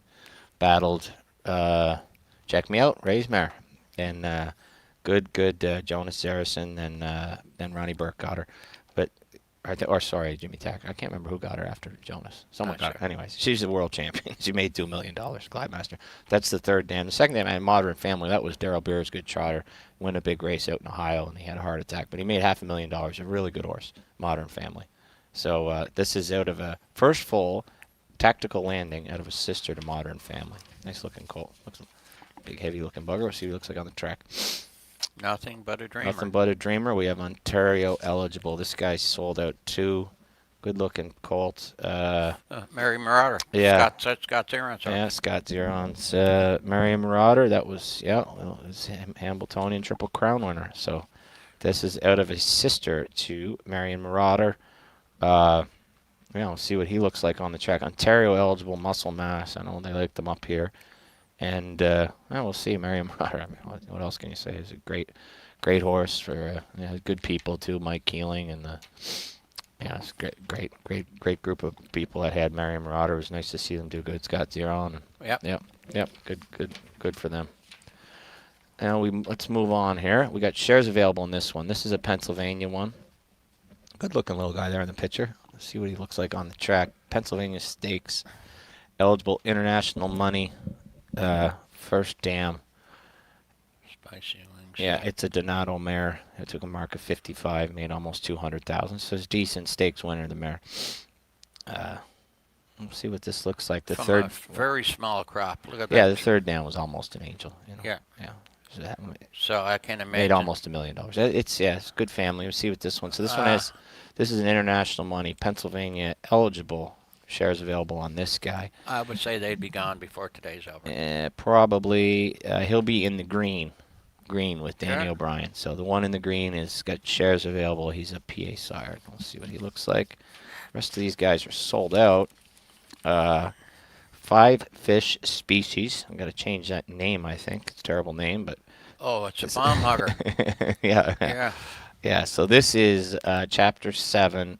New York, New Jersey Stallion Development Fund, which is kind of a nice race to be eligible to. I think they're down at Freehold and stuff. So it's a full brother to Bomb Hugger. That's exactly. It's a sister. It's a full sister to Bomb Hugger. Yeah. So we'll see what this one looks like on the track. Great looking picture there on the screen.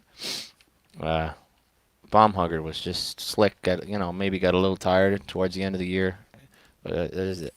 Those early races and shipping to Buffalo and all those races can take their tolls on them. And it wasn't a great big horse to start with. Yeah, get a little tired as the year went on, and they start to get a little tired zipping around the halves. And, she shouldn't have, the way Anthony tripped her out early, By tripping her out, I meant on the front every time. So anyways. Oh, this is my beauty. Oh, isn't it gorgeous? Oh, geez, look at this thing. Big red. Crantini. Absolutely gorgeous horse. Oh, I'm not a big red fan, but we'll see. International money, Peach Martini. So, so this has got Cordial Martini and Macho Martini. A lot of pedigree here. We'll see what he looks like. He's got an interesting picture if you like red horses. Me, not a fan, but we'll see. There's been good Absolutely gorgeous horse. Absolutely gorgeous. Pennsylvania Sire Stakes eligible. This guy's sold out. We'll see what he looks like on the track. Crantini. All right, that's the last. That is the last one. Wait, we got one more here. Mole Power Baby. We're missing the sheet, Dad. I don't know the. I don't. Mo Power Baby's scratched. Okay. Okay. All right. Okay, sorry. So that one is out. So we're just Crantini's the last one. I got one more question here, real quick. To Curtis sent me here from. Let me see if I can find it. I think it's in the blue. From Matthew McLean. It says, Mark, my favorite Gold Cup and saucer was when you nipped Mike at the wire. It was mine too. With Sandals Dexter. What was he like to drive? He was a lot of fun. he was big Dexter Nukes, kind of lazy bugger. And boy, that was like, I was telling Dad earlier on, there's 3 McDonald's lined up in that gate, and I'm the only one still alive.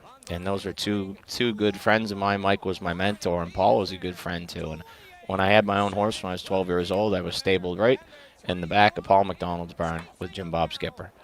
And, Mike actually, there's a lot to this race. Like, Mike changed his colors for this race because we were both going to be in it. And you notice Mike's usually got the same colors as me. They're his colors. And he made this body of his suit blue for this race. And someday I'm gonna copy those colors for the Gold Cup and Saucer when I'm in it as a tribute. But I haven't got the right horse to drive yet. But just nipped him right at the wire. Never thought we were gonna get there, but that's the way Sandals Dexter was. He was just such a big lazy plugger, and he'd go all day and he'd chase one right to the end of the earth. But it took a lot sometimes to get him into gear. And this is the old Charlottetown Driving Park before they banked the turns, and I had the 7-hole with a trailer, so I never saw this is here in about 3 steps is the first time I saw the rail. Now, if you asked me if I was going to win right here, I'd say you're probably crazy. But it's just the crowd and the excitement, Look at the people. I mean, it's just to drive in front of all those people like that. And this is my first one. I mean, this is almost 20 years ago now, and I work for Mike. I mean, it's like Mom. Yeah. My mom's taking the pictures here. You can see her jumping around on the outside of the track. A lot of fun. Good times. Good memories. Those are good memories. Just we don't usually get to drive anymore in front of crowds like that. It's just you don't see that. You see it in Delaware. You see it in Charlottetown. And now with COVID, I mean, you don't see it at all, barely anywhere. But it's nothing better than driving in front of a big crowd. Yeah, it's unreal. The guys, when they drove in the World Driving Championships, they couldn't believe it, the crowds they would get here. Yeah, you don't see that. You don't see that in New York. The Meadowlands gets a good, the nice big grandstand, and everything.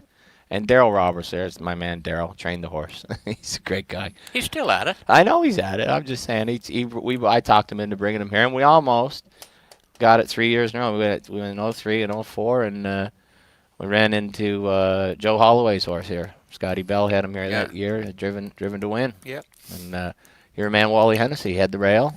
Yep. And was my good friend after today. He's just a friend.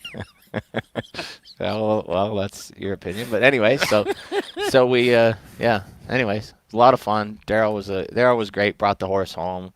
Good memories, good times. Yeah, old Sandals Dexter, great horse to drive, and had a lot of fun driving him. Western Fair and all around the B-track, Sarnia, Windsor, raced him at Mohawk, raced him against Admirals Express in the Open. He won the Ray McClay Memorial with him in Clinton. He could get around anywhere.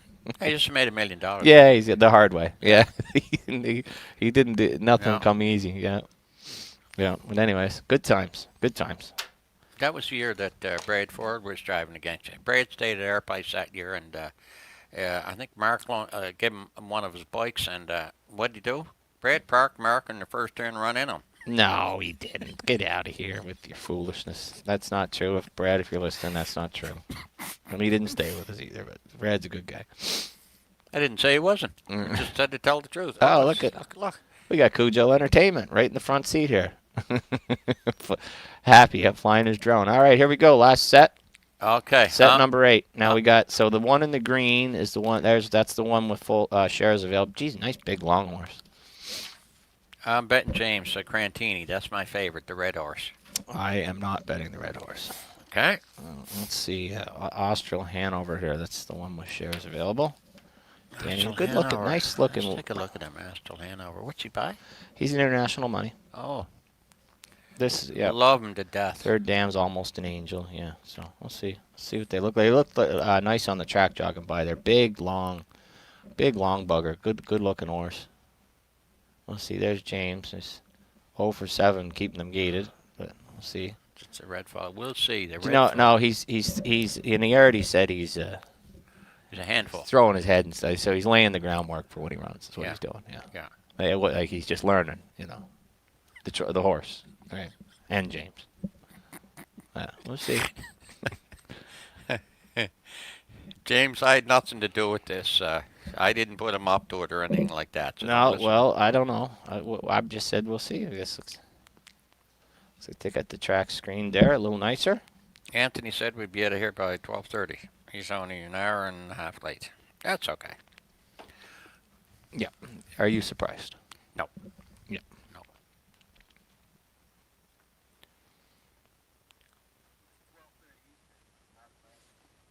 Yes. Yeah. Yes. I'm sorry. Yeah. You know what? He's only 10 minutes late. That's good for Anthony. Yeah, that's pretty good. Eastern, that's right. That's just 10 minutes late. That's okay. I can live with that. All right, there we go. We're getting ready to go here. See, Anthony's got a lot of guys sticking up from American Calvi and nice and Curtis and them.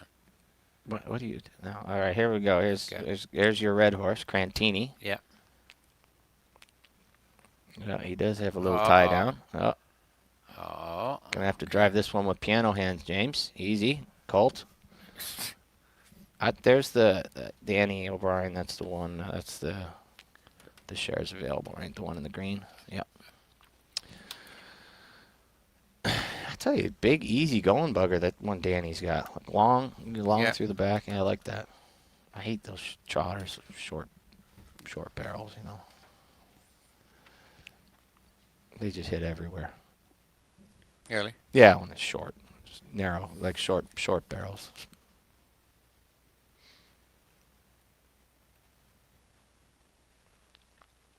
There's Amy sporting her new helmet and training suit. What has Amy got in there? Amy has, we must have a driver change.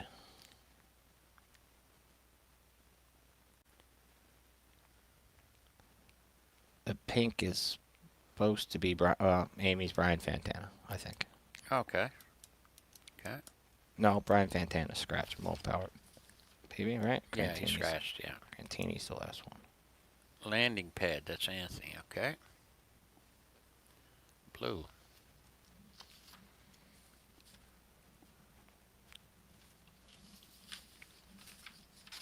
There we go.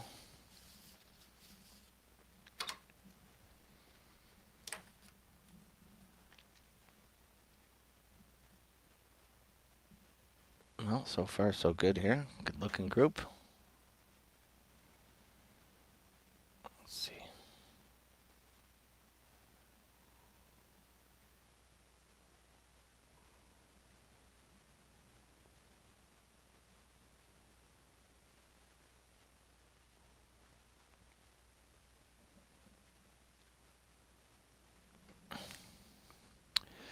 Alrighty. I'm going to give James about a 10% shot of keeping this thing trotting all the way. Yeah, you get a little erratic there when he's going slow. Yeah, I just think Crantini. I just love him. Love to love him. I just think he's going to stay trotting. He has a very nice stroke. Okay, I'll give you that. No, he's got a nice gait. He's just a little funny with his head. King of the North did that right up till that's why he wore a brain cord. Really? He stopped it. He got over it. He followed enough where he quit that. But he'd throw his head in the air. When we started with him, he'd take off down the track with his ears touching the water hook. Really? Oh, yeah. Then he got just following. He just learned to just stop. Stop the foolishness. Yep. Quiet right down. And then you think...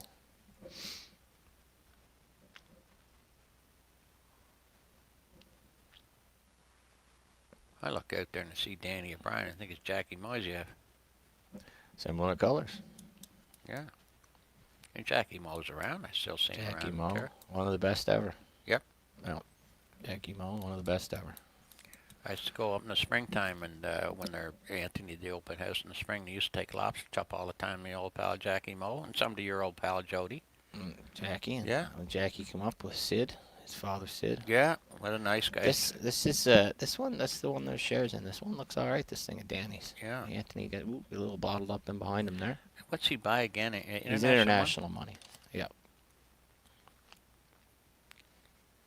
One trouble is international money. He's in Pennsylvania. Yeah, it's PA side. That's kind of a tough. It's a tough program. They're all tough though. New Jersey and Ohio. Well, they're all of them. Ohio used to be wasn't, but it is getting now. It is. It's tough. You know, it's a great stakes program. What are these dual eligible marks? Ohio and Kentucky. Well, there's Kentucky and New Jersey is going to be tough because you run it. You know, they can't race them all. You might see some guys skip maybe perhaps this year because it's going to land right at the same time where you might not see as many people come to Canada for the Wellwood. Just stay right in Kentucky with the purses the way they are. The last year you saw like some of the big ones skipped some of the races in Lexington, the finals to race in Canada. They may just stay right in Lexington. Wow. So you might we'll see. I mean, you never know, but like Venerable was the leading points winner going into the Kentucky Sire Stakes final and come to Canada. You know. That's a Walner filly. Yeah, won the Mohawk Million. Yeah. She's killer.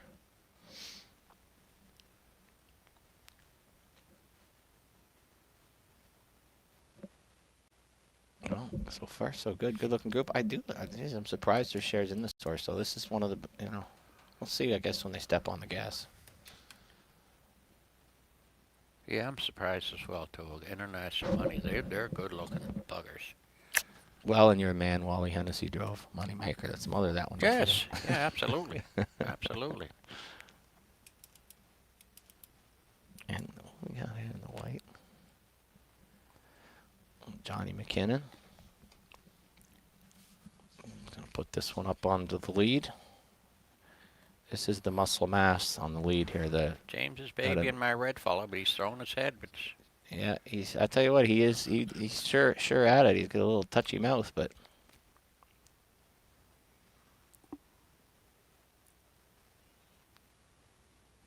the bugger can trot.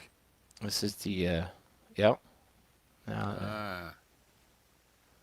Okay. Well, James is 0 for 8. Okay, moving on. Johnny. You shouldn't be so hard on your little I'm brother. not. I'm just. He wouldn't do it to you. I'm just saying he's 0 for 8. He wouldn't do it to you. He's 0 for 8, keeping them gated. I'm not talking about winning. I'm talking about keeping them on their gate. But this is the Marion Marauder here on the lead, going right along. There's Anthony on the run. That's a shocker. I do like this. I do like this. This one with Danny's looks nice. Boys are all back trotting there in the backfield. Marion Marauder. Can you imagine? Oh, these things are great bred, Mark. Yeah. Anything can happen. Yeah, I still like them. Pedigree-wise, it's the best group Anthony said. Yeah. No question. Yeah.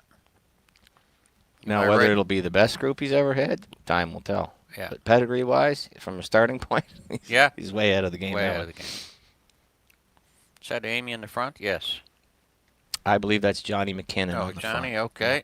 It's Johnny McKinnon on the front with that. That's the one we were just talking about, the Marion Marauder. And that, just right in behind him there is I think he just rolled off. He did Austral Hanover. Yeah, he just made a little, you could just see like he put a little step in there. He lost. I mean, maybe a little icy out there. Who knows? Get spread out a little here. Nice, this little fella just going along 100 miles an hour, hey? With a little muscle mass. Nothing but a dreamer. There's James. He's still on the run. That's good. Okay. Crantini. I'll stay with my baby Crantini.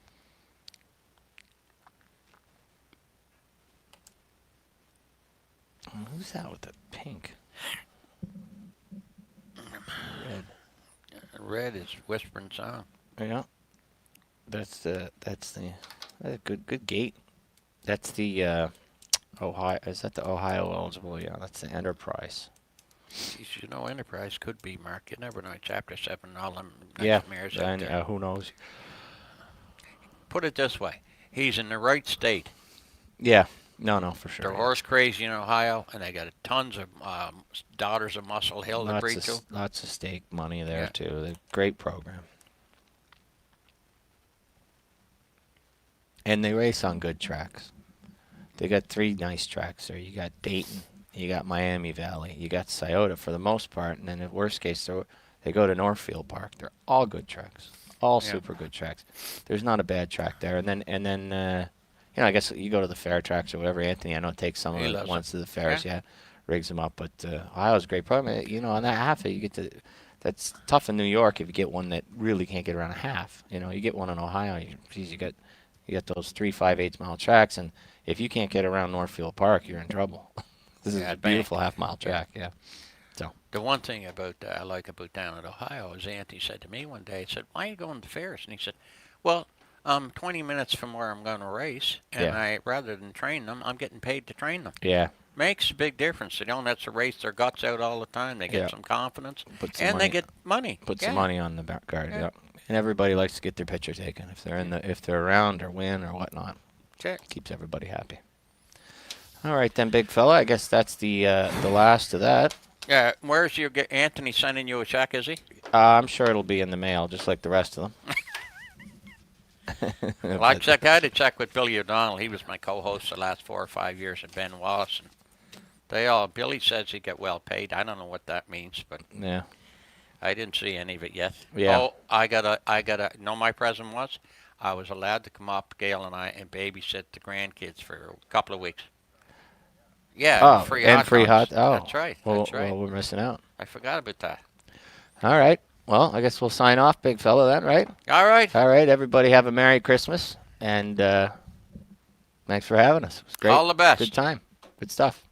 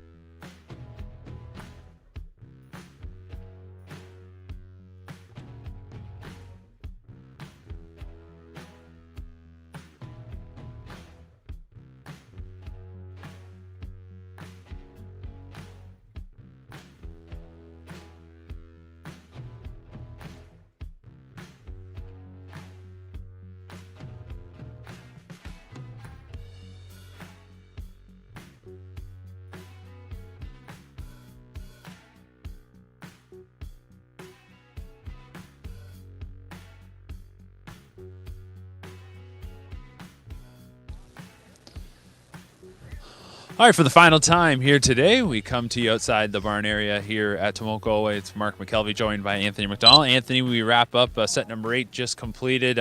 What'd you make of that group? And then we can put a bow on the entire day as a whole in a moment. But what'd you make of set number 8? I think there was only one horse stayed trotting. The track's starting to get a little wet now, a little damp. I really thought Landing Pad would be great today. He actually trained a mile on Tuesday and looked really good. Just whatever was bothering him today, just a whole bunch of them didn't want to trot. James's horse was acting up, Amy's was. But I mean, as James alluded to, this is December 24th, right? If only we could get them right in the next 7 months, I think we'll be just fine. So it's not the end of the world. What I want to see, what I didn't see today were horses that were not looking to do their work, that were looking to make mistakes and then, grow those bad habits that they come with when they're youngsters. So the fact that we were able to break them, get them doing their work, and get them now to the point where we're starting to train them, whether they break or not today really is irrelevant for me. It's just how do they approach their work ethic, and when they do make a break, what do they do next? And I didn't see any horses that were looking to get out of their work, a lot of horses looking to get back into the sets and back into their work. So you're never going to have, when you have 60 babies plus whatever go on the track and train, you're not going to have 60 babies plus do well. But today, what we wanted to see was the fundamentals, the first stages of what they're supposed to look like on the track as babies. These are still yearlings, and they did everything we wanted them to do today. Well, I think it's evident that the track was obviously changing today when I look at your face, right? I mean, it's clear right there.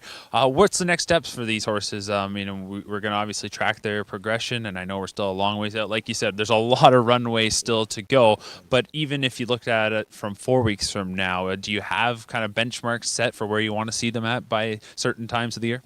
I mean, we don't really want to train them by calendar or by stopwatch or anything else. We want to get a feel for the horses, and then you'll see them. We'll start to separate them into sets, right? This set's ready to go X. This set's ready to go some. You saw horses like Tactical Tactor today that clearly understood his work and did it very well. Those types of horses will be in their own sets, where you see the other horses graduate, and then you'll see movement throughout the spring. So right now, getting a feel for the strengths and weaknesses of every horse, building on that or diminishing the weaknesses best you can, polishing the horses up. That's what our job is. You're not going to see any horses really go much faster than 220 before March. We went between 45 and 55 with most everybody today. You'll expand that as you go on, but it's not the speed I'm really looking for. It's them continuing to do their work, get stronger, and how they recuperate. The thing that people don't really pay attention to is when you bath that horse and you put it in its stall, how was its work load today? How quickly does that horse recover? And then again, you change what you're going to do next week in accordance to that. So just see them do their work, continue to do better, and chip away at the rougher exteriors on some of them that you see here today. Of course, and of course there's going to be some standouts right now, and I'm sure even if you ask everyone here in 3 months, there might be some more that have emerged, and others maybe have taken a step back. Overall, Anthony, I know we had intended to do this open house day a few weeks back, had to obviously get shifted around here, done on Christmas Eve, and I think very well received. Again, I think I could probably go on and tell you why it's important to do an event like this, but maybe you can explain for everyone just how great it is to give an opportunity for those that, whether they obviously can't be here with the times, the chance to see these horses in this light. It's so important. I mean, we have such a unique product in the sense that, we can bring what we do today to people all over the world. If you look, I guarantee if you look, all 13 countries that we have owners in were well represented on the feeds today. I guarantee you they were. So we have the opportunity to bring them from their home right here. And that's something that not a lot of sports do. Yeah, you can watch hockey and basketball on TV, but to be an owner of a horse from anywhere in the world, see those horses perform and do well on TV or in computer in front of you is very, very important. So the stable plays a vital role. I think the biggest thing, which I'd like to see more of, is more trainers do this. When we visited New Zealand and Australia a few years ago and spoke, I have emails all the time now from people from New Zealand and Australia, either their clients or have their own stables there. But the ability to grow a stable with a group of people in a very affordable way is something that is very rare. The entertainment that this industry provides to anybody out there in society, when you measure it up dollar for dollar, what you get for being a member, a participant in horse racing, it really dwarfs every other sport. And that's really what the stable wanted to show, not just society, but the people of our industry. You're selling yourself short. If you're involved with the stable or you follow us, you know what I'm talking about. The stable started 6 years ago as nothing. It started as a dream and a guy, which a lot of people said had an idea that wouldn't work. And you look at it today, we have almost $2 million worth of babies in this barn, represented by 900 people in 13 countries.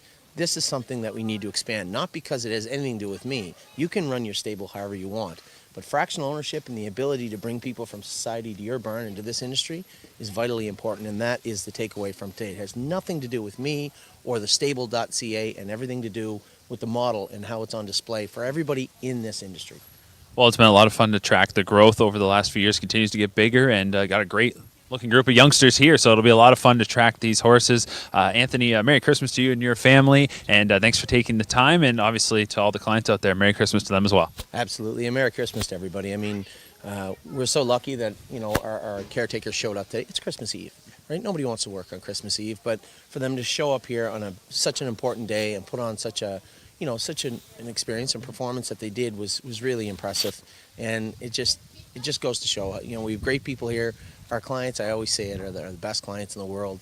And Merry Christmas to each and every one of you, and I hope you have a great holiday season. All right. Thank you very much, Anthony. That'll do it here this morning, now into the afternoon for the 2021 the thestable.ca virtual open house. Thanks so much for tuning in, whether you joined us all day long or you caught bits and pieces. Of course, you can go back and you can rewatch this replay anytime on demand through the various social media feeds and, of course, at youtube.com, thestable.ca. We want to wish everybody a Merry Christmas. Thanks so much for tuning in. Enjoy the holiday season. Safe and good health to everyone out there, and we'll see you soon. Own a little and love it a lot. Thestable.ca is an award-winning fractional ownership operation. Buy as little as 1% of a racehorse and experience 100% of the thrill. Thestable.ca makes ownership easy, accessible, and affordable. Communication and customer service are at the heart of everything we do. Get started at thestable.ca.